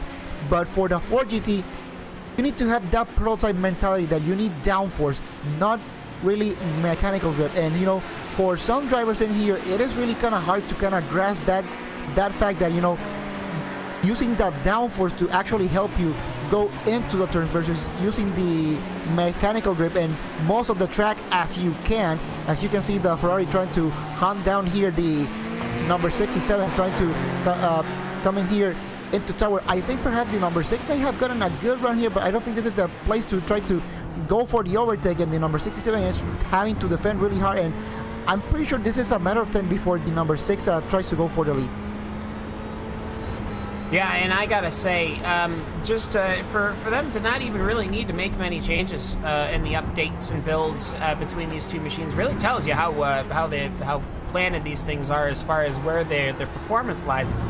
For me, it's all about skill base. Looking at my skill base, I come from a ground effect background, the Lotus 79, the Nissan GTP cars. So I thought I'd be great in the Ford, but I think the Ford is such a unique machine, because really it is. I'm not trying to overstate it. It is such a unique machine with how it has to be driven that you have to force yourself to learn how to drive it. As compared to the Ferrari almost seems like an upended GT3 car because it was manufactured as a split between the GTE and GT3 cars. In fact, some of the GT3 machines were actually just upgraded and ran at Le Mans and then downgraded back down to GT3 machines. And that tells you just how well they're put together, because I have to say, Ferraris, obviously, me being a fan of Fords, as we're watching the battle for LMP2 kick off, which involves the Berlin Simsport LMP and the Simitalk eSport #1. But just to wrap it up, as a Ford fanboy or something like that, I most certainly can love these Ferrari cars because, my goodness, are they beautiful and do they run. I just wish that we almost had a car like, I don't know, maybe the Lamborghini. But anyways, either way, prototype battle. How about a new prototype battle? Anyways, the prototype battle, Connery, is getting to the point where it is getting inundated with GTC cars once again. Yep, as they just tried to side their way through this traffic, which both of them could do so quite competently. Simitalk eSport, you could say, held up a little bit more coming through that sequence of corners as they missed the apex of the Le Mans corner there, and will have to settle for being a couple more tenths of a second behind this lap than they were last lap. But it's not too big of a deal. We still have less than 2 hours left in this event, so plenty of time for these guys to close back up again and make a fight of it on the second step of the podium as they get by another GTC car, the War Dogs 121 car, currently mid-pack in that GTC field. In fact, actually that closing speed between the two prototypes there, and Simitalk eSport had a fantastic run going through Sunset Bend, and they've closed the gap towards a couple of tenths now. Just be careful with the GTE car on the exit of the turn #1 there, and they both negotiate him just fine. But Simitalk eSport looking very, very quick at this stage in the race. It was almost a stalemate there in terms of lap times that last time by, but the overall trend has been that Simitalk eSport has been putting in some insane lap times right now, and not just their lead car, the car that's in the lead right now, but the Simitalk eSport #1 car, which is in P3, trying to take P2. Yeah, let's see if we can follow along with this GTC battle as well between Bad Cactus Racing Green and Pro Bantam Racing Academy. These guys are going to be approached by these prototype cars and the GTE cars as here we go side by side into the hairpin. They make it go as Pro Bantam Racing Academy's Thiago Pereira will get through as, yep, there's car off. Yep, that's the 118 of Steve Greenwood, WR Racing B, having a couple of issues there, and he will get himself going. Not too many problems at all. There has been some damage to the rear right of that Ferrari there. You may need to be coming in for a pit service if that car is too unstable for him, but no caution, and we haven't seen one for quite a couple of laps here, and I hope I'm not jinxing it, Cam. Yeah, I mean, it's something to see. I think we've seen a lot of self spins, a lot of two-car spins, but they always manage to work themselves out. As we're going to continue to focus on the battle. We're going side by side here. I did see a bit of a smoke plume coming off of one of the exits. Yeah, that's the German Sim Racing 82 machine, which has found himself off on the exits of the corner number 17, but your prototype 2, position 2 battles still running on strong as they go underneath the Chevrolet bridge going into turn number 1, Alvin. And we are starting to see a couple of warnings pop up. Haven't necessarily brought them up because, as massive amounts of traffic or lapped cars for your leading GT, or your leading prototype cars, not even GT traffic, Alvin, it's prototype traffic. Prototype traffic, and that's what really that makes it just a little bit harder if you're trying to get in a battle with it. And you know that prototype traffic has really split up this battle just a little bit right now, as the 27 has able to get over this traffic here in prototype. There's only one prototype car here and just in front to try to clear and try to get a good run. Yeah, you try to plot your course here as somebody goes off. There's Unicorn Endurance. They've lost the rears, and that's actually going to play to the benefit of Berlin SimSport LMP's machine, as Simitok has to go winding and around. But either way, the French driver having to work his way around the Unicorn driver of Dmitry Linov, as it looks to me, Connery, like there's been...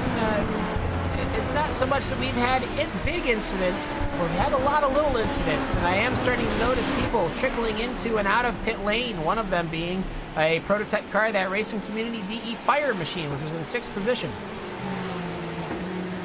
Yep, they are, and well, looks like in terms of the stint times, a lot of the front-running prototypes are coming towards the end of their stint right now. They're on 24 laps, 25 laps since their last pit stop, so expect them to be coming in the not-too-distant future.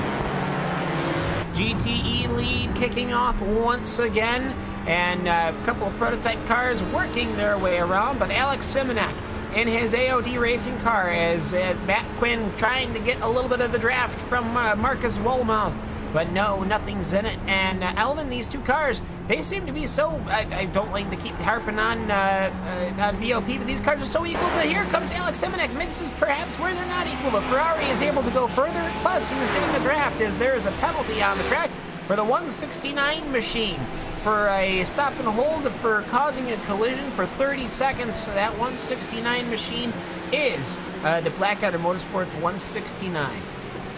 It is the number 67 coming into the pits, and also changing drivers with Steven Schultz now coming into the number 67. Now let's see what sort of strategy they are coming here. I am pretty sure if you're gonna change drivers, might as well go for the full service, because yeah, some drivers can perhaps try to go onto a single or double stinted tires, but I think it's just best to do the full service and bring it on a brand new car. Yeah, get themselves worked out as either way.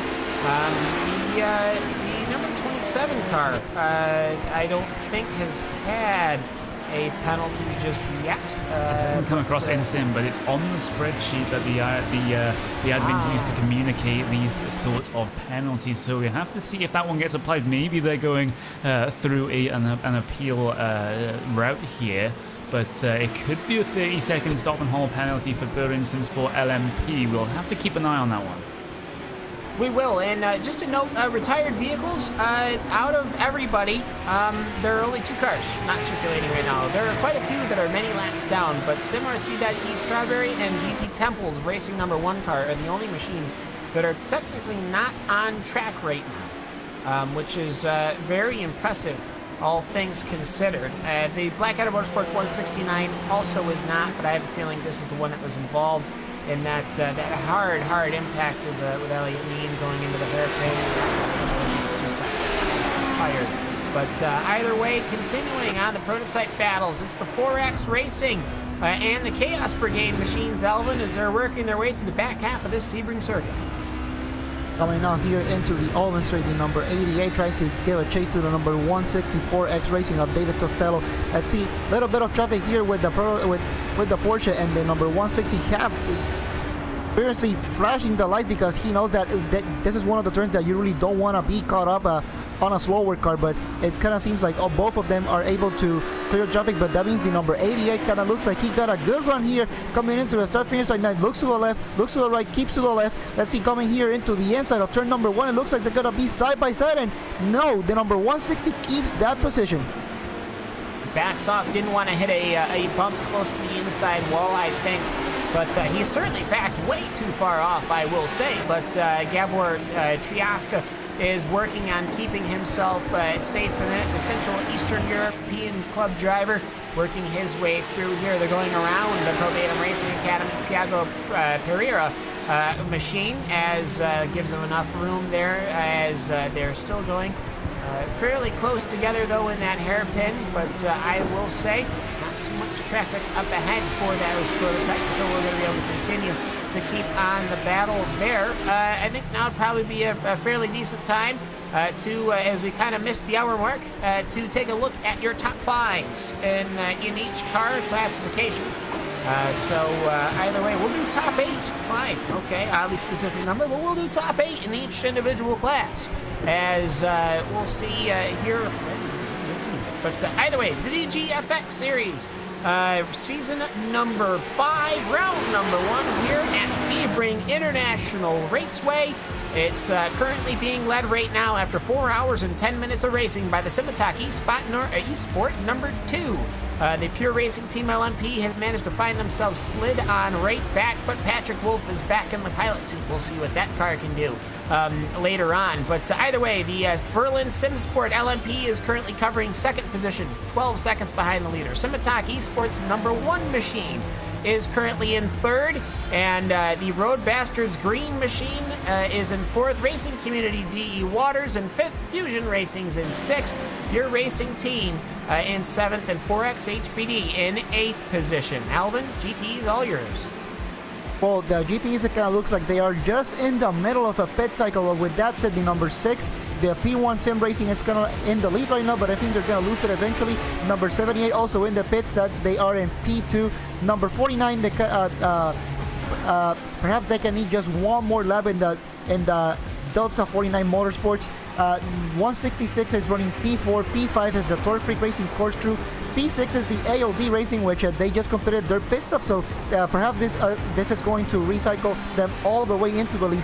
P7, the Graphite Racing GTE, and rounding out your top 8, the Blackadder Motorsports DGFX 66. Yep, and looking at the GTC field, a couple of cars down on pit road. Simosity.de Lemon deciding to pit and already 20 seconds in the box. But right now, as it spins out, they're on track. Simosity.de Kiwi currently leading with the position changing. German SimRacing.de going into 2nd. Simosity.de Lemon down into 3rd with the pit stop down into 4th. And RG Motorsports goes up to 3rd. Torque Freak Racing 5th. And then Probatum Racing GTC rounds out the top 6 in your GTC field. Yeah, and so that is a look at the top runners in your field in all 3 classifications of cars. But either way, the P1 Sim Racing machine, Alvin, has found himself in the lead of GTE. It is, and it kind of seems like by the fact that they were able to run just 2 more laps compared to the number 67, they find themselves right now in the lead, but only 1.2 seconds though, so this battle definitely not over, but this kind of shows you when you have a difference in strategy, the amazing things that can happen in here. Yeah, certainly. We've got enough of a green flag run that I think we're going to completely cycle through. I believe our last caution was, my notebook is quite outdated, I believe lap 84. So we've got about almost like 25 laps of racing. So yeah, about a straight hour ago. So very, very good to see that it's not so much, Connery, that we've reduced the number of cars, but we've just got everything sorted out. Yep, and we have a driver just waiting in the interview, we're waiting for the interview queue here, which is going to be for the PRT team here. If we can just grab that particular driver in, just have a little bit of a talk. Yeah, and Patrick Wolf currently on the pilot seat, almost having a collision. We almost jinxed him with George Gruber of the Torque Freak Racing Modillion car. But either way, Patrick Wolf currently piloting the Pure Racing Team LMP, but whom has driven it from lap number 36 all the way to lap number 99 to 100 has been Leonard Art, and I'm sure I've been pronouncing your name incorrectly, so why don't you just let us know, first of all, how to pronounce the name correctly, and then why don't we talk about how wild of a stint that's been here at Sebring? Actually, the pronunciation is pretty spot on. Oh, okay, good. All right, whew, pass that bullet. Now, it's Sebring, it's at night, we've had cautions, just to take me through the stint. Well, yeah, first of all, I think we're pretty unlucky so far in this race. It's our first race with the full course cautions and the yellows and all that stuff.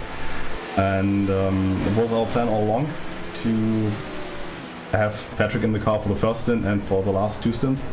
And I was scheduled to do the 3 stints in the middle. As it turns out, with all the full course cautions, I only had to do 2 stints. And the first stop was an absolute disaster. Patrick was scheduled to come in basically exactly when the full course caution came out, but decided to stay out because there were some GT cars between him and the pit entry. And just as he passed the pit entry, the full course caution came out, and yeah, basically that plan was gone. And for me, the stint, the first part was okay. The first one, and then we had that rather unfortunate race restart where the Unicorn Endurance car just plowed into the back of us, and driving an HPD with 50% fuel, which was way slower and basically wanted to kill you in every corner, was not fun at all. We lost quite a lot of time there. Had to stop for 40 seconds extra to fix the damage to the car, and still we don't have all the top speed back yet. Furthermore, Patrick had an incident with Porsche. Just as he hopped in, and we're not quite sure, but maybe our engine is gonna blow up. So definitely not the race we wanted. No, I can imagine not. But I will say though, you guys are running in 3rd right now. Your stint times are pretty on par with the cars that are around you. Obviously, I think the leader, the Road Bastards car, is probably going to come in pretty soon. But you found yourselves in this series here, the DGFX series, surrounded by these GTE machines, which are brand new for 2017, and then these Porsches, which are also new for 2017. It's a bit different, I have to say. One of the oldest machines that we have in iRacing, this prototype racing around all these cars. But just try to take me through how to dictate this traffic here at Sebring. Well, it's extremely interesting, probably for you watching as well, because there's such a huge speed difference between the HPD and the Porsche. We have situations where you have corners, obviously, that are very easily flat out with the HPD, and then you have a Porsche in front of you and you're like, what are you doing? Why are you stopping in the racing line? But that's just how fast these guys can go around the corners. GTE cars, that's not that big of a difference compared to GT3 and GT1 cars, so we are quite used to the speeds these guys can do. But the Porsche is definitely another challenge, because the speed difference, as I said, is just so huge. And then with racing in the dark, always brings a bit of extra challenge.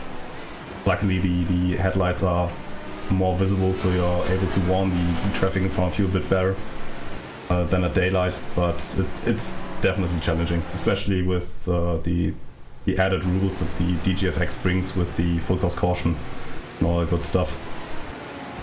Yeah, and I mean, it seems to have at least been going fairly decent as far as how the organization stuff seems to be going. But yeah, the actual race itself, 7 cautions so far. But you know what? This last stint has really sorted itself out. Still plenty of time to plot your pits to the back.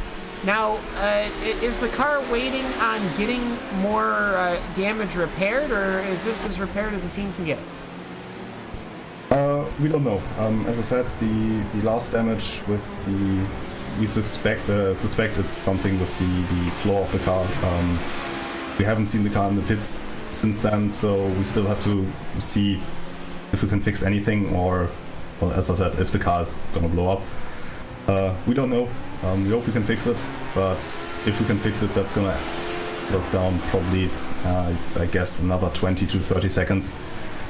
And Patrick is not really able to gain that much time in this stint because of the damage, so I think this is a race for us to forget, sadly. Well, hey, don't say that yet. You've still got like an hour and 40 minutes of racing, so you never know. It could come around. But either way, though, thank you so much for hopping into the booth with us. You're the first one out of all the time we've had, but you know what? It's the first really long green flag stint we've had too. So we really appreciate it coming in, Leonard. And anyone you'd like to give a shout out to or thank before we let you go? Well, yeah, thanks to our sponsors, Otto's Wallmeyer, Spuzu, and Usher Racing. Yeah, thanks to the team, and hopefully we're gonna have our team boss next time with us, because he's quite the genius when it comes to strategy, so I think he would excel at this racing. But yeah, thanks for having me. Yeah, Leonard Mert of the Pure Racing Team prototype, numbered 71, currently 4.20 seconds off of your race leading Florent Hogeville, Simitak Esport, and Alvin, pretty much just confirming everything that we had been kind of thinking of how this race had been progressing for these prototype guys. Yeah, it has been, but now the number 71, even with all the damage that they have managed to carry, they're still battling here for the overall lead with the number 2, the Simitak Esports, heavily flashing the headlights towards the Ferrari, and now being caught right there in a Porsche, and Patrick Wolf really trying to pounce it and try to take every single opportunity that he can and try to go for the lead. Yeah, most certainly, and that Simitak car is just came out of the pits, so it's running only 4 laps on its stint length, whereas the PRT car has had 18. I don't think the tires are going to be too different between the two racing machines, though, because I think it's been pretty clear that the tires haven't really been falling off that much due to the temperature differences. But either way, Florent holding off Patrick Wolf, but I will say Connery, probably the fastest driver on the track right now is Patrick Wolf, and I don't really think there's anyone that can argue with that. No, I'm definitely not going to argue with that one. He's just one of the fastest prototype drivers that I have seen, and well, he's definitely doing the work here to try and get himself up back into that P number 1 spot. I think with about 1 hour 37 minutes remaining, I think we're looking at around about 2 more stops for these prototypes. I think they have just pitted just a couple of laps ago, and there's a car coming off of pit road, and that's almost an instant coming down into turn number 1. That was very close indeed, with the Talk Free Racing Sunset car coming off of pit road, almost coming together with the 193 Roadbusters white car, and scary scenes indeed. And well, your prototype leaders would be thankful that didn't end up in a car spinning across the track in front of them. He timed it fairly all right. It looks to me, well, what has happened here? Oh my goodness, this has happened long before. Okay, this is actually, we got to back this up all the way to the final turn. David Bearclaw was side by side with the German SimRacing.de 255 for position. Lost the rears a little bit, which allowed the Ferrari GTE of Julian Bell, the Graphite Racing GET, to go to the inside, and then the prototype of NAB Racing's Martin June. June made he shot the middle, and then both cars figured, as we have a caution on the track right now, and I almost wonder if it's due to this, but we had. They both, I think they both thought that they were clear, and they were not. So either way, we're going to take a quick break right here. It's the DGFX 6 hours of Sebring coming up under yellow. We've jinxed it.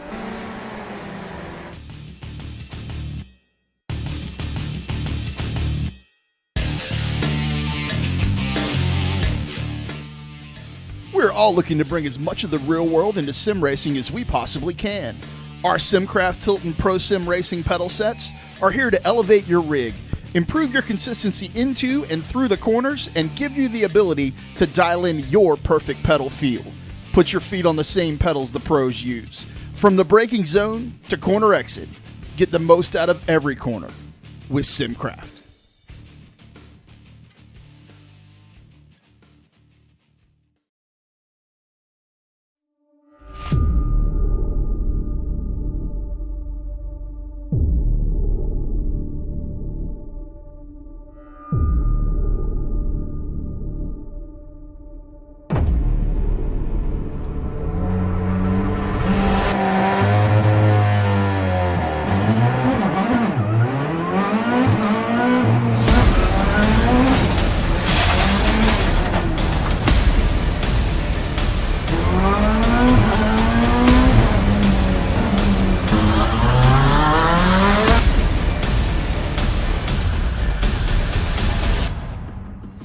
Hi guys, I'm Scott Speed, driver of this amazing Volkswagen Beetle GRC car.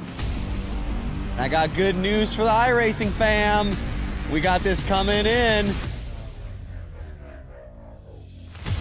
I'm currently working on it myself personally to make sure that it is as accurate as possible. With the addition of dirt and now this mean car, it is going to be so fun. And it's going to be available free to all the iRacing members. Personally, I can't wait to get out there and race you guys on it.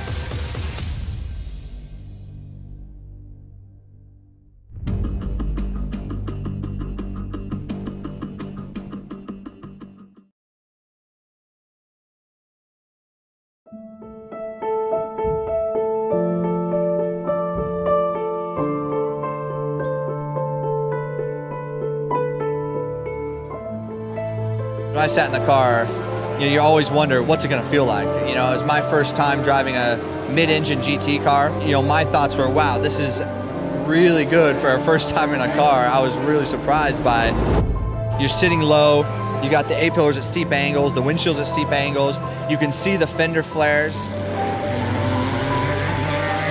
I think we have a chance to win. Everything's got to go right, but I think we have a car that can win the race or be on the podium. But can you imagine how cool that would be to go back 50 years later to the year and do it?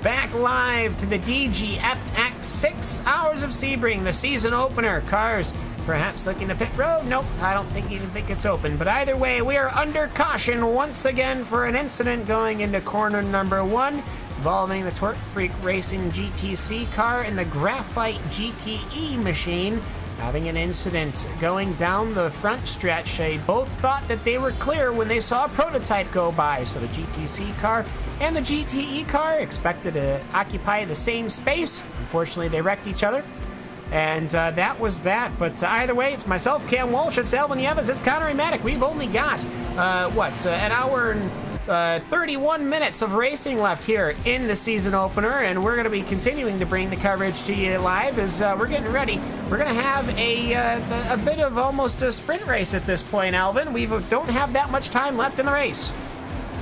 Yeah, it is, and now with an hour 31 minutes to go now, things are really to start to become really interesting, because for most of the teams now, they should be able to come into the pits just one more time, and that should pretty much set up the whole field. So now the question is, which teams are coming into the pits now, try to get the service done, and now pretty much set up this race with just one more stop.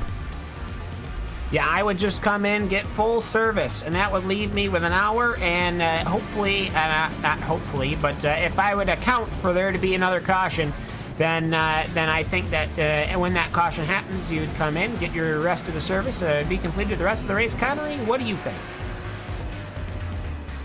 Well, looking at the stint times, the stint laps right now, Simtalk Esports had pitted just 6 laps ago. Pure Racing Team LMP and Chaos Brigade, which are the next 2 prototypes in line in that prototype field, are all both on 21 and 22 lap stints right now, having not come down pit road. So they may need to make an extra stop here, perhaps. I have to work out the calculations on that one, but I don't think it's a position where they want to be in at the moment, because when they're coming down towards pit road next time, they'll be towards the back of the prototype field.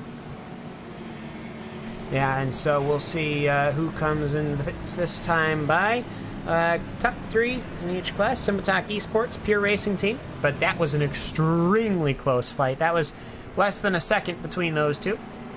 Chaos Brigade was the one that was about 13 seconds behind. Now he's right behind. But then you go to the GTE cars. Your P1 Sim Racing managed to clip right on by, and I almost want to say that they almost were involved with that GTC wreck. But either way, you also got AOD Racing and your V-Apex. Oh no, that's way down. Your Sim RC.de Melon in your top 3 in GTE. Then you've got more Sim RC cars, the Kiwi and the Lemon 1 and 2, and then the German Sim Racing.de 255. So, Elvin, I gotta say, so far, challenging. It's been kind of the theme that we've picked today.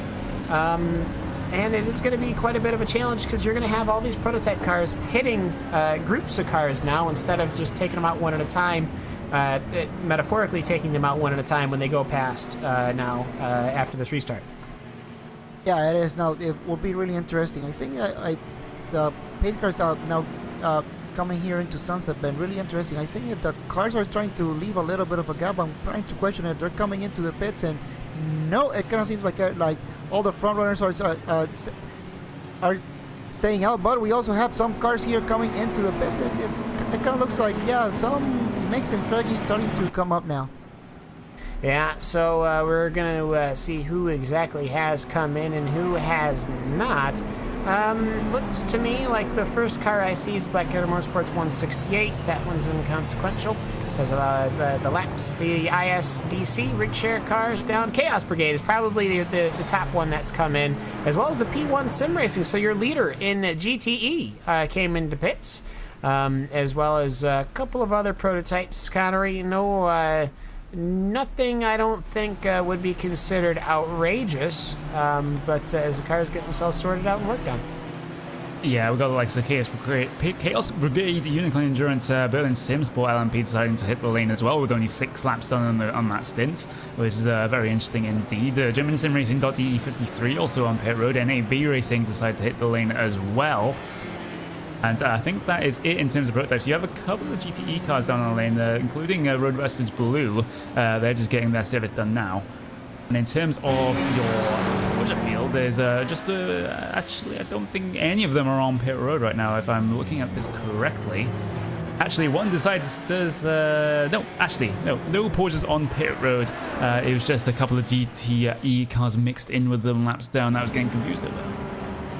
Oh, the Torque Freak Redelion car is getting worked on. That is not really what I would call a consequential car to be involved in. That was actually the one that had brought out the caution. If we could actually pan the camera over to that number 81 car sitting lifeless in pit lane, we can maybe go over a little bit of the incident. Basically, that and the car in front of it, the Graphite Racing GTE Ferrari, both ended up coming in to pass the start-finish line. There was quite a bit of a battling, probably 5 or 6 cars that were all involved in this little bubble of cars. Both of them were split by a prototype, and I think that they both thought at the exact same time that that prototype was the reason why their spotter was saying, car right and car left. So unfortunately, after that prototype went on by, they both slid right on into the exact same spot in Elvin.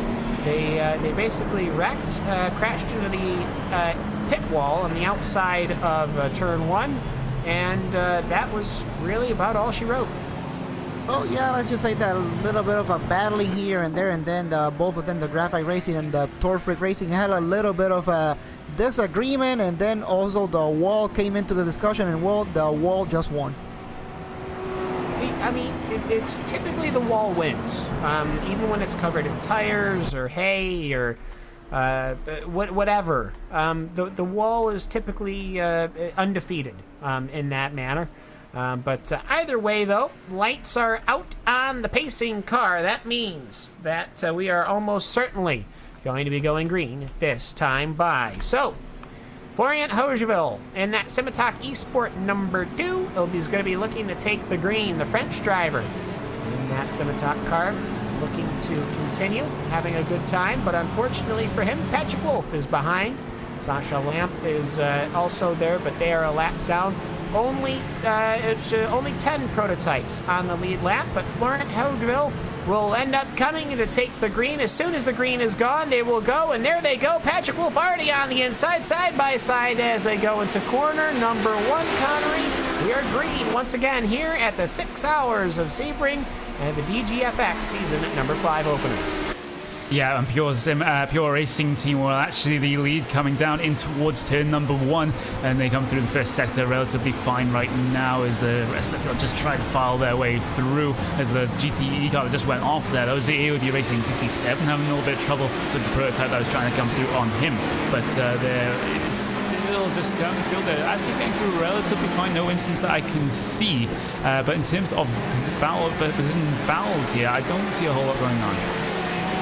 Which means that we've got a green start here. They go into the hairpin, though. This is where problems normally happen and trouble can normally occur. But it looks to me like P1 everyone GT. is getting through as the position 1 in the GTE category is still kicking off as it's between the AOD racing car. Not a red Ferrari this time, but it's a SimRC.de Melon 1 Alvin. They want to see that the email. I'm trying to get a look here to the number 67. Yes, it is a different Ferrari, but still the Ford versus Ferrari battles good here going on now, coming here into tower. It kind of looks like the SimRC.de. Perhaps it looks like he got a better run here than the number 67, trying to go here all the way back now, coming here into there's a little bit of a king now, coming here into turn number 15, coming here under braking, but I think the number 67 may have this covered. But now coming here into Le Mans, into the Almond Straight, let's see if the number 78 can get a run. Well, I'm not sure if it's going to have anything in it. If anything that we've seen, it's that AOD Racing. Ford is extremely quick in a straight line, but the Ferrari, basically nothing in it. The Ford is actually, even though it's up front, is going faster than the Ferrari. So interesting there, but prototype car racing community.de Fire Machine is going to have to come on by at some point in Connery. We've got a good start here. Hopefully this means that we're going to keep it that way in the closing stages of this race. Yeah, that seems to definitely be the case with 1 hour and just under 23 minutes remaining here as the rest some other prototypes just try to file through in this battle for P number 1 in your GTE field, and there's just 2 prototypes now between the 2 GTE leaders, and there's going to be yet more prototypes trying to make their way through as well once Fusion Racing get in there. And there was just momentarily 3 prototypes between the 2 GTE leaders, and look at how that has ruined the perfectly good battle that we were having for P number 1. Yeah, but there is a fairly large battle in the prototypes, but either way, looking back down to position number 4, it's side-by-side action between the P1 Sim Racing Ferrari, the Fusion Ferrari, and the Samba Racing Team Ferrari. So it's the red, the pink, and the lime green Ferrari all going at it, and there's a prototype that really wants to get on through. That's Scott Corbin as they're going 1, 2, 3 through the corners here. That was corner number 10 into 11. But Alvin, these guys are working their way through. We haven't really seen much of these cars after the start of this race, but they're still fighting strong. Still fighting strong in here now, coming out of tower. The number 6 a little bit of an advantage, I think, with all that traffic and all the prototypes trying to go by, got a little bit of an advantage. But now the number 8 Peter Smith in the Fusion Black closing that gap just a little bit to the number 6 and Samba Racing. It looks like he's starting to get a little bit behind this battle. I think he's gonna have to kind of pick up the pace just a little bit, but now coming side by side here, perhaps into the Almond Straight, the number 6 and the number 8 coming here now. Let's see what happens. Yeah, let's see what happens indeed. Meanwhile, Garrett Winter is finding himself with a 30-second stop and hold penalty I believe it was for causing a collision, so that car is going to have to come on down to pit road. Started in 9th position, but they've slid on back to 14th. They are 1 lap down as the leaders are now heading under the Budweiser Bridge, heading into the hairpin. One more time. We're on lap 126 out of who knows how many laps when we finish this race. Used to be we were able to really pin that down, but with all these cautions nowadays, it's a bit difficult to try to predict where we're going to have how many laps we're going to be able to run here. But either way, though, Connery, the P2 battle in GTE is hotting up. Yeah, it really is, and this just gives space for your GTE leader to breathe at the moment, because SimRC.de Melon are currently bebeing caught here by Black Adam Motorsport DGFX66, and if these guys start battling, it could allow the GTE leader to get away. As actually, AOD Racing did get held up by a GTC car coming through the hairpin here, and has brought them back into this now 3-way fight for what is going to be your GTE race lead. Yeah, it will be fairly soon here, unless something can sort of get changed out as far as who can break away. But it doesn't look like the Ford is going to break away from the SimRC Melon car of Patrick Heinrich. Doesn't look like that car is going to get away from the Magnussen piloted Black Adam Motorsports machine. And actually, there's a prototype that's off. Scott Corbin in the Black Adam Motorsport 168. He was following his teammate in the Ferrari, and he has crashed it on the exit That's going to be a caution. Yeah, it's the car is stationary. I'm not sure because he's got a little while to work that car out. It's in reverse gear. Not sure if he's going to be able to get it solved or sorted, Alvin, but you know what? It looks like he might. It looks like he might now trying to come here. A little couple of cars here still coming out of turn number 16. I think this may be a full. No, he's able to get it all around, but I think he's coming into the pits. Definitely, that is a lot of damage. Yeah, meanwhile, whilst that accident was happening, the SimRC Melon car of Patrick Heinrich has come on past the Ford of the number 67 of Steven Schultz. So Schultz having to give the position to Heinrich as that went. The SimRC.de Melon car, I don't think it's led many laps here, but you know what? It doesn't have to, as long as it's leading it while the race comes to a close. So, Connery, it looks like we've got a different leader in GTE, and it looks like it's gone back to the way of the Ferrari. Yes, it has, and well, that was just the difference on pace. They were on very similar sorts of strategies here. SimRC.de Melon came down pit road, just 12.5 laps to go, and AOD Racing 14.5 laps to go, so a slight advantage there in terms of tyres, if they took tyres to SimRC.de Melon. But let's just see if AOD Racing can hold on here. It's imperative for them to hold on, just in case that this race doesn't, just in case this race goes green until the end. I don't know how about the likelihood of that happening. There's been quite a few instances so far already this race, quite a few cautions, that it seems relatively likely that we'll have another one between now and the end of this race, but they kind of just want to be there just in case. Yeah, most certainly. You always got to conserve yourself in some way, shape, or form. I remember so many hours ago when this race began, 4 hours and 42 minutes ago, that it was an absolutely manic start to this. And, of course, myself, Cam Walsh, Alvin Nieves, and Connery Maddock bringing you guys the coverage.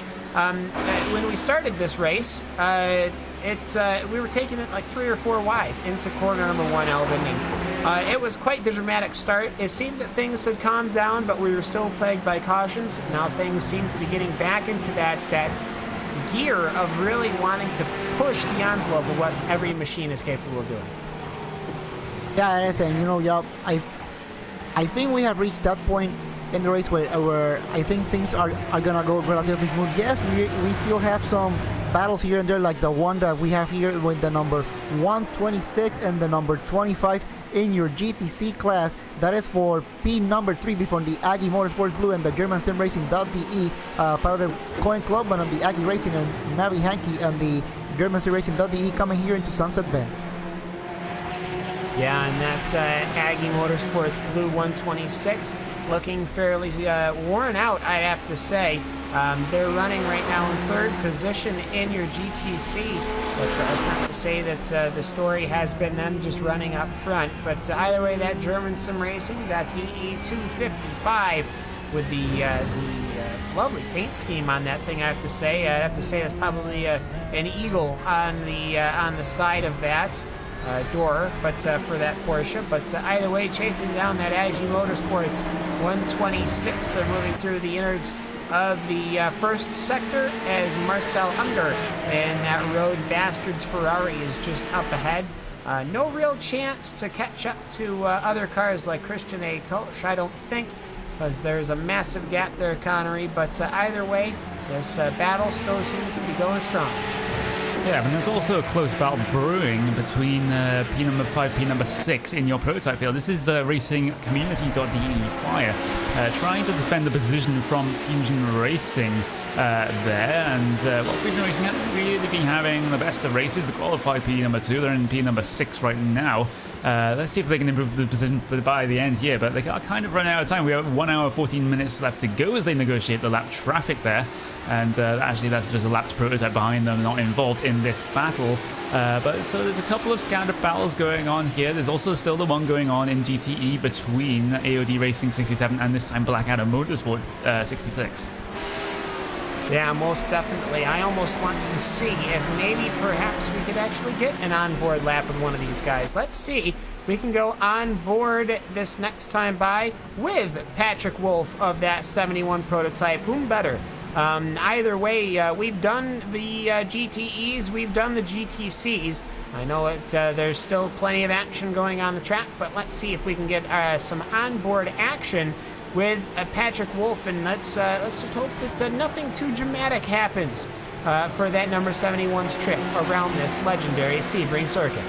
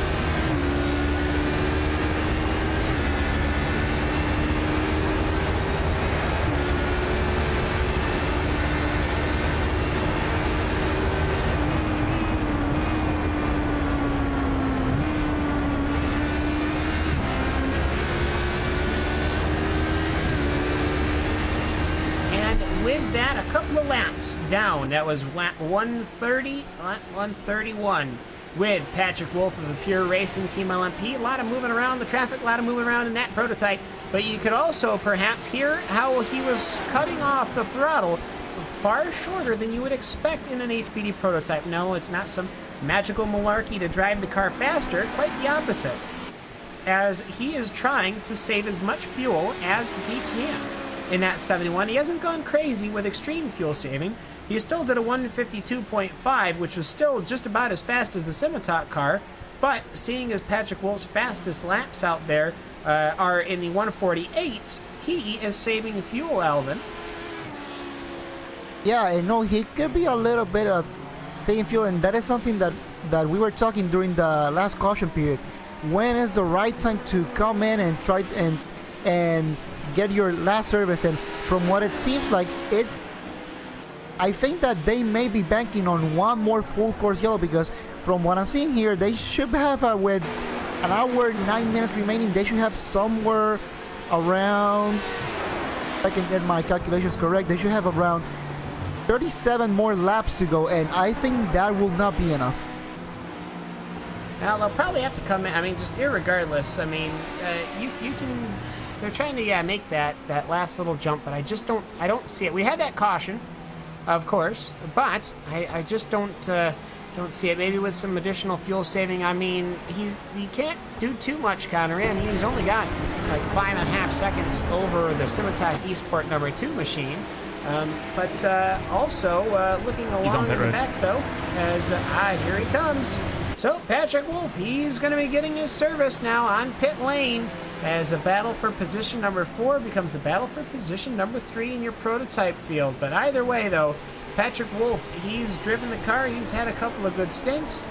Will Leonard Rart be coming back into the vehicle? Because Leonard has done many laps in this machine, but you know what, Alvin, I would like to think that it's going to be Patrick Wolf the rest of the day. I think it's going to be Patrick Wolf indeed, and you know, when I was talking about strategy, I think they are really not going to make it even with the caution flag now, because the most we have seen a car, one of the prototypes go by in terms of fuel strategy was around 32, 33 laps, and that was during the first hour where we had around 3 full course yellows, so they have plenty of time to also save fuel. So I really don't see that strategy working here now. No, especially with how close everyone has been. Maybe if there were no cautions and they had managed to keep all of the gaps that they had made in the early runnings of this race, but because of those cautions, everyone closes it right on back up. 10 cars still on the lead lap, as Patrick Wolf now finds himself directly locked behind NAB Racing of March and June. But either way, that's a car that is 1 lap down a prototype. And Connery, I gotta say, in other situations, maybe this would be able to work. But because of how DGFX works, I'd like to think that Patrick Wolf really can't really plan for it or keep that gap that he has had. So it's becoming a very difficult race for that PRT car. Yeah, I don't think they can make it to the end from here. It's going to be too tall of an order for them to make it to the end with the stop they've just done. So they need one more stop to that team of PRT, but they could get lucky with a caution at some point. They have to get over around about that hour mark, and then maybe things could be possible, as we see team ISDC just running a little bit wide there, coming through the right-hander, but not too much of an issue as they rejoin relatively safely, 8 laps down, so they're not really in contention for all of that many points, but they're still out there on track, and that can be commended.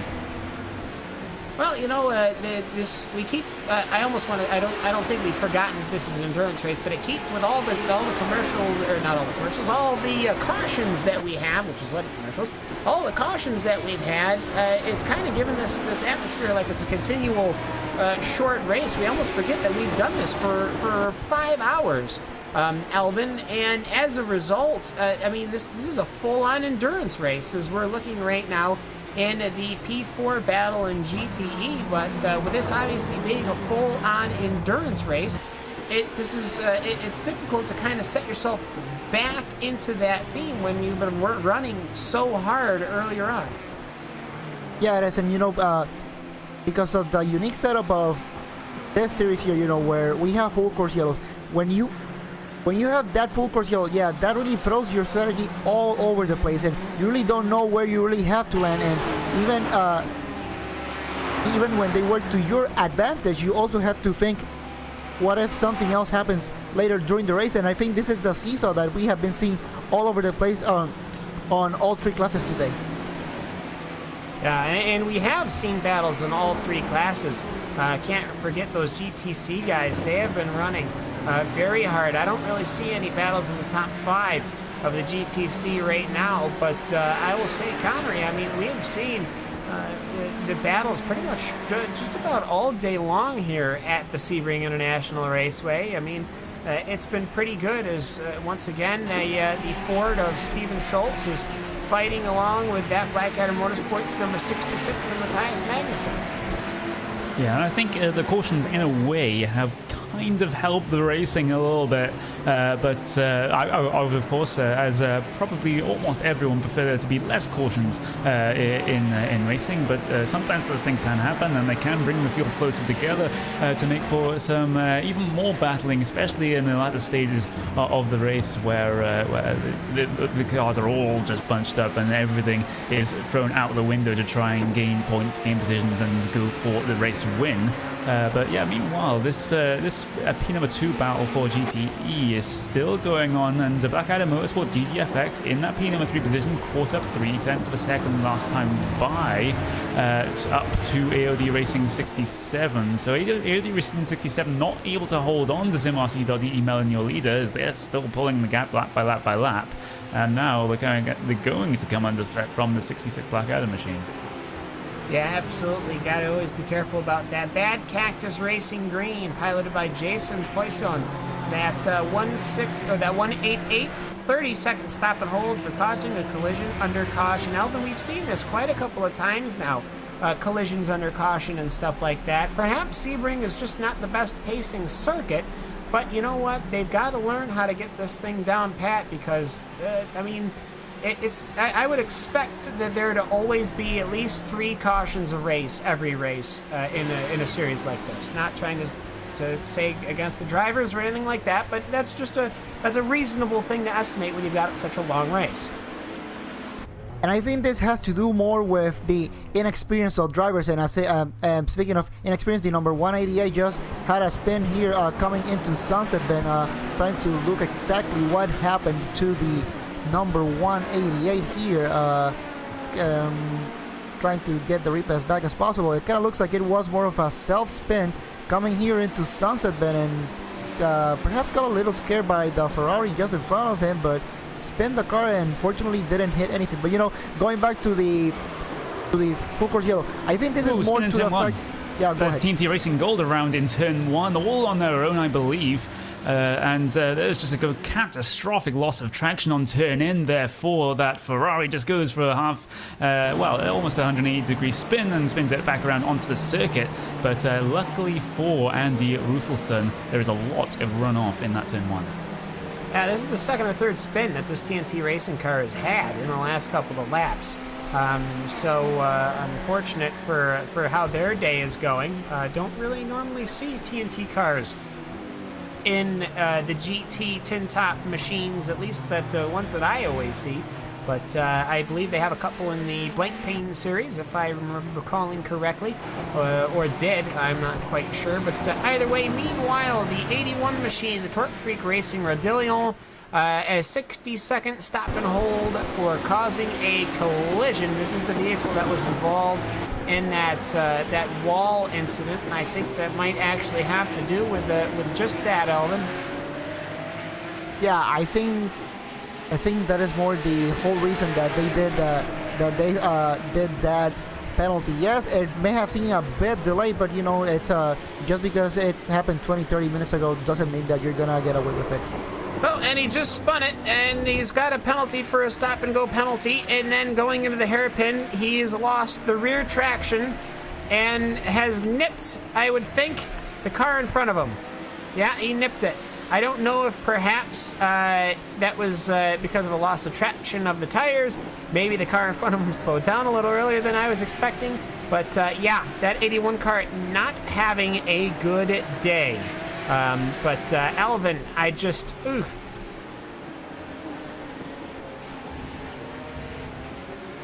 But, okay, all right, no backup there. Silence, it's no support, I see.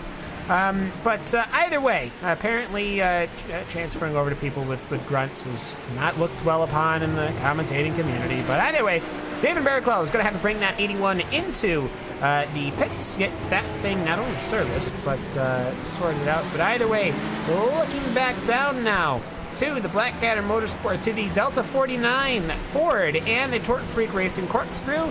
The other chapter of the Torque Freak Racing is very close as it's Ferrari versus Ford, takes the corner away from Yarianis, and that will move up one position, the 182, and Alvin, good maneuvering on the outside there from that Delta 49 Motorsports machine, but Yarianis seems to be doing well, but if he's not careful, GermanSimRacing.de 81 machine is going to be able to close up and get in there. And this gets to show you what happens when you get all that strategy, you know, all those full course yellows. The number 49 at one point, they were battling for the lead, and now they are all the way back here in P number 9. So this goes to show you, you know, when you are not prepared for these races with full course yellows, what can happen. Yeah, most certainly what can happen indeed. A couple of cars on pit lane, War Dogs, Bad Cactus Racing Green, I believe their car is getting repaired after getting demolished. But one car in the pit box, well, that is the Torque Freak Racing Rodillion machine. That, of course, had that aforementioned stop and hold. The 4X Racing HPD, the 160 prototype, is finding himself stuck in traffic. He is currently running in 11th position, but if he's not careful, the Torque Freak Racing Sunset prototype is going to be able to close in on him, because that Eric Lugel piloted machine is having quite a bit of issues trying to get around people, and it's difficult. I think you're getting tired at this stage of the game when you're trying to get around people, and at some point that's going to mean that you're starting to get stressed out and frustrated driving never works. Yeah, it certainly never works, and you know, this is the part of the race that you're really starting to think about. If we think about with 1 hour into a race, you need to have patience. Now you are more than 5 hours, so even more patience you need. And yes, you may be tired and all, but yes, you still have to keep digging, you still have to be careful. The 115 machine has had an accident with the prototype of Scott Corbin. That 168 is having a day. That's the only way to say it. I don't even think that it did anything wrong. It was on the inside. It was on the inside for a while. It had pulled alongside, and the front bumper was ahead of Marco Pereira. But ultimately, though, that Pro Batum Racing Academy gets nabbed and hits the outside wall, going at about 68, 70 miles an hour. And the engine has now blown. I would not be surprised if we don't see something happen. There is a car that is a blown engine on the racetrack. Wonder maybe it's going to be allowed to get back to pit lane. It's going to be heading to the Ullman Straight. But that number 115, significant damage, and it is blowing smoke all over this racetrack. Well, and now the question is, now with that blown engine, is he gonna be able to make it into the pits without triggering a full course yellow? And at this point of the race, I think everybody is kind of begging for a full course yellow, because this is really gonna throw the strategy. And even a spinner here, the number 22 of Fusion Racing, into turn number 1. Yeah, and that one is the prototype that has been up front pretty much all way above. A little bit of a heads up from Kyle Burney. Your race control leading, your leader, your head director there, he has basically called that there's a slow car on the backstretch. Be careful of it. So no full course yellow. They don't want to skew the race for that. But the Fusion Racing car, it was in 4th position, and now it is going to have been losing some space there. It's lost positions to 5th. It's lost positions to 6th, and I think that this incident's still going as the Blackadder Motorsports 167 machine is off track and slow. Yeah, pretty much all sorts of incidents now starting to happen in here with just 55 minutes of racing in here. And I think this is now due to the fact that most of the teams now, they are realizing If you are in that window that you can make it on one more stop, now is the time to push. If you are in that window that perhaps you need 2 more stops, like 1 stop and 1 splash of fuel, well, you got a lot of math to do in here.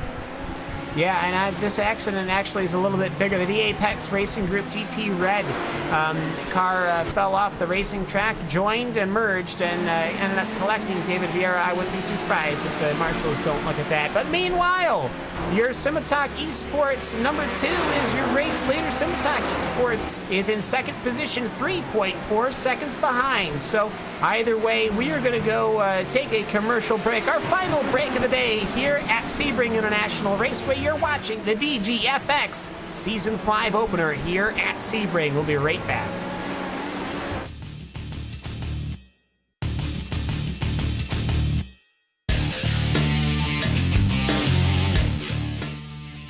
We're all looking to bring as much of the real world into sim racing as we possibly can. Our SimCraft Tilt and Pro Sim Racing pedal sets are here to elevate your rig, improve your consistency into and through the corners, and give you the ability to dial in your perfect pedal feel. Put your feet on the same pedals the pros use. From the braking zone to corner exit, get the most out of every corner with SimCraft.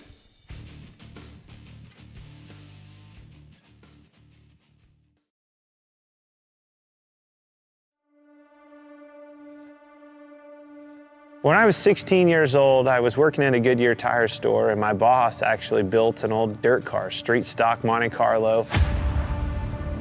Went with him one night, fell in love with it. It was a hell of a race, hell of a party, and a big fight afterwards. I was like, this is it. This is it for me. It wasn't long after that, I was driving an old 78 Camaro out of the weeds at that guy's farm. We pulled that thing out and made a race car out of it, and away we went.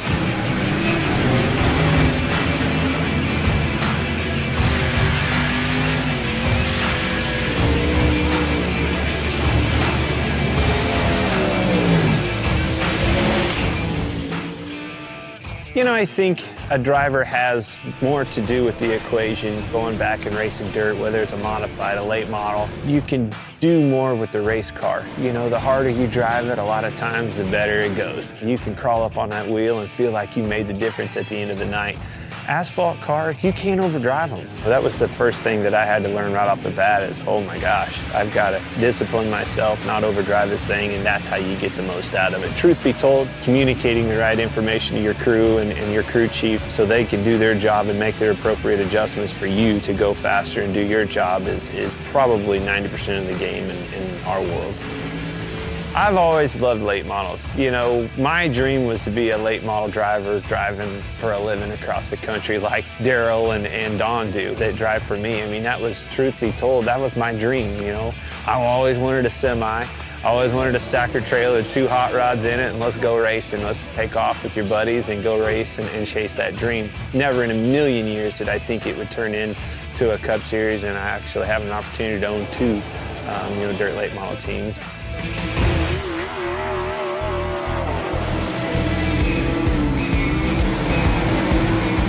When you think of iRacing, you don't think of a video game. It's not. It's way above and beyond any of that. You know, dirt racing changes so much. The track changes so much. Being able to capture that, to experience all those details that surround dirt racing and make dirt racing what it is what makes iRacing so cool, because they did nail all of that. I knew when they came to our shop and scanned cars and went to the detail of getting that car right, I knew that it was going to be over the top, because it blew my mind just the work that went into making sure the car itself was legit. This sport has been around a long time. The competition can't be replaced, and that's what brings people back to the racetrack week in and week out.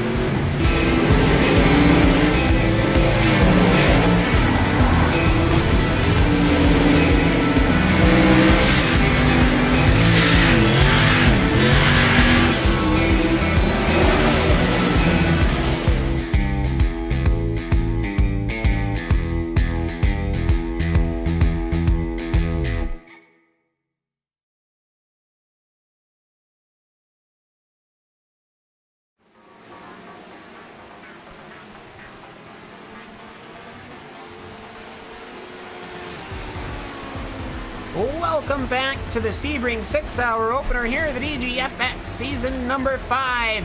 It has been a wild one, a very challenging one. About 7 or 8 cautions we have had over the course of this race. But biggest development that we had, Simotalk Esport number 2 has come into the pits. But there's been massive issues for the Pure Racing Team LMP machine. It has blown its engine somewhere on the racing circuit.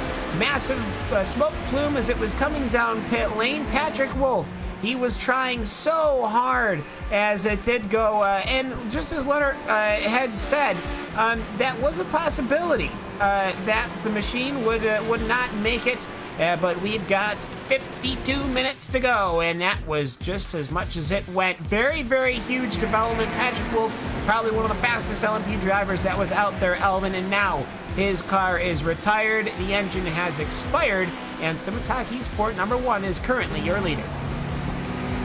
That goes to show you, that incident where they knew that something could have happened. That happened like 3-4 hours ago, but they managed to try to keep and try to do the best that they can. But 15 minutes to go, and that happens. I'm pretty sure that's really heartbreaking. It absolutely has to be. Of course, myself, Cam Walsh, Alvin Yavis, Connery Maddock, and Hugo Louis bringing you the coverage to the checkered flag. Car 1E1 has been now penalized with a 30-second stop and a hold. That is going to be, I believe, one of your Torque Freak Racing Sunset prototypes. So actually, this is a car that's racing in contention for the run runners, for the cars that were locked down. But Connery, we've had this race develop and develop and develop. I'm trying to find the right words for it. We've had so many different tacks. If we were sailing and we needed a tack to change direction of the boat, this has had so many different changes in I just hit another engine go. Where's that? We have a full course yellow on the track. Where is that? I hit it near pit road, and I'm just going to go right around the tape here. It was, I just can't quite see here. His car smoking on pit road. That was Blackadder Motorsport DGFX actually, number 168. Yeah, they're 12 laps down. So where is this caution? I'm sure we'll get clarification from the marshals. They give us clarification right quick, so it wouldn't be a surprise there if we don't hear in the next 20, 30 seconds. They blew their engine on pit road. Yeah, I think what happened is that they retired the car, but the car was left in running, and obviously without the air to cool it, it's going to explode. So, ta-da! But yeah, either way, we'll get a clarification for why the yellow flag has been brought out. But this, Selvin, kind of changes the whole darn thing, doesn't it? It really does change it, because that means that everybody should be able to come into the pits next time by, and now there's really no excuse to try to play the strategy game unless you came around 1, maybe 2 laps ago. Then maybe you can play it, but if you haven't come into the pits, now is the time to do it. Yeah, absolutely.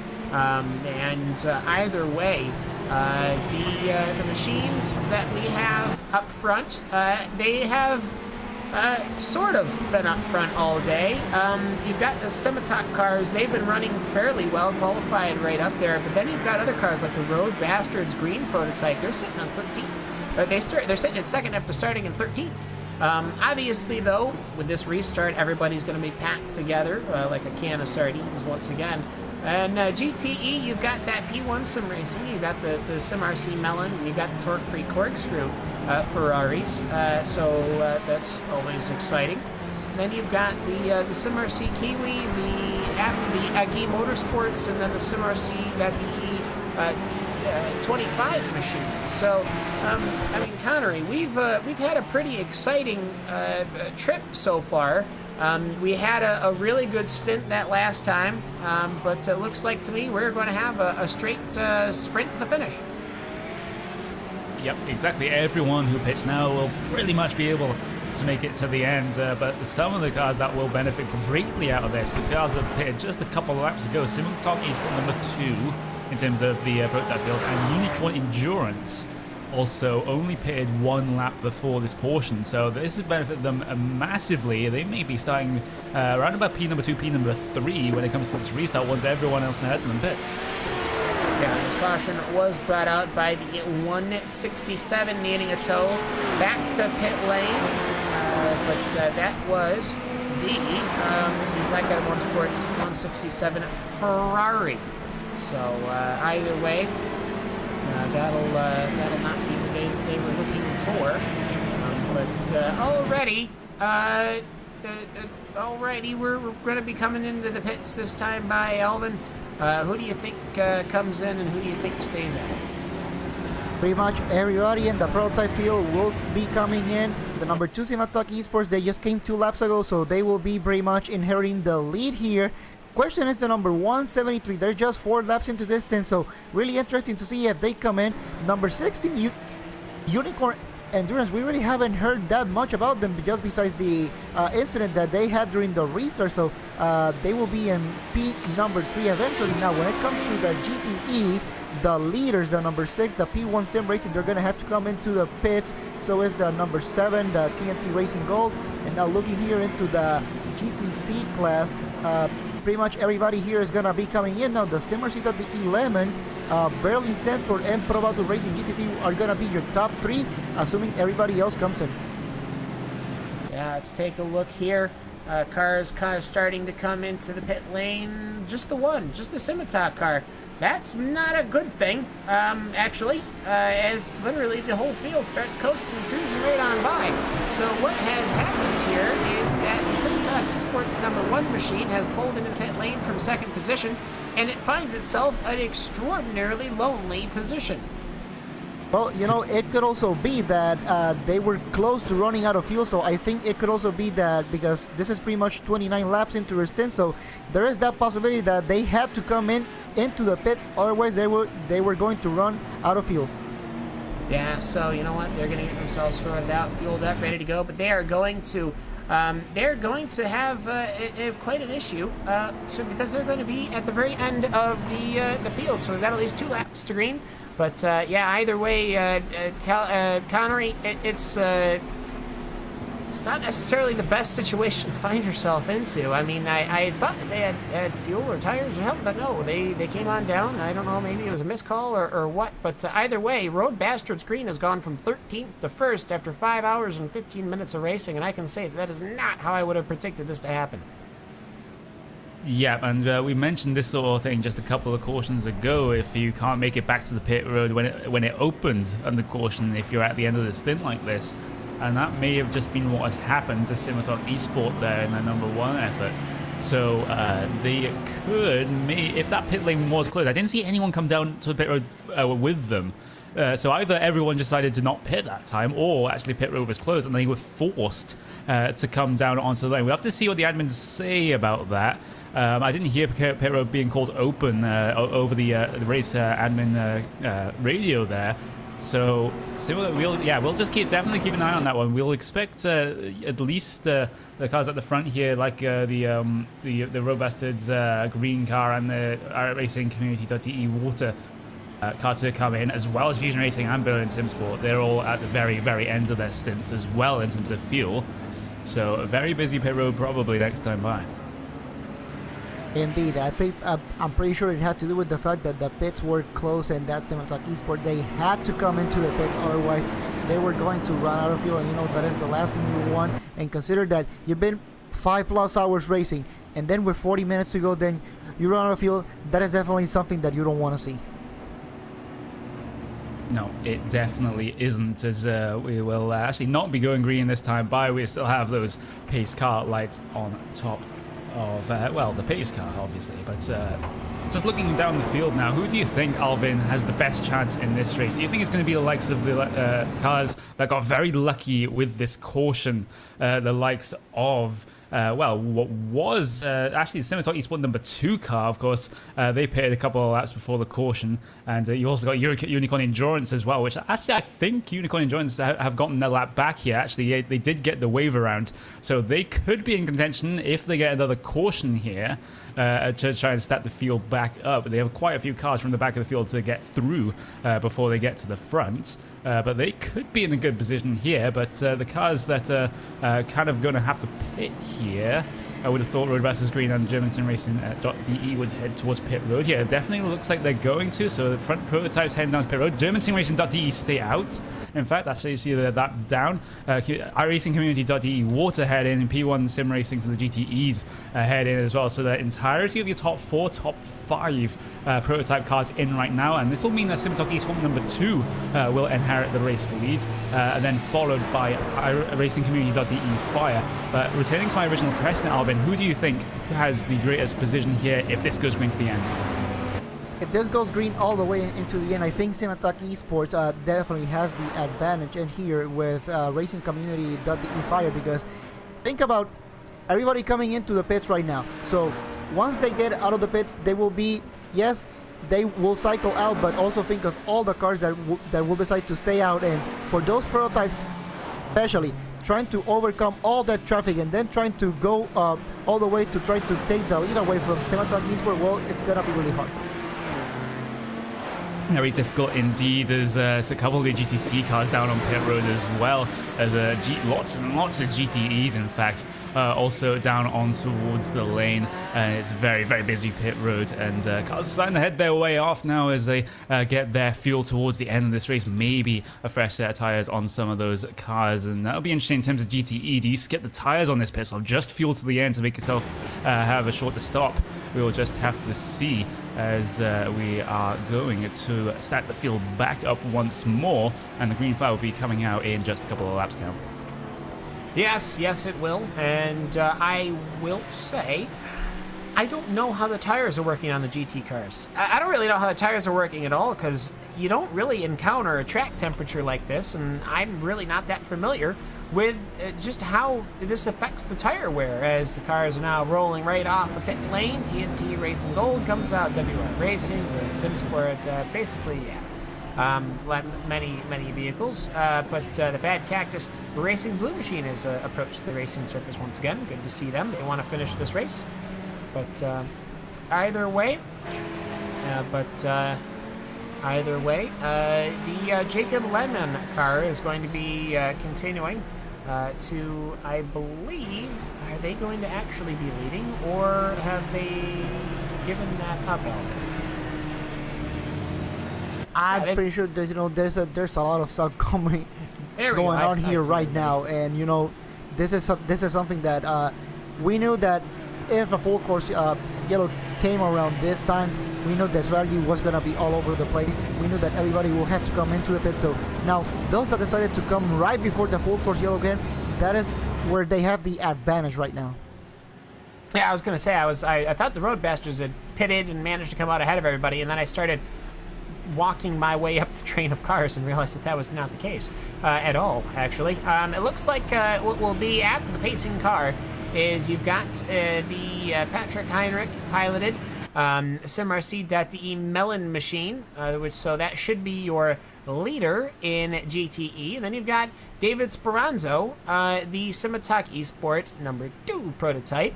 And then you've got your SimRC.de Lemon. So, interesting enough, Connery, it looks like we've got our 3 leaders, 1, 2, 3. Yep, and that is actually what is happening here. We've got CMRC.de Lemon in 3rd place, the prototype leader SimTalk Esport number 2 in 2nd place, and CMRC.de Melon in P number 1. So this will be interesting to see how they negotiate this race start here. But it should be all clean, all things considered, with the skill of these drivers. But the pace car lights are out. We'll be going green next time by. We will, and SimRC is leading in 2 categories, but not the prototypes. But I'm not even sure, does SimRC even have a prototype effort? No, they don't. Huh, how about that? But either way, there's another German community at the very least, which is the racingcommunity.de. So you know what? Hey, that kind of counts in a way. But either way, yeah, interesting, Alvin, that we managed to have. Normally, you don't get your front 3 leaders 1, 2, 3 right behind the pace car.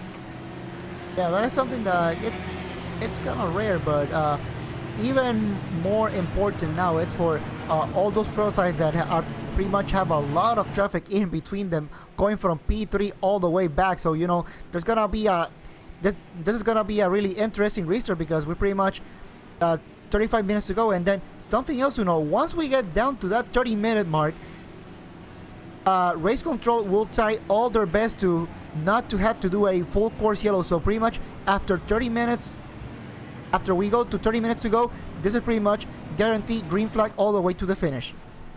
Yeah, and I do think what we were talking about is they do have that virtual safety car. I believe, while we had thought that it had only worked at Le Mans, I believe they actually do that for the last 30 minutes. Is that correct, Connery?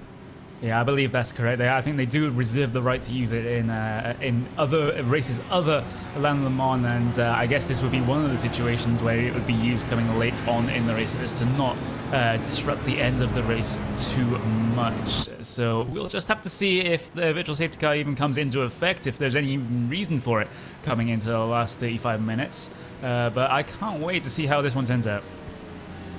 I hope not. I hope we don't see any sort of caution or anything like that. I think that this has affected it enough. I mean, we've seen the last hour, I think 3 or 4 engines detonate, which is obviously unhealthy, an unhealthy thing for those engines. But mostly it's most of them didn't bring out the caution. One of them was able to hobble back to the pits, but the last one, it just was too much, Alvin. But either way, we're going to be starting. It's going to be a GTE taking the green flag, but that Simotalk car will probably snooze right on by. You got to be careful though, because the Fusion Black GTE car is sitting right there, a couple of spots behind Patrick Heinrich. I'm pretty sure that the number 78, he is pretty much aware of that happening right now, but he knows that as soon as the green flag drops, that number 2 is really gonna have a goal for it. So very important for him. Make sure that he can nail that restart, but also leave some space for the number 2, because that number 2 is gonna go by. In fact, I think the last time we saw something like this in real life, wasn't it at the Petit Le Mans when it was raining and it was Porsche with wet tires leading the race?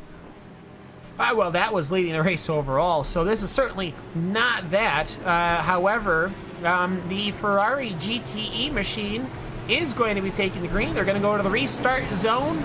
That is going to be there, that cone, and there they go. Off and away we go, and nobody has made a sudden dramatic start that we have seen pretty much every restart so far. David Soranzo goes to the inside. The GTC car pulls way to the right as a wave of speedy vehicles go right on by. And Connery, we seem to have got a good, safe green flag start, at least until we get to the hairpin. Yep, that definitely seems to be the case. This feels a little stacked up. Battle for P number 3 in your GTE field, AOD Racing and Blackadder Motorsports were very, very close coming through the first sector. It's actually Coldstream Racing Sunset is down on towards pit lane. I have to wonder if that's some sort of penalty that they had to serve after the caution had ended. But there's also a relatively close battle between Fusion Racing and Unicorn Endurance as well out there on track. And actually Unicorn Endurance will have the run here, but I'll have to pull out because Fusion Racing were actually going side by side there with a GTE car of 49 Motorsports, so the move wasn't really available for number 16.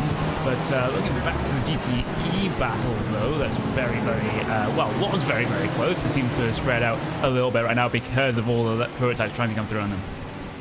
Yeah, most definitely. It happens real quick when you get these prototype cars trying to wiggle their way through. It looks like everybody has gotten away cleanly and without any sort of big issue. David Soranzo, though, massive jump over your position 2 Racing Community.de fire machine of Dennis Anlauer. So that's going on. They're about to finish their lap here as the SimRC.de Melon Ferrari is still got quite a bit of a gap over the competing Ferrari of Fusion Black. Then in GTC, that machine has fallen way back of Christian A. Couch, and they've worked their way right on down the SimRC.de Lemon car, which is currently leading your GTC field by quite a bit, actually, as they're going into corner number 17, 2 or 3 wide. They'll make it work. Ford GT goes around GTC car, and in the middle of that GTC car, prototype went on the outside. So Elvin, pretty dramatic runnings here at turn 17, but they make it work.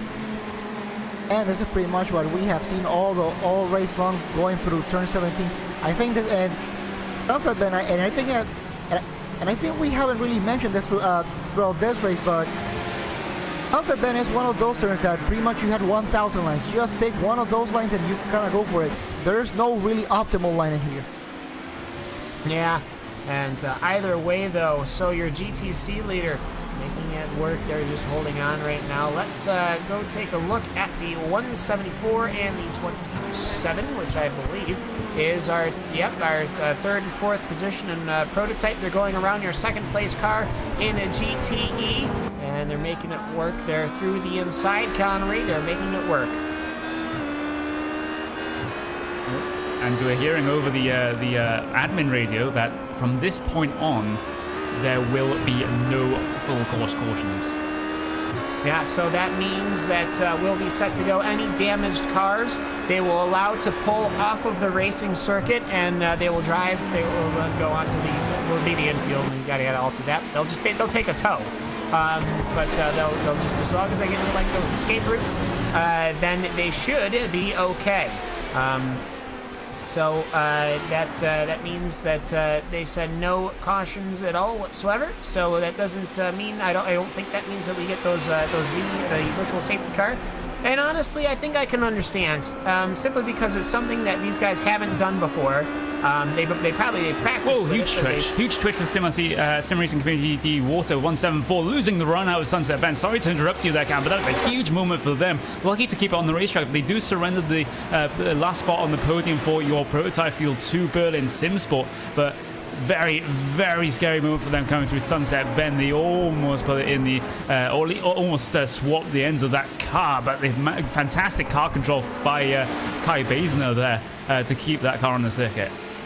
Yeah, most definitely. And they got it sorted out, and they haven't even lost that much space, I don't think, over the Berlin Simsport LMP car. But so right now, your prototype field is pretty much 1, 2, 3, 4, 5 on the track, which is a good thing to see. They do have a Scuderia Nordschleifer machine there. That was unfortunately when it was significantly damaged. It's in position 16, 5 laps down.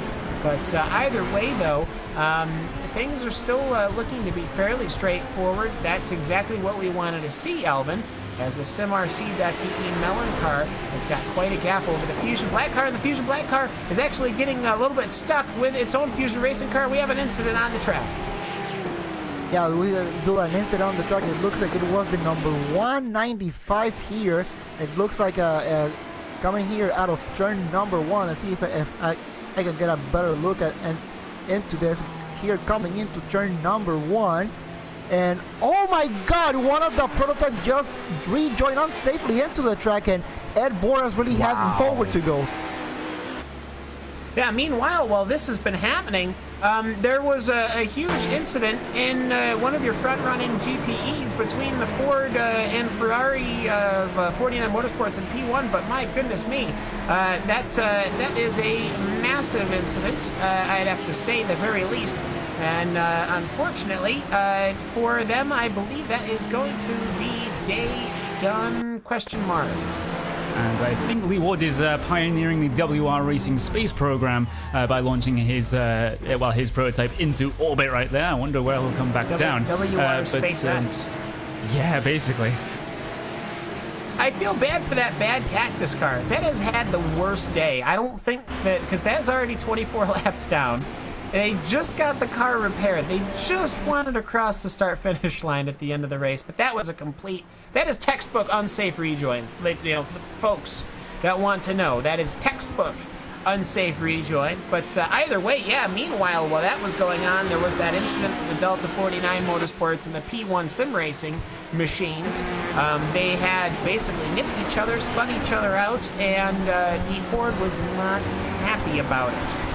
But either way, both cars, I believe, are continuing, just with quite a bit more damage than they would have liked to have had when they came across the finish line. 28 minutes to go, somewhere in that ballpark, here at the 6 Hours of Sebring. Myself, Cam Walsh, Alvin Nieves, Connery Maddock, really bringing you the action. And I have to say, Alvin, the prototypes have got themselves sorted out. and pretty comfortable right now because that Racing Community water machine seems to continually have issues in going off track. I think it might just be where it belongs as far as pace goes, if that makes sense. It could be that, but we also, going all the way to the lead to the overall lead with the Semi-Talk Esports, they've been able to get. This gap has been. It looks like it kind of goes. It kind of grows a little bit and then shrinks it just a little bit. So it's been staying just around 2 seconds now. The gap it kind of looks like it's just around 2 seconds right now. So number 173 perhaps trying to keep pace, but also the number 2 doing a good job trying to keep that lead. Yeah, most certainly. Lap times consistent. That's what you want. The problem, though, there seems to be an incident a little further up. Yep, there's a car upside down. That's not good. The 161 has now parked his vehicle upside down. They'll get that towed off of the racing surface. But yeah, my goodness, Tom Stanley, what has happened to that poor 161? And oh my goodness, the WR Racing B machine finding himself involved in far too many incidents. I'm not even sure though whose fault this one is, though, Alvin. Well, now it's pretty much 30 minutes to go. Everybody, this is not pretty much about strategy. Now it's pretty much what pace you have, trying to push for positions, and well, sometimes you push a little bit too much. Well, push a little bit too much. The safety crew had to go push a little bit too much to get that Porsche flipped back over. But either way, Connery, we've had 2 flipped over today. But you know what, though? That would have brought out a yellow flag. But this time, though, no. As they've managed to, they'll get that pulled on right on off. And we are going to be green all the way through here as we're working our way towards the end of this race. And Connery, I have to say, quite high drama in the closing stages. Very high drama indeed, in more ways than one, with cars being launched into orbit. As I clear my throat, I'm sorry about that. But yes, we have around about 23 minutes to go right now, and I'm just keeping my eye on the 27 machine at the moment, because they're saying very competitive lap times indeed. They're going around about what was last time by 2 seconds slower. It took 2 seconds faster, sorry. Hold up here, hold up. The Christian A coach piloted SimRC.de Lemon number 76 has just gone for a spin, and that has allowed its co-worker, or its teammate car, to catch up the Sven Dummel piloted Kiwi car. We now have a race for the lead in GTC. Yeah, we do, and it's, well, definitely one we have to keep an eye on, but the thing is, I'm just going to go back to my original points. In terms of the prototype podium battle, Bill and Simsport have been setting the timing boards alight here, going last time by 2 seconds faster than Simi-Talk Esport number 2, and that is enough to catch them by the end of this race. We have, if it goes green from here on, Bill and Simsport have around about 12.5 laps left in this race to make something work. That's more than enough time at the current place they're running compared to Sim-Talk Esport and Racing Community TV Fire to catch them and pass them. So watch this space. Yeah, watch indeed, but either way, that was a huge spin from Christian. I don't think he's made a mistake all day long. And now, well, Alvin, I mean, if that's your teammate sitting up there, if you're Sven Dummel, how hard do you push? Well, I really don't know what is the strategy right now, because if you are in the lead and you got your teammate just right behind you trying to push a little bit, I think the last thing you want is, yes, you are teammates, you want to go for the win, but do you really want to have a Force India incident here? Yeah, and now we'll go around the apparently yellow car of Tom Stanley. But he is closing in, Sven Dummel is, and it's not even like more or less because the culture's been slow.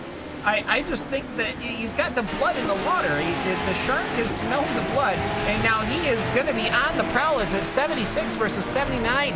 It is Lemon versus Kiwi, and I mean, I hate to say this, Connery, but I think Lemon is kind of just going to be better all around. I'm not a big fan of Kiwi.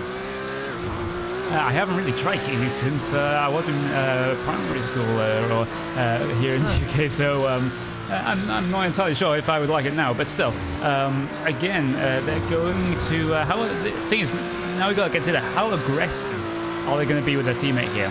Like, is there going to be some team orders coming into effect here? Is one team given preference above another? Is there a first team, a second team, or whatever? We don't know what is the arrangement between these two teams as it is at the moment. But Simulasi.de Kiwi are just staying on the back of their teammate here, trying to look for the run, but they get a big slide coming through Le Mans corner, so that move is not going to happen unless they decide to sling one down the inside at Sunset Bend. And everyone was looking for a defensive move coming down to Sunset Bend, but decides better of it as Simulasi.de Kiwi just tries a different line coming through the corner, has to push Simulasi.de Lemon out wide. These teammates are definitely fighting, no team orders here, as Kiwi just has the inside line coming through here, but the run will go to Simulasi.de Lemon. They're side by side across the stripe.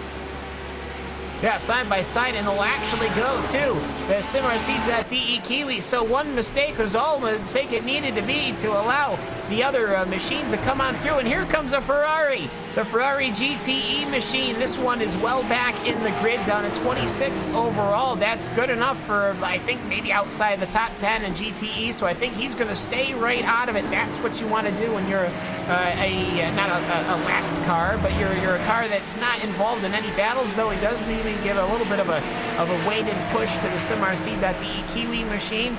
So he'll go past one and he'll start going through the other one. And either way, though, action's still going on other places of the track, Connery. Yep, exactly. Bill and SimSport, I mentioned them earlier. They are absolutely flying right now. Another 2 seconds was taking out of the gap between themselves and the 173 of racingcommunity.de Fire, and also they took another 2 seconds out of your race leader as well. They're 4.7 seconds behind your leader at this moment in time. So provided they can negotiate the pass on with the 173 quickly, they will have a chance at the race win at the end of this race, and they don't have to worry about cautions because there's not going to be any. Yeah, I mean, unless something very obnoxious happens that race control needs to interject. Yeah, for the most part, they're going to be able to get these crews up on out of here. But either way, great running, I have to say, this closing stage as it's really kicked off here. And we're looking to finish off our very first round of the DGFX season number 5. But either way, though, cars wiggling and working their way through traffic. And Albin, as we're starting to put a bow on this, 20 minutes to go, I have to say, that Simotak Esport car is putting down the laps.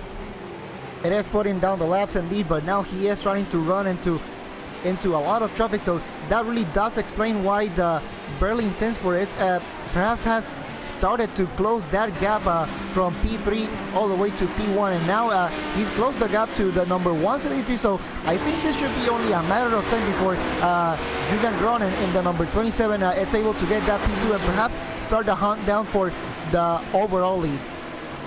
Yeah, perhaps there's plenty of time left in it as they go past corner number 1, and they'll go around the Ferrari. So easy peasy around the lap traffic that they are coming to. And it's not like they haven't actually met up with real lap traffic, but I will say maybe 7 or 8 minutes. No, maybe not even that. Maybe 2 or maybe about 3 laps, I would say. They're going to start reaching the tail end of all of the GTC cars that have been grouped together because of that restart. So what will happen here? And now there's David Soranzo. He's stuck behind the Lemon GTC machine. Your leader in GTC. What has happened to the Kiwi car? The Kiwi car has fallen well back. But either way, I mean, Connery, your leader's getting slowed up a little bit through this traffic. It's only going to get worse. Yeah, and Berlin Simple being very, very aggressive here in number 27. They're trying to make the most of the traffic here as Racing Community D5 is going to get held up. There's only almost contact behind there for Berlin Simple, almost running into the back of the 173 ahead of them. That was very, very close indeed as they negotiate the traffic around the outside of the 2 little left-handers here, and they have the provided inside line for this next part as long as Berlin Simple can negotiate their teammate actually in the GTC car carefully, which they have done. And now they have some clean air for just the moment, but there's there's a prototype black car and a stricken GTE car that they have to get past soon as well. So this is very, very interesting. Currently, Community TE Fire has been able to hold off Berlin Simsport, but I don't know how they can do it for much longer. Yeah, Community Fire versus Berlin as they go past the start-finish line. and work their way towards corner number 1. That SimTalk Esport 2 car has checked out 153.4 versus everyone else's. That was the fastest, I have to say, between your front-running cars. But I will say what could have been, because that Scuderia Nordschleifer car did a 152.8. It's running super fast. It's gone past pretty much all the other cars that were in front of it that was a prototype. But you know what? He's laps down. 4 laps down, so unfortunate for them. But you know what? We'll keep an eye out on them as the season progresses. I'm sure that they will certainly return. But either way, though, in your GTE, haven't really talked about them. It's just straight up melon. It's not a kiwi. It's not a lemon. It's just melon. As Patrick Heinrich has been piloting, and he has got quite the massive gap over the AOD Racing number 67, but that car is getting swarmed, Alvin, by the Blackadder Motorsports number 66 as they go across the start-finish line. Heading swarm indeed, but pretty much now with almost 15 minutes ago, I think the number 78 has pretty much this race for the GTE lead pretty much in the back. He just needs to make sure that he pretty much hits all his marks. He doesn't get involved in any silly incident with faster or slower traffic. That battle here for P2 in the GTE class between the 67 and the number 66, I think this is the closest battle that we have in here for what is a P2 and P3. So the number 67 trying to defend that position from the number 66. Yeah, most definitely. And, you would think maybe perhaps why would they have taken the number 66? Obviously, I think Blackadder always has some semblance of 6s. But at 66 is clearly the Ford number. But either way, though, this battling is allowing Fusion Racing to slowly close on up here. The lap times are slowly chipping away to Peter Smith and Fusion Black's favor, but as the cars are continuing to go on by, somebody is having an issue. Probatum Racing Academy, and that is involved in an incident. TNT Racing Gold has now been involved in an incident with V-Apex Racing Group GT Red. Obviously, they've said that the yellows will not be coming out. Oh, look at this incident, guys. Coming off of the hairpin here. They both went around a slow GT car, and then they knackered into each other. Yeah, both picked either direction and then came together when they wanted to take the middle of the track again for the corner. And that was actually also broken traction there for the number 7 machine going around the outside in the dust there.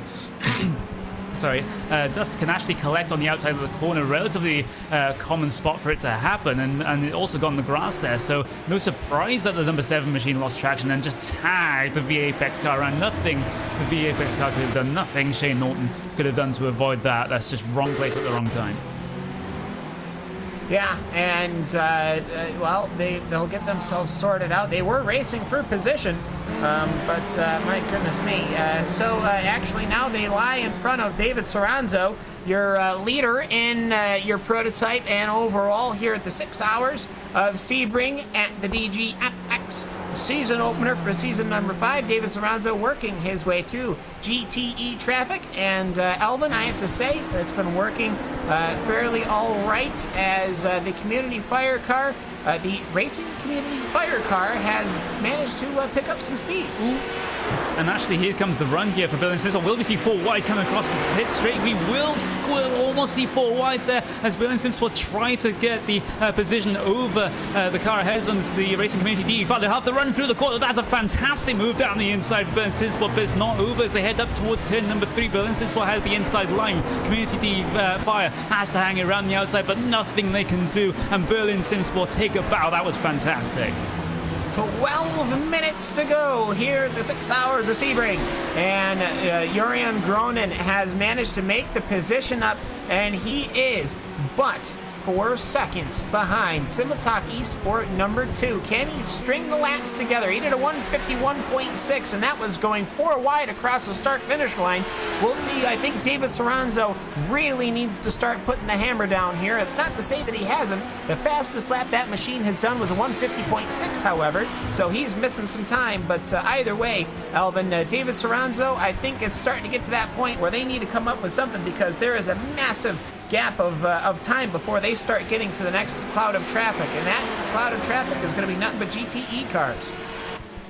It could be, but I think with just 11 minutes ago, I think the effort that the number 27 will have to put in order to catch that number 2, you know, short of the number 2 really mishandling the traffic that he may be able to hit right now. Now here, number 2 going here into the Ulman straight, just one GTE and one prototype that will be going a lap down soon. That is what's pretty much separating him from another piece of clear track.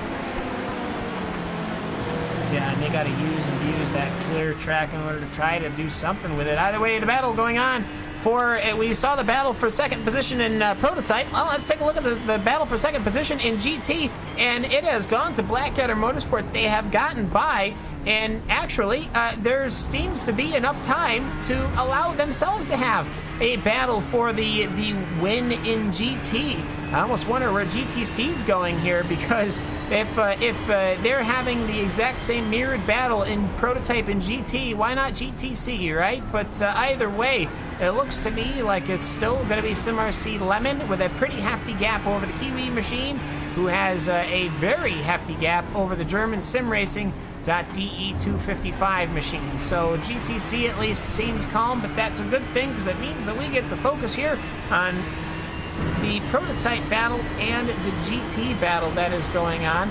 But either way, Connery just trying to go through here. Matthias Magnussen, he's got the speed, but can he keep it over the Ford of Alex Simon?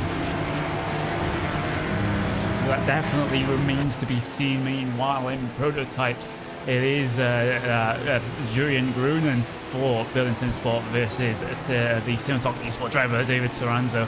Kurt Soranzo in the preferable position out front right now, with around about coming up to 5 laps remaining for these guys. If my time is correct there, and David Soranzo has responded to the pace of Berlin Simsport there. He's done a 151.6 that last time by, compared to Berlin Simsport's 151.8, so around about 1.5 tenths faster there.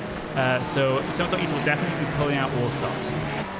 Yeah, GT still kicking off, however, as looks to me, just looking a little bit back, that Fusion Black car has got a massive gap over P1 Sim Racing for the record, but the P1 Sim Racing car, however, does not. So this is for top 5 honors, which is still a pretty hefty point haul. P1 Sim Racing, Blackadder Motorsports 166, and then the Samba Racing team. Actually, there's been an incident.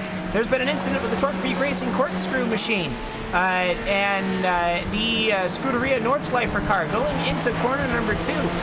The prototype basically doored the GT car. But either way, though, in the prototype battling Alvin, they are still going on.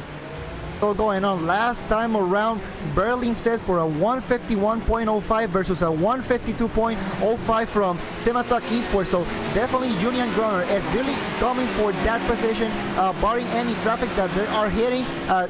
David Soranzo under really hard pressure right now. Pressure indeed, and it was not helped by the very, very slow David Vieira 167 Blackadder car. That is the significantly damaged red Ferrari. But either way, though, the headlights are appearing in the distance. 7 minutes and 37 seconds to go. Well, they're running 1 minute 52, so you gotta do the math there, but I don't think we've got more than 5 laps to go here at, maybe even 4 laps to go here at Sebring International Raceway, as the 22 has gotten past the 174, which seems to me to be a bit etched because of the where it happened to the Berlin car. Berlin car is there, SimRC Fire is there, SimRC Water is there, but where did the Fusion Racing machine come into play here? Somebody must have had an issue, which isn't a surprise to me in the closing stages of this race. But either way, it's going to be Simotalk Esport going across the start-finish line, free wide, as he goes on the outside of corner number 1. And there's an incident going into corner number 1. Can that Nordschleifer car clear it up before he goes? Yes, he does. Oh, my goodness. That's why you hold your brake, because Julian Gronen was committed to the outside, hanging on the throttle, so he didn't lose anything, but he saw the car moving and he had to hesitate. So, okay, just to clear everything up, Simotalk Esport number 2 still leading. Berlin Simsport LMP in 2nd, Racing Community Fire in 3rd, Fusions in 4th, and Water is in 5th. So there you go. That was a very confusing lap there, Alvin.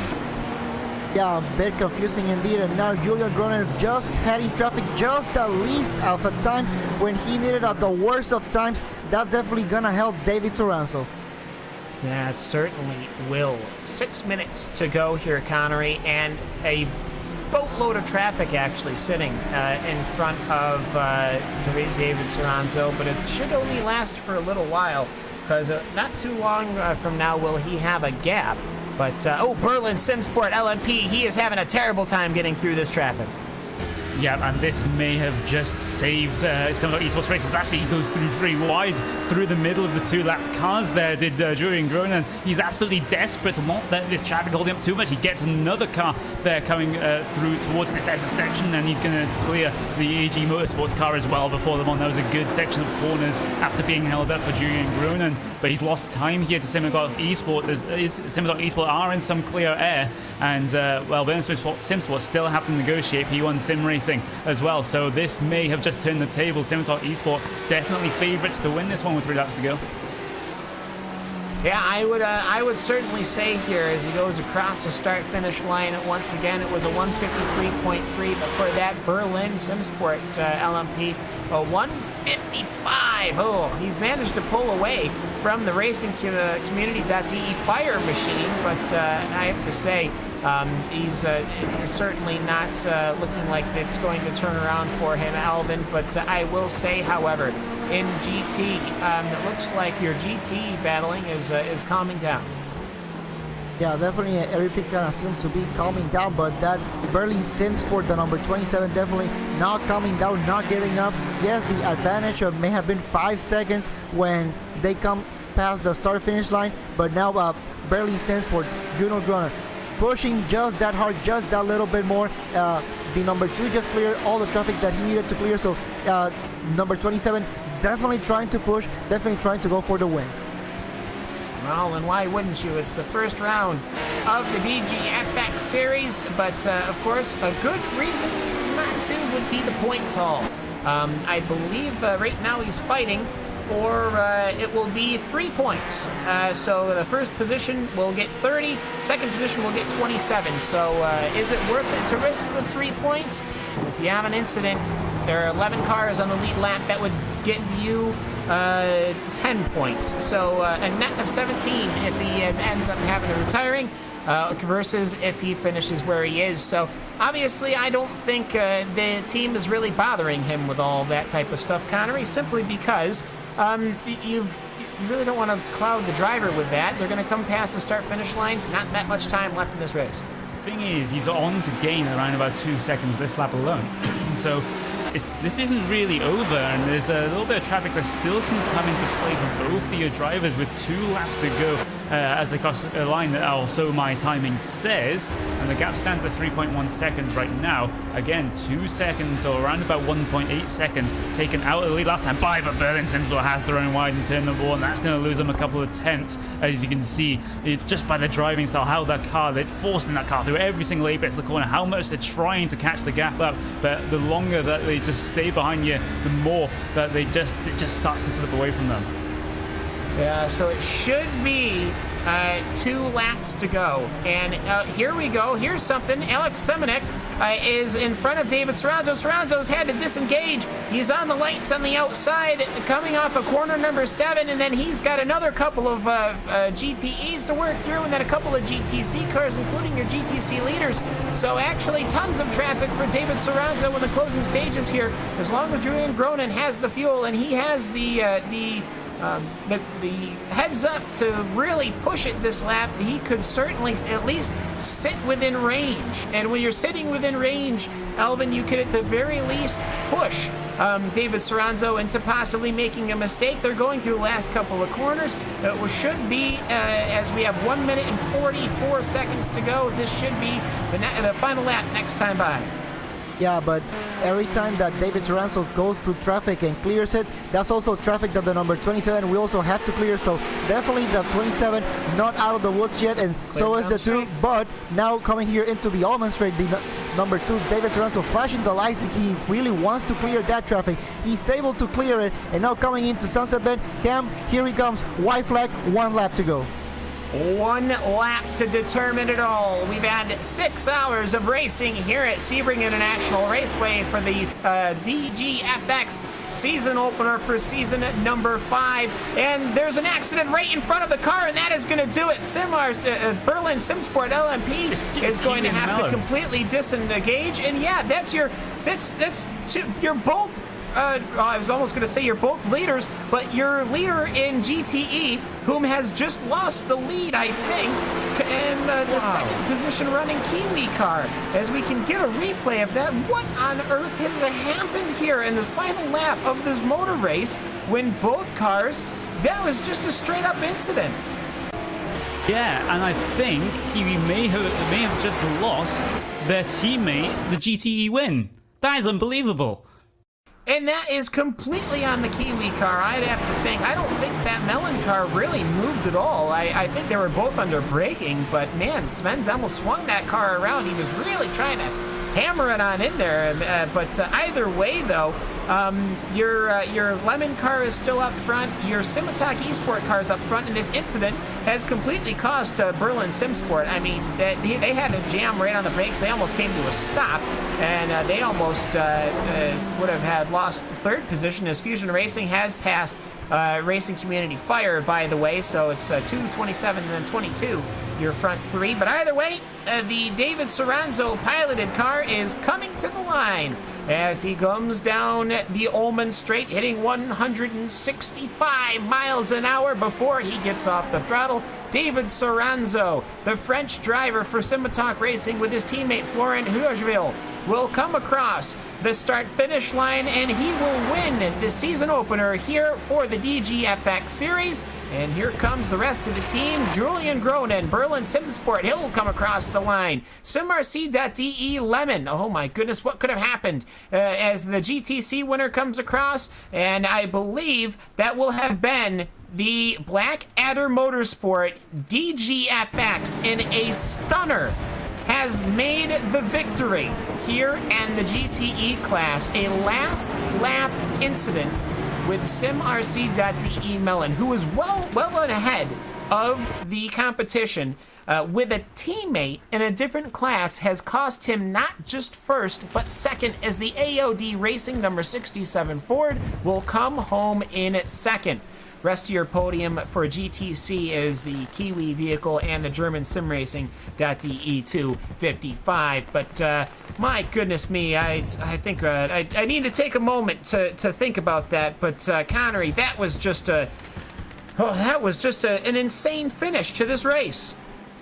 Absolutely insane. I couldn't quite believe it when I saw those two SimRC cars spinning in the middle of turn 1 there. I thought it was the Lemon and Kiwi cars coming together for GTC, but no, it was the Kiwi and the Melon car in GTE. And well, I really don't have many words for that one. You're in two different classes. There's no reason you should be racing each other. There's no reason you should be getting into those sorts of incidents. And now SimRC has just thrown away a GTE win. Yeah, and there might be like a penalty or something like that put out. But either way, the fireworks are kicking off over the Sebring International Raceway to end our day here under the lights at Sebring. I have to say, we don't normally get to see not just the fireworks, but all the lights in the darkness. Alvin, I have to say, this being a night race certainly put in a lot of differences to this race. It does, and this is pretty much the wild card that we were thinking about this race. The fact that it was a night race, it throws a lot of variables into this race, especially the first one, visibility. And I think that was one of the biggest factors up in this race today. The fact that visibility, especially with traffic, I think that was one of the biggest factors in here today. Yeah, lights, all sorts of issues.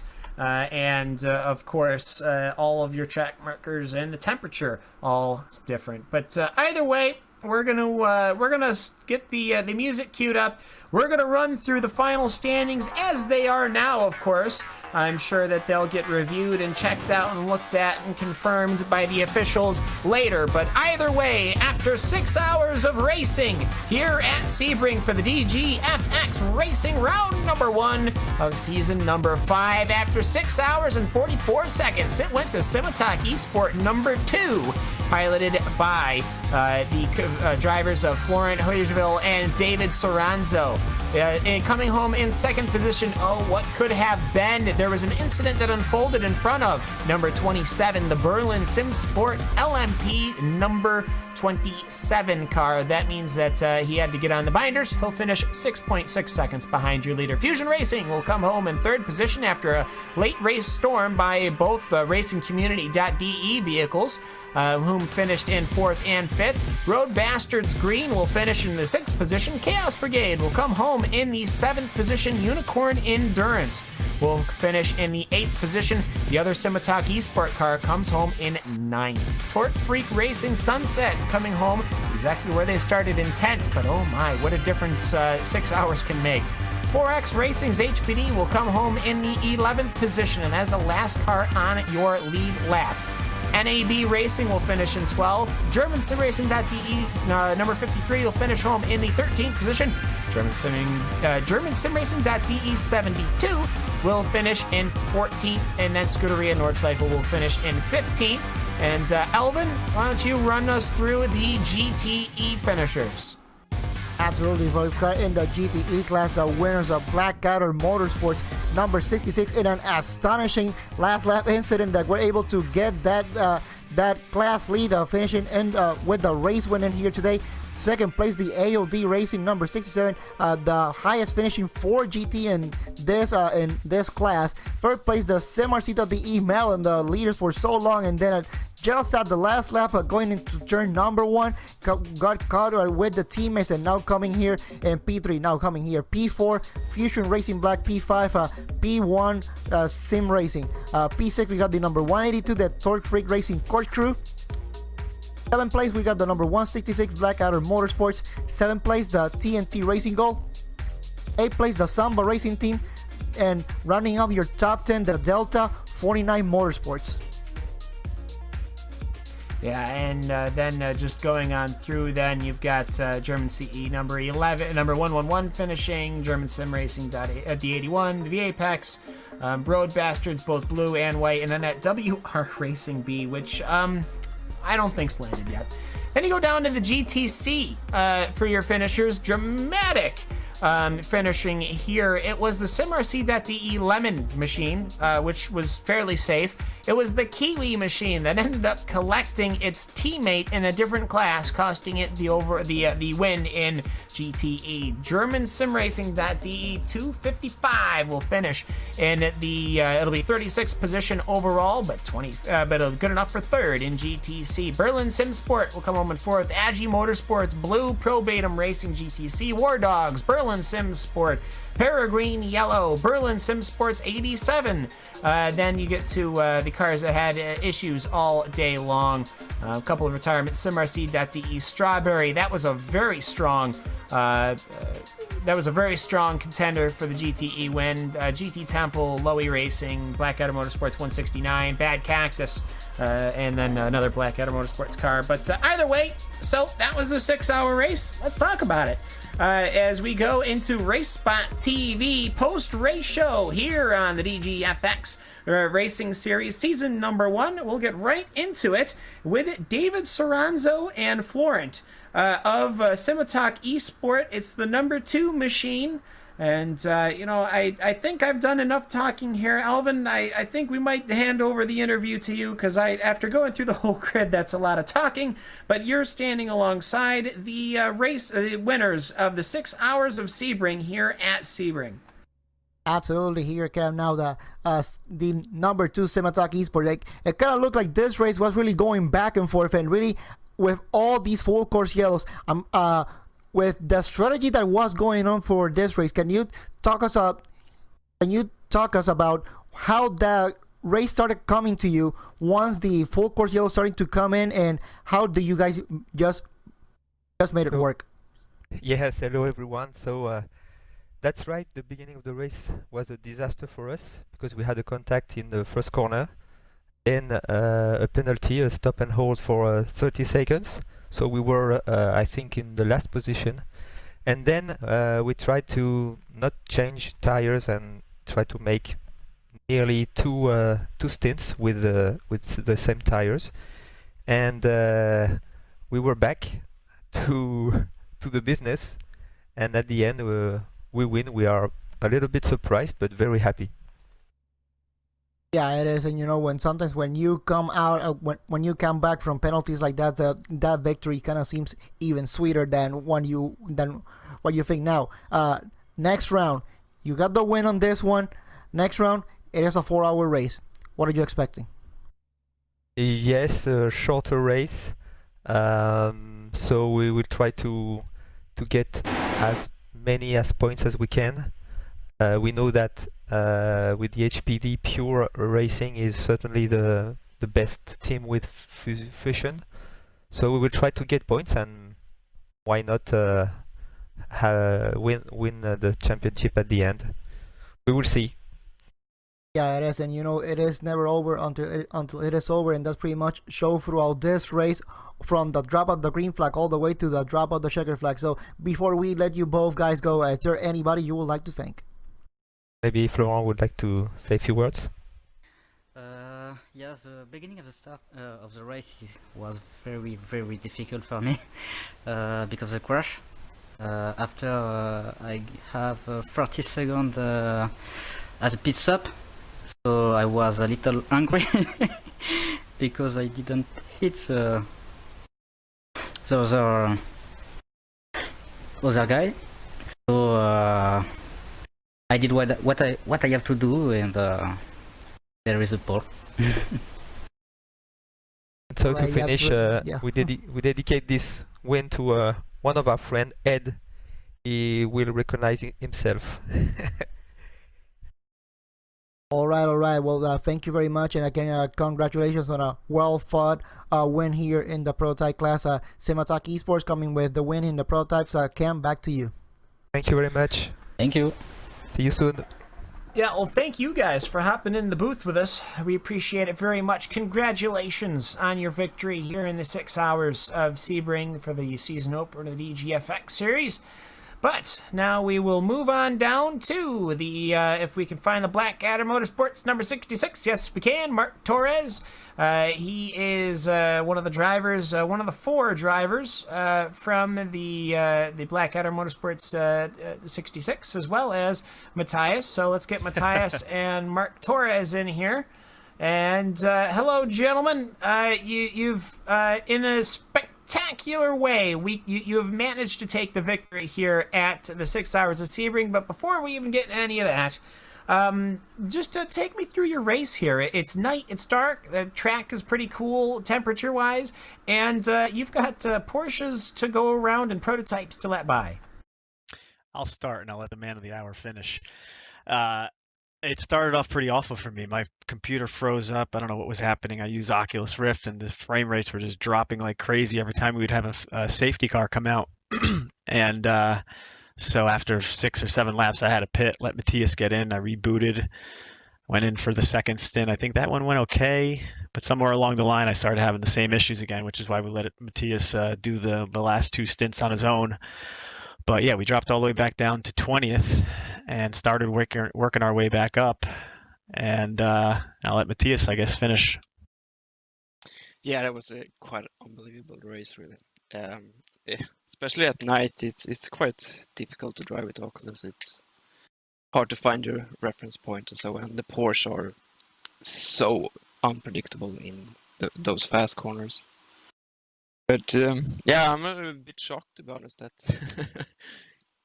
we started last and walked our way up to first.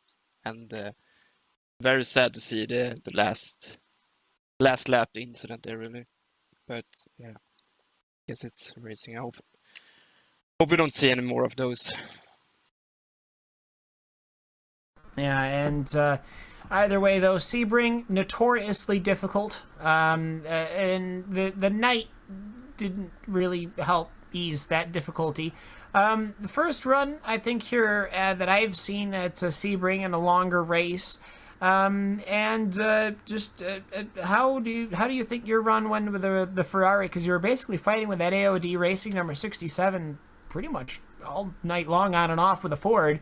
But we'll start with Mark. How did you feel that the balance went between these two machines and how they could handle the Sebring circuit?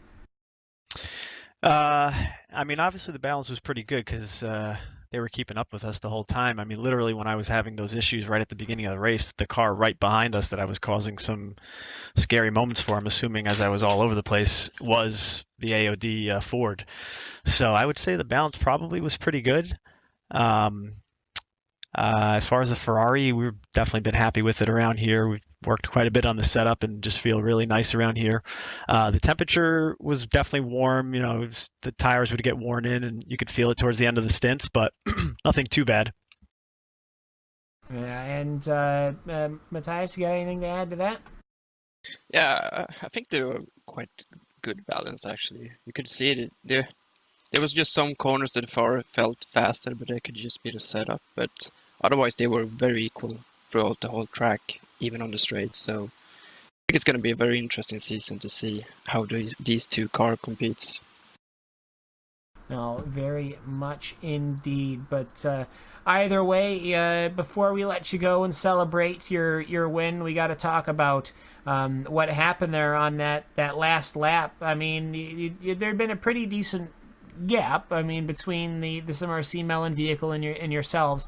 You guys heard there was an accident up front going into corner number 1. Did you guys think it had anything to do with the leaders? To be honest, I didn't know. The thing is, the last 2 hours I didn't have a spotter, so Mark was spotting for me with everything. So we didn't focus on like who was where. We were just focusing on what the car was doing around my car, or like around me. So I think it was after half the lap we realized it was the leader that got taken out. Yeah, and of course, coming across the start-finish line, obviously you guys got it pretty quick. You guys had come away with the victory. So either way, I just want to say again, thanks so much for hopping in the booth with us here. I know it's a little bit of a different commentary team than I think normally does the GX series, but we appreciated it very much. The cautions are interesting and everything like that. And we wish you guys the very best going forward here in the season. Yeah, thank you very much. We're very excited. We this is our first win. We won the championship last year with no wins, so getting a win in the first round was pretty cool for us. Yeah, right on. So thanks very much for hopping in with us. We'll see you later. Yep. Thank you. So with that, it leaves us down to GTC, and that gives us the winners in the lemon car. Actually, there's a Ford car of Dexter Castro, but you know what? We'll keep going down the line here. So we'll go to simrc.de Lemons team of the Porsche 911 GT3 Cup cars. As the drivers of that, Rene Osterkamp and Christian A. Guys, how you doing? Congratulations on your victory in the GTC class.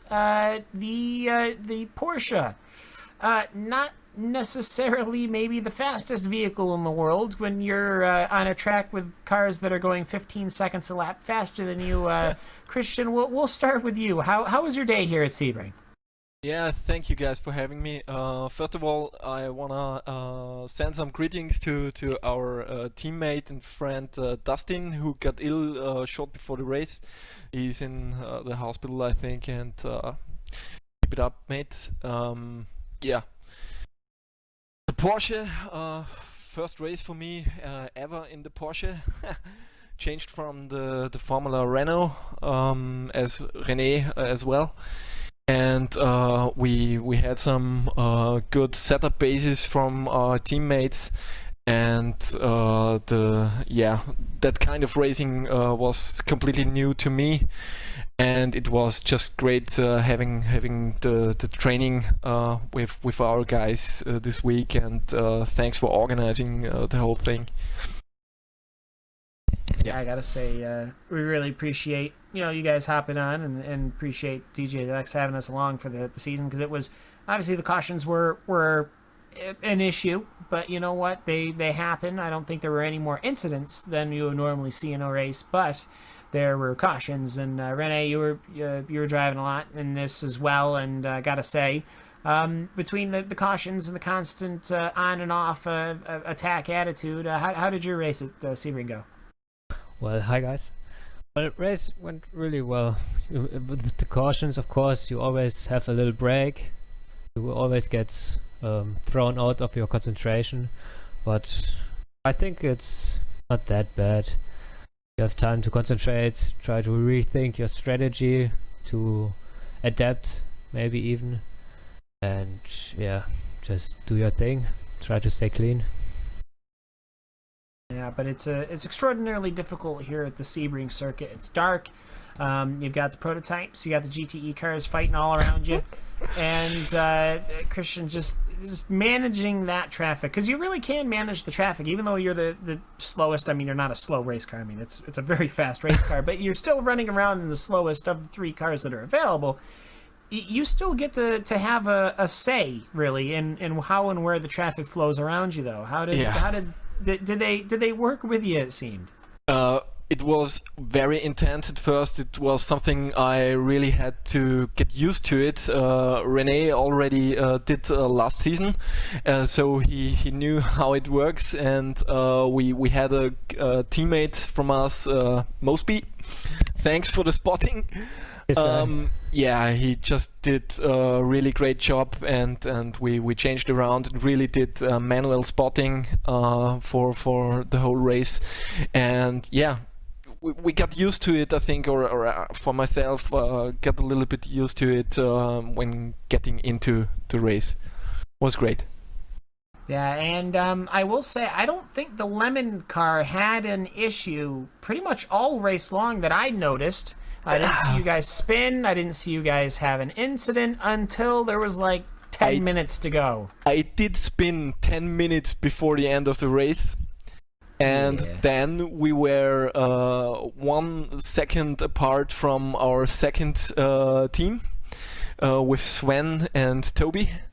And we had a fight for, I think, a whole lap long. Well, that was intense. And then the traffic got into it, and Sven unfortunately had an issue with our second Ferrari car. I hope he's not too down for it, because I think both cars also finished still good. But yeah, I think that was unfortunate. Yeah, that one was not. It was not the best.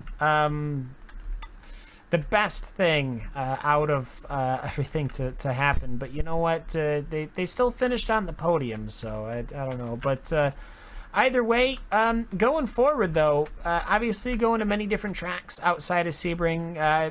Rene, we'll ask you, how do you feel like the car is going to be this season on different racing tracks? I think it's really a good fit for these racetracks that are coming. And especially with the new GTE cars, instead of the GT3 cars, it's much easier for them to pass us. Often with the GT3 cars last season, they couldn't quite get around, and that was a lot of a struggle. It was really not good. But now it's much better. It's a lot of fun, and yeah, I love it.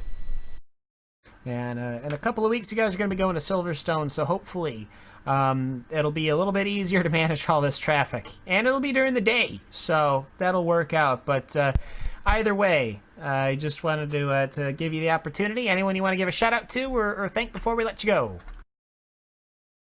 Of course, I want to thank all of my teammates helping us, improving us, stay with us, and of course our sponsors, Simmer Talk, Home Racer, and Usher Racing. Thanks, guys. Thank you. Oh, nice, quick, and to the point. So, all right, well, that's your victors in the GTC schedule. So either way, yep. Let's see, we've got Dexter Castro sitting here, and Alvin, but we'll probably, what do we say we bring him on up here and talk to him about how the Ford went today? Yeah, sure, why not? Let's do it. Yeah, sure. So either way, Dexter Castro, we'll bring him on in here. Dextro, how are you doing? We've noticed that the car was a little dinged up towards the end of the race, but you know what? Outside of that, how is the Ford here at Sebring in the night? Well, I mean, it's not the best track it's really honestly tough to tell because we've always sort of struggled at Sebring, so I don't want to chalk it all up to the car not being good here because clearly AOD was able to get it up near the front. We were able to sort of find pace, but I was a bit off of Yera's pace, and it just we were going to try and hide that, but then things just went all downhill. I mean, yeah, that happened a lot for a lot of people. At Sebring, we had plenty of cautions that kept the field close together. Towards the end, you had a massive run-in with a Ferrari, but you know what? You still managed to come home in the top 10. Either way, though, it's interesting racing in the night. I think we don't get to do it that often here on iRacing because we always never seem to want to. But just kind of take me through just racing at night in general. Well, I mean, it's okay. It's not terribly different, as long as, especially at a place like Sebring that has such good, it has markers on every curb and every corner, reflectors, so it's really not too much of an adjustment. There's a few corners where some of your normal braking points might be in the daytime it might be a crack in the pavement or a line on the wall that you can't really see as well at night, so you have to find different braking points and turn-in points. But really, once you find those points, it's not really any different, or at least not too much than anywhere else. And quite frankly, we can use the cold track temperature. Yeah, 85 degrees Fahrenheit. I mean, that's you don't really get that track temperature pretty much anywhere unless you're racing in the night. So it probably takes a lot of practice to get the setup right for it. But either way. We're going back to what we would consider normal. We're going to Sebring, 4 hours, historic circuit. But either way, we'll see how the Ford versus Ferrari battle goes there. Yeah, Silverstone's definitely probably a better track for the Ford than Sebring was to begin with, and it's definitely a better track for us in terms of our past history there. We seem to never be able to get it right at Sebring.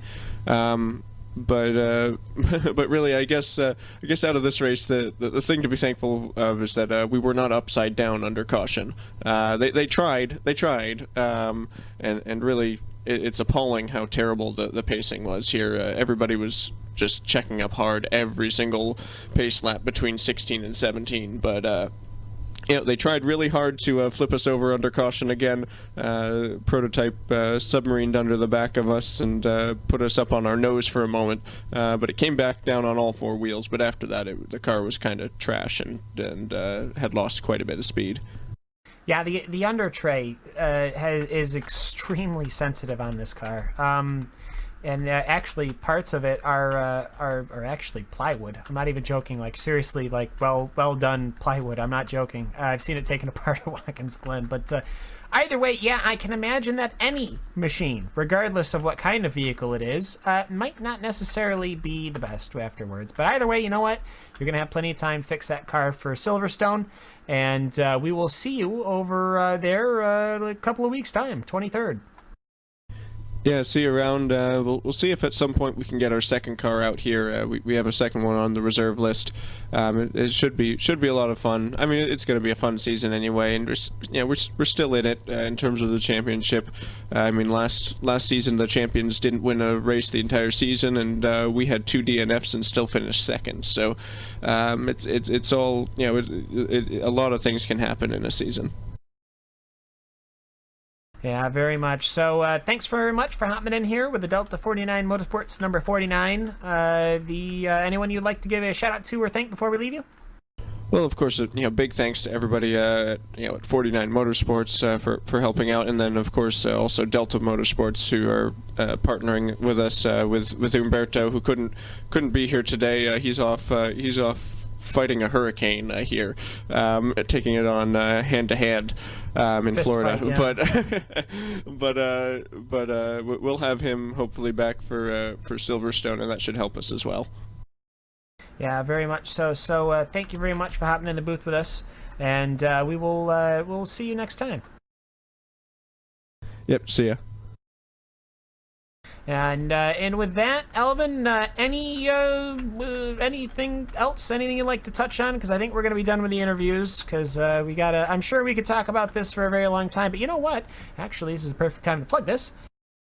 You could, of course, I'm sure they'll probably talk about this on the My Opinion and Therefore Fact Racing podcast at moatf.com, one of the DGFX sponsors, as well as DIY Sim, a SimCraft company with their hardware. But it wouldn't surprise me if they make the DGFX review show out of this. But anyways, last thoughts for Sebring. Well, this was pretty much all the race that we were expecting. Yes, the caution periods play a huge role in here, but that was pretty much to expect from this race. And with that, I think the sim side will go to the wayside, and we'll call it quits here at Sebring for the race itself. But we would be remiss if we didn't at least mention the realities of what's going on here at Sebring International and around pretty much the entirety of Florida. And I do mean literally the entirety of Florida, in that there is an absolutely gargantuan hurricane, the likes of which we frankly have never seen. A 500-year hurricane, simply titled Hurricane Irma, heading towards Sebring and the rest of Florida. And we'd be remiss if we didn't say our thoughts are with them right now. Buckle down, boys and girls. It's going to be a tough one. And the first responders that are going to be responding into the fray, the police officers, the ambulance, the NIMO crews, you might not know what a NIMO crew is because that stands for National Mohawk. The line crews that are going to be saving everybody with power and everything like that. All of the crews for the water service and everything, the ambulance crews. All of them are going to be working for weeks to come, both not just in Florida, but also in and around Texas from Hurricane Harvey. So we end with that. We hope that everyone down in Florida stays safe, and we hope to see you all next time.